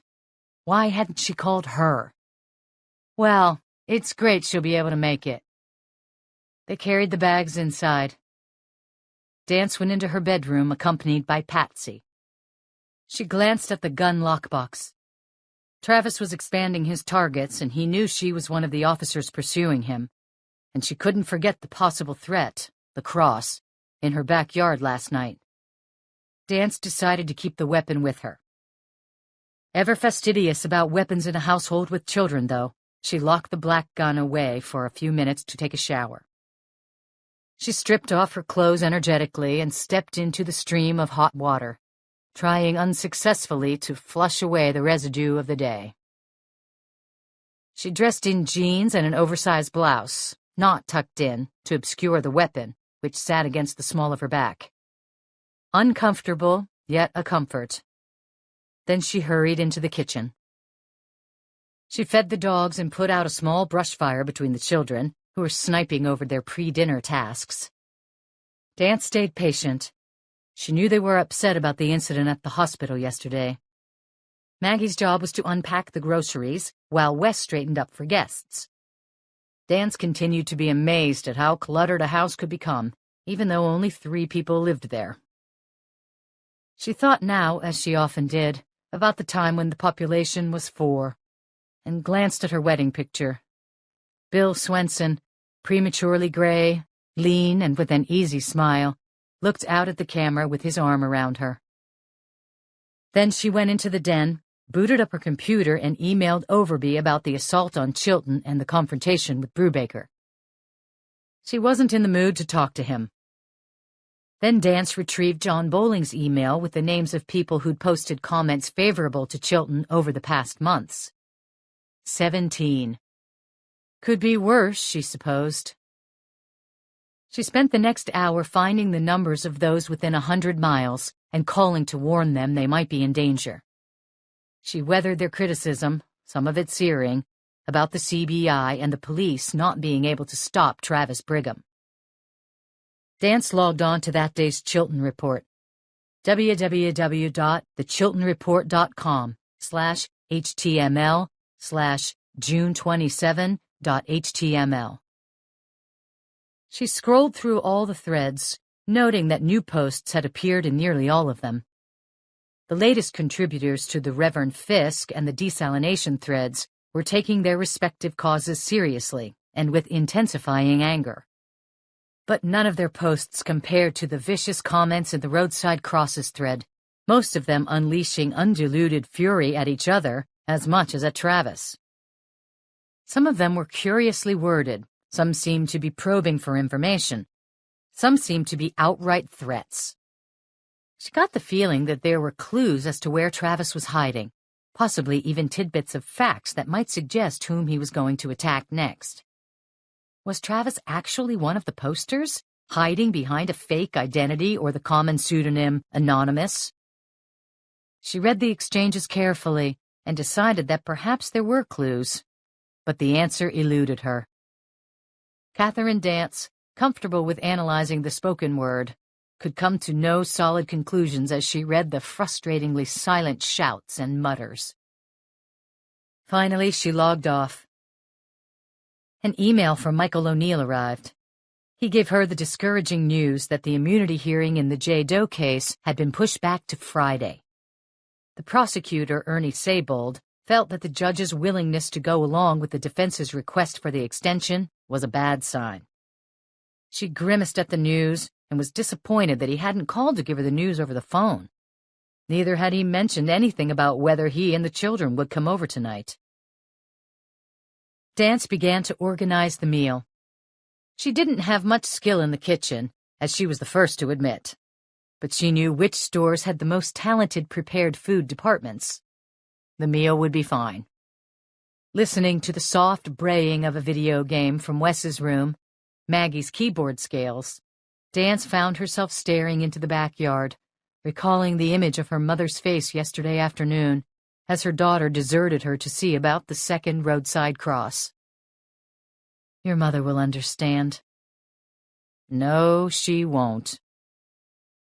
Hovering over the containers of brisket, green beans, Caesar salad, salmon, and twice-baked potatoes, Dance remembered the time 3 weeks ago, her mother standing in this very kitchen and reporting about Juan Millar in the ICU. With Edie's face feeling his pain, she told her daughter what he'd whispered to her. Kill me. The doorbell now drew her from that disquieting thought. She deduced who had arrived. Most friends and family just climbed the back deck steps and entered the kitchen without ringing or knocking. She opened the front door to see John Bowling standing on the porch. He wore that now familiar, comfortable smile, and was juggling a small shopping bag and a large laptop case. He'd changed into black jeans and a dark striped collared shirt. "Hi." He nodded and followed her into the kitchen. The dogs bounded up. Bowling crouched and hugged them as they double-teamed him. "Okay, guys, outside," Dance commanded. She flung Milk Bones out the back door, and the dogs charged down the deck steps and into the backyard. Bowling stood, wiped his face from the licks, and laughed. He reached into the shopping bag. "I decided to bring sugar for a hostess gift." "Sugar?" "Two versions. Fermented."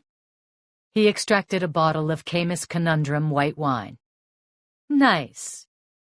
"And baked." A bag of cookies emerged. "I remembered the way you looked at them in the office when your assistant was trying to fatten me up." "Caught that, did you?" Dance laughed. "You'd be a good kinesic interviewer. We have to be observant." His eyes were excited, she could see. "Got something to show you. Can we sit down somewhere?" She directed him into the living room, where Bowling unpacked yet another laptop, a big one, a brand she didn't recognize. "Irv did it," he announced.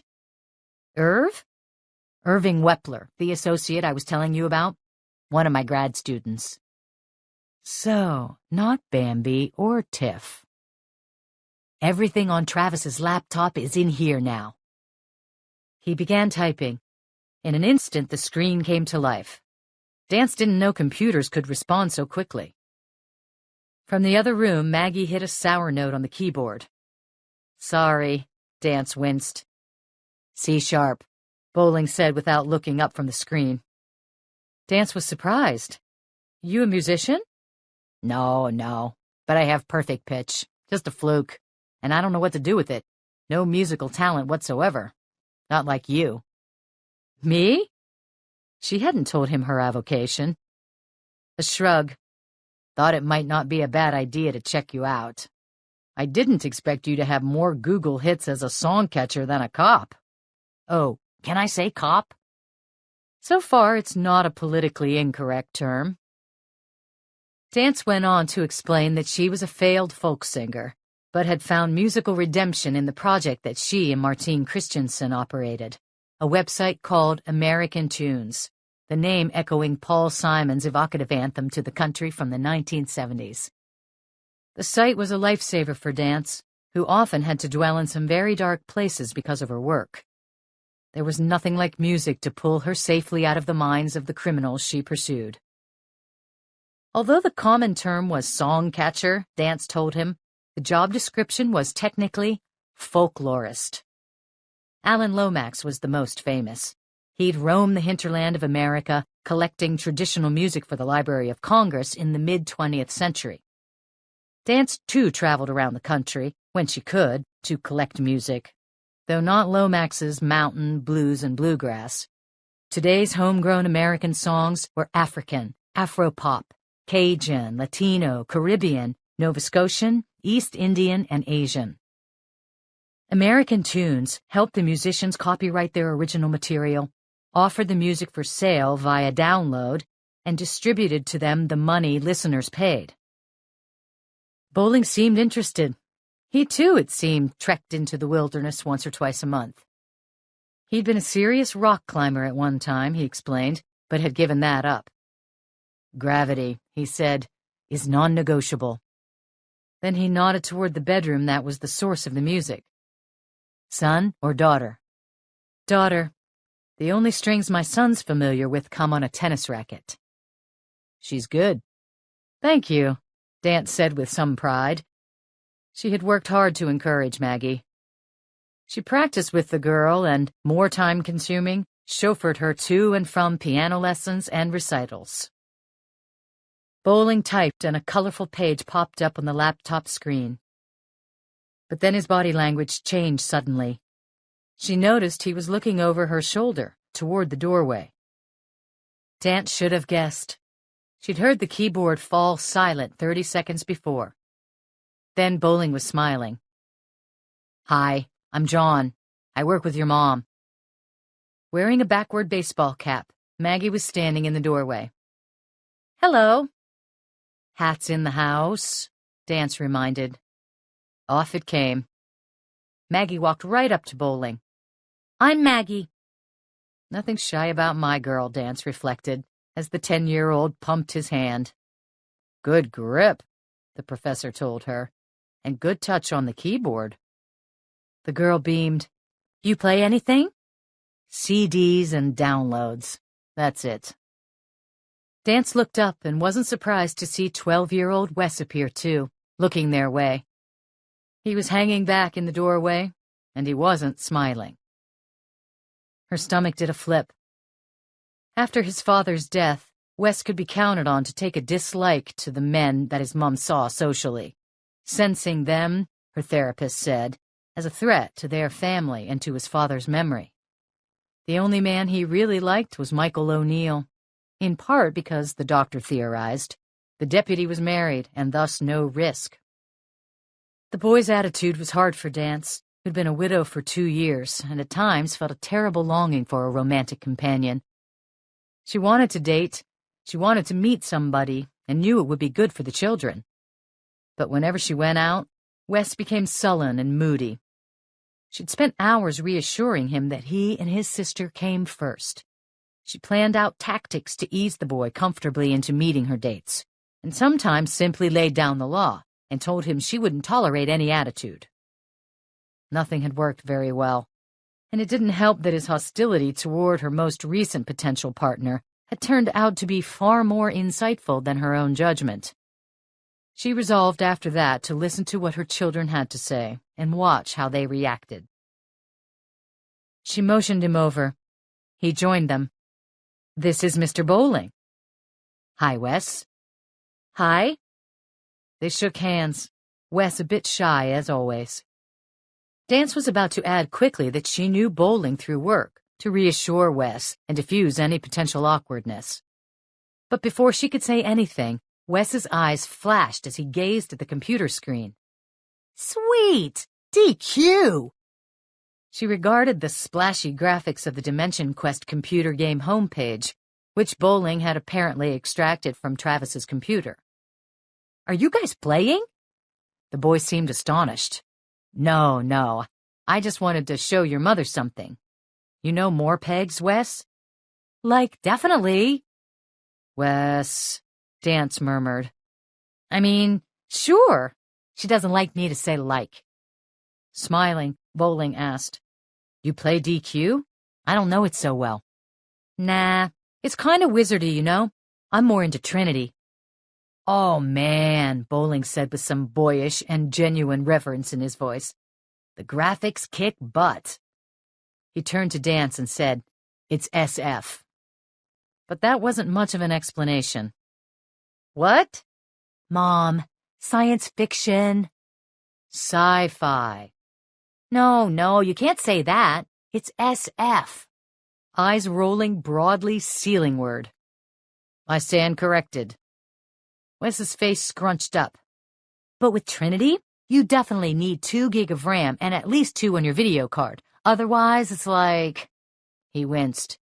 "Otherwise, it's so slow. I mean, you've got your beams ready to shoot, and the screen hangs. It's the worst." "RAM on the desktop I hacked together at work?" Bowling asked coyly. 3? Wes asked. 5, and 4 on the video card. Wes mimicked a brief faint. "No, that is so sweet. How much storage?" 2T. "No way! 2 terabytes?" Dance laughed, feeling huge relief that there wasn't any tension between them. But she said, "Wes, I've never seen you play Trinity. We don't have it loaded on our computer here, do we?"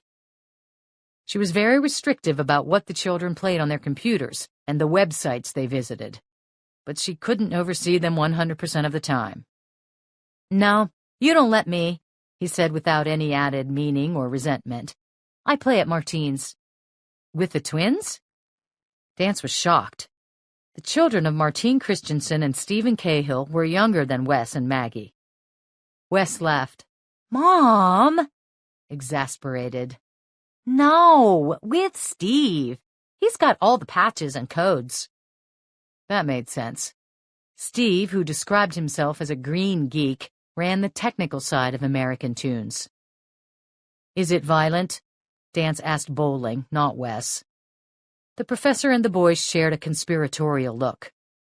"Well," she persisted. "Not really," Wes said. "What does that mean exactly?" asked the law enforcement agent. "Okay, you can sort of blow up whole spaceships," Bowling said. Wes added, "But not like violent, you know?" "Right," the professor assured her. "Nothing like Resident Evil or Manhunt." "Or Gears of War," Wes added. "I mean, there you can chainsaw people." "What?" Dance was appalled. "Have you ever played it?" "No," he protested, right on the edge of credibility. "Billy Sojak at school has it. He told us about it." "Make sure you don't." "All right, I won't. Anyway," the boy added with another glance at Bowling, "you don't have to use a chainsaw." "I never want you to play that game, or the others that Mr. Bowling mentioned." She said this in her best mother voice. "Okay, geez, Mom." "Promise?" "Yeah." The look at Bowling said, "She just gets this way sometimes."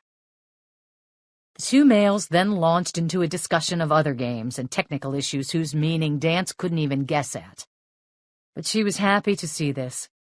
Bowling, of course, was no romantic interest, but it was such a relief that she didn't have to worry about conflicts, especially tonight. The evening would be stressful enough. Bowling didn't talk down to the boy, nor did he try to impress him. They seemed like peers of different ages, having fun talking. Feeling neglected, Maggie barged in with, "Mr. Bowling, do you have kids?"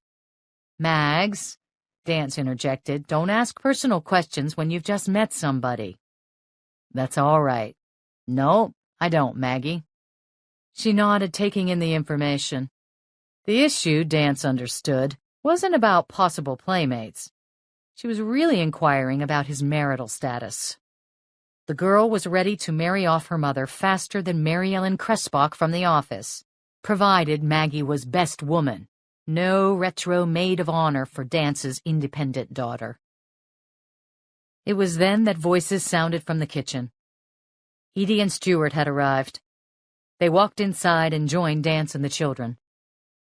"Grams!" Maggie called and charged toward her. "How are you?" Edie's face blossomed into a genuine smile, or nearly so, Dance assessed. Wes, his face glowing with relief too, ran to her as well. Though stingy with hugs for Mom lately, the boy wrapped his arms around his grandmother and squeezed tight. Of the two children, he'd taken the arrest incident at the hospital closer to heart. "Katie," Stuart said, "chasing down crazed felons and you still had time to cook." "Well, somebody had time to cook," she replied with a smile and a glance at the Safeway shopping bags, hiding near the trash can. Ecstatic to see her mother, Dance embraced her. "How are you?" "Fine, dear." Dear. Not a good sign. But she was here, at least. That's what counted. Edie turned back to the children and was enthusiastically telling them about a TV show she'd just seen on Extreme Home Makeovers. Dance's mother was brilliant at dispensing comfort, and rather than talk directly about what happened at the hospital, which would only trouble them more, she reassured the kids by saying nothing about the incident and chatting away about inconsequential things. Dance introduced her parents to John Bowling. "I'm a hired gun," he said. "Catherine made the mistake of asking my advice, and she's stuck with me now." They talked about where in Santa Cruz he lived, how long he'd been in the area, and the colleges he'd taught at. Bowling was interested to learn that Stuart still worked part-time at the famous Monterey Bay Aquarium. The professor went often, and had just taken his niece and nephew there. "I did some teaching, too," Stuart Dance offered when he learned Bowling's career. "I was pretty comfortable in academia. I'd done a lot of research into sharks." Bowling laughed hard. Wine was dispensed, Bowling's Conundrum White Blend first. But then Bowling must have sensed a wind shift, and he excused himself to head back to the computer. "I don't get to eat unless I finish my homework. I'll see you in a bit." "Why don't you go out back?" Dance told him, pointing to the deck. "I'll join you in a minute." After he collected the computer and wandered outside, Edie said, "Nice young man."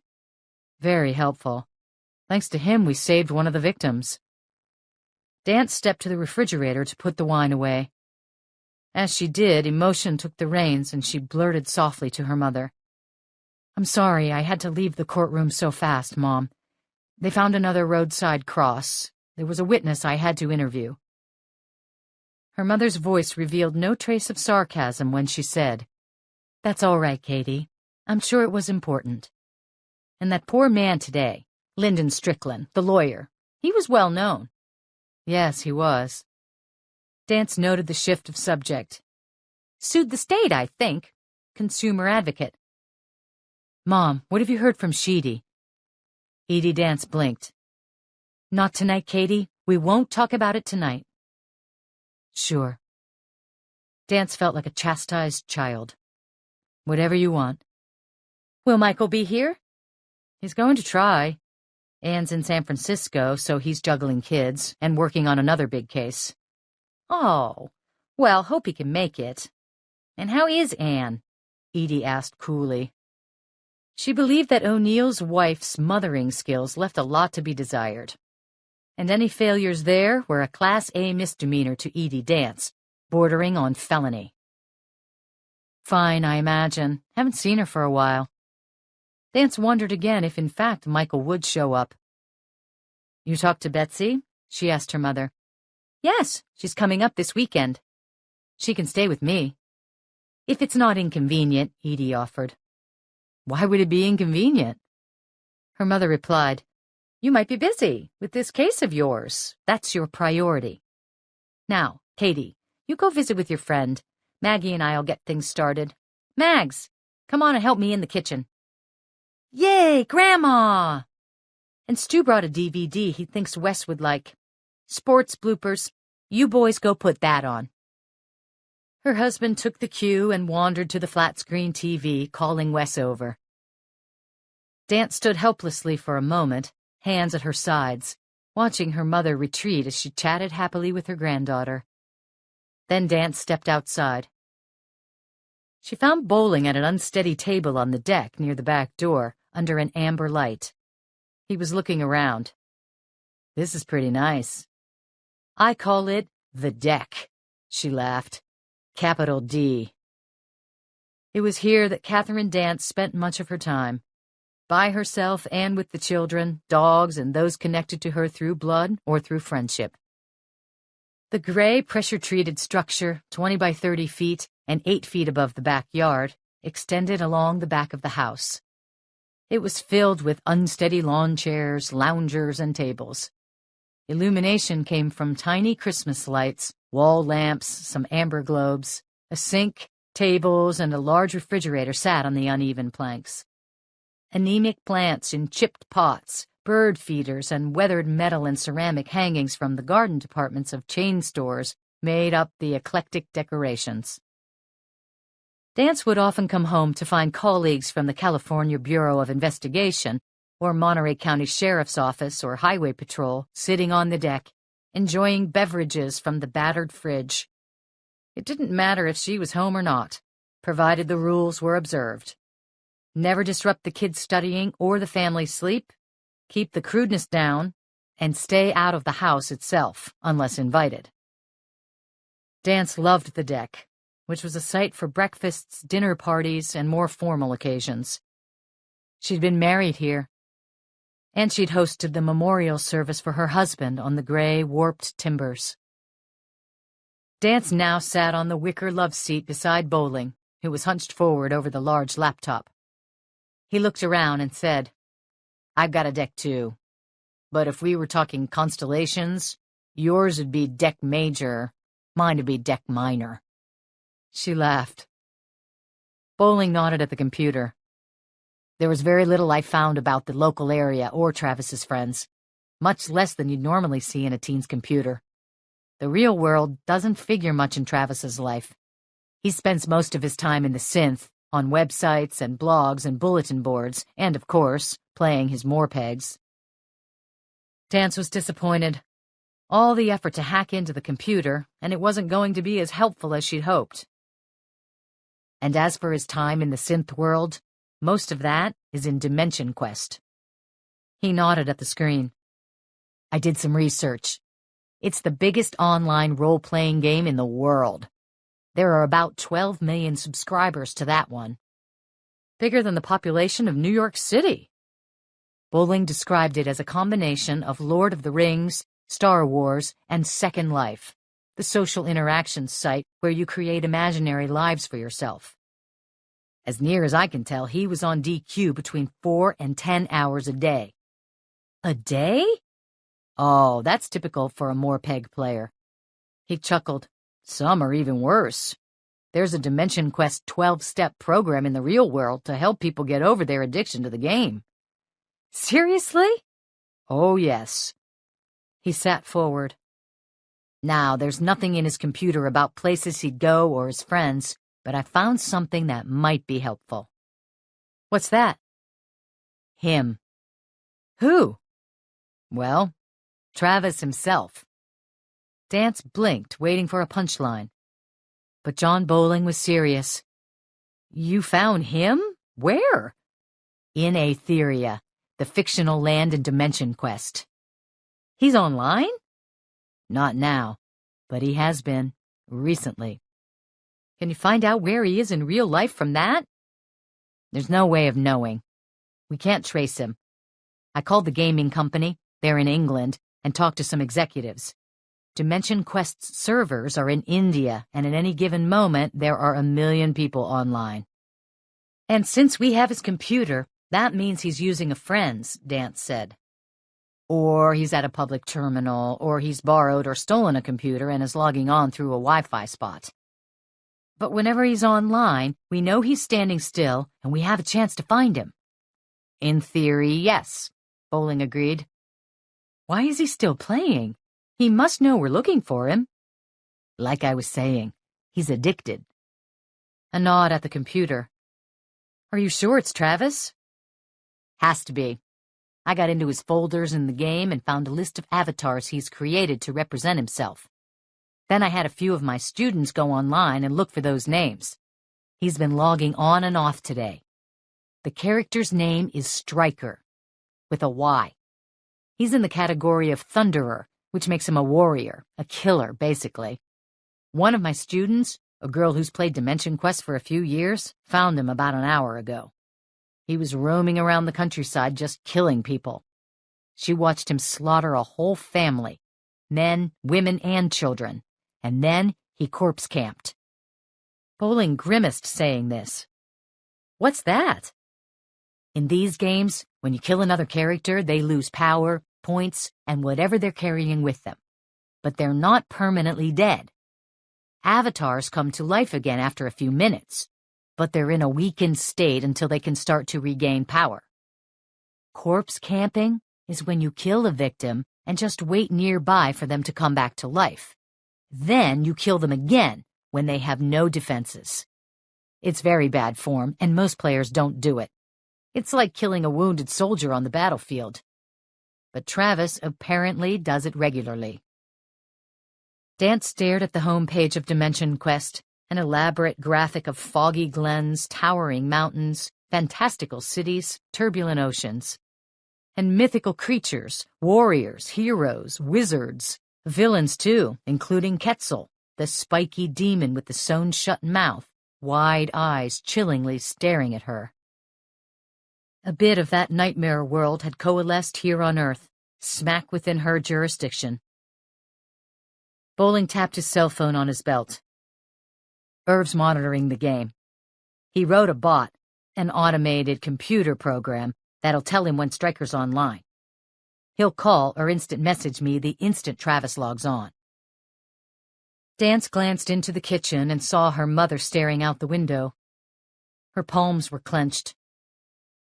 Now, what I was thinking, Bowling continued, tracing is out, But if we can find him online and watch him, maybe we can learn something about him, where he is, who he knows.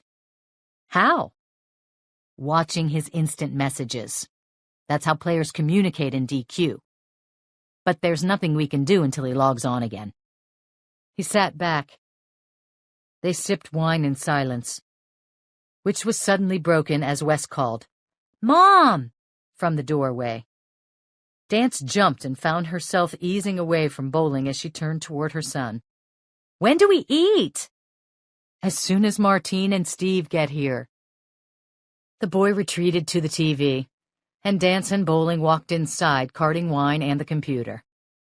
The professor replaced the unit in his bag and then snagged a bowl of pretzels from the island in the kitchen. He headed into the living room and offered the bowl to Wes and Stu. "Emergency rations to keep our strength up."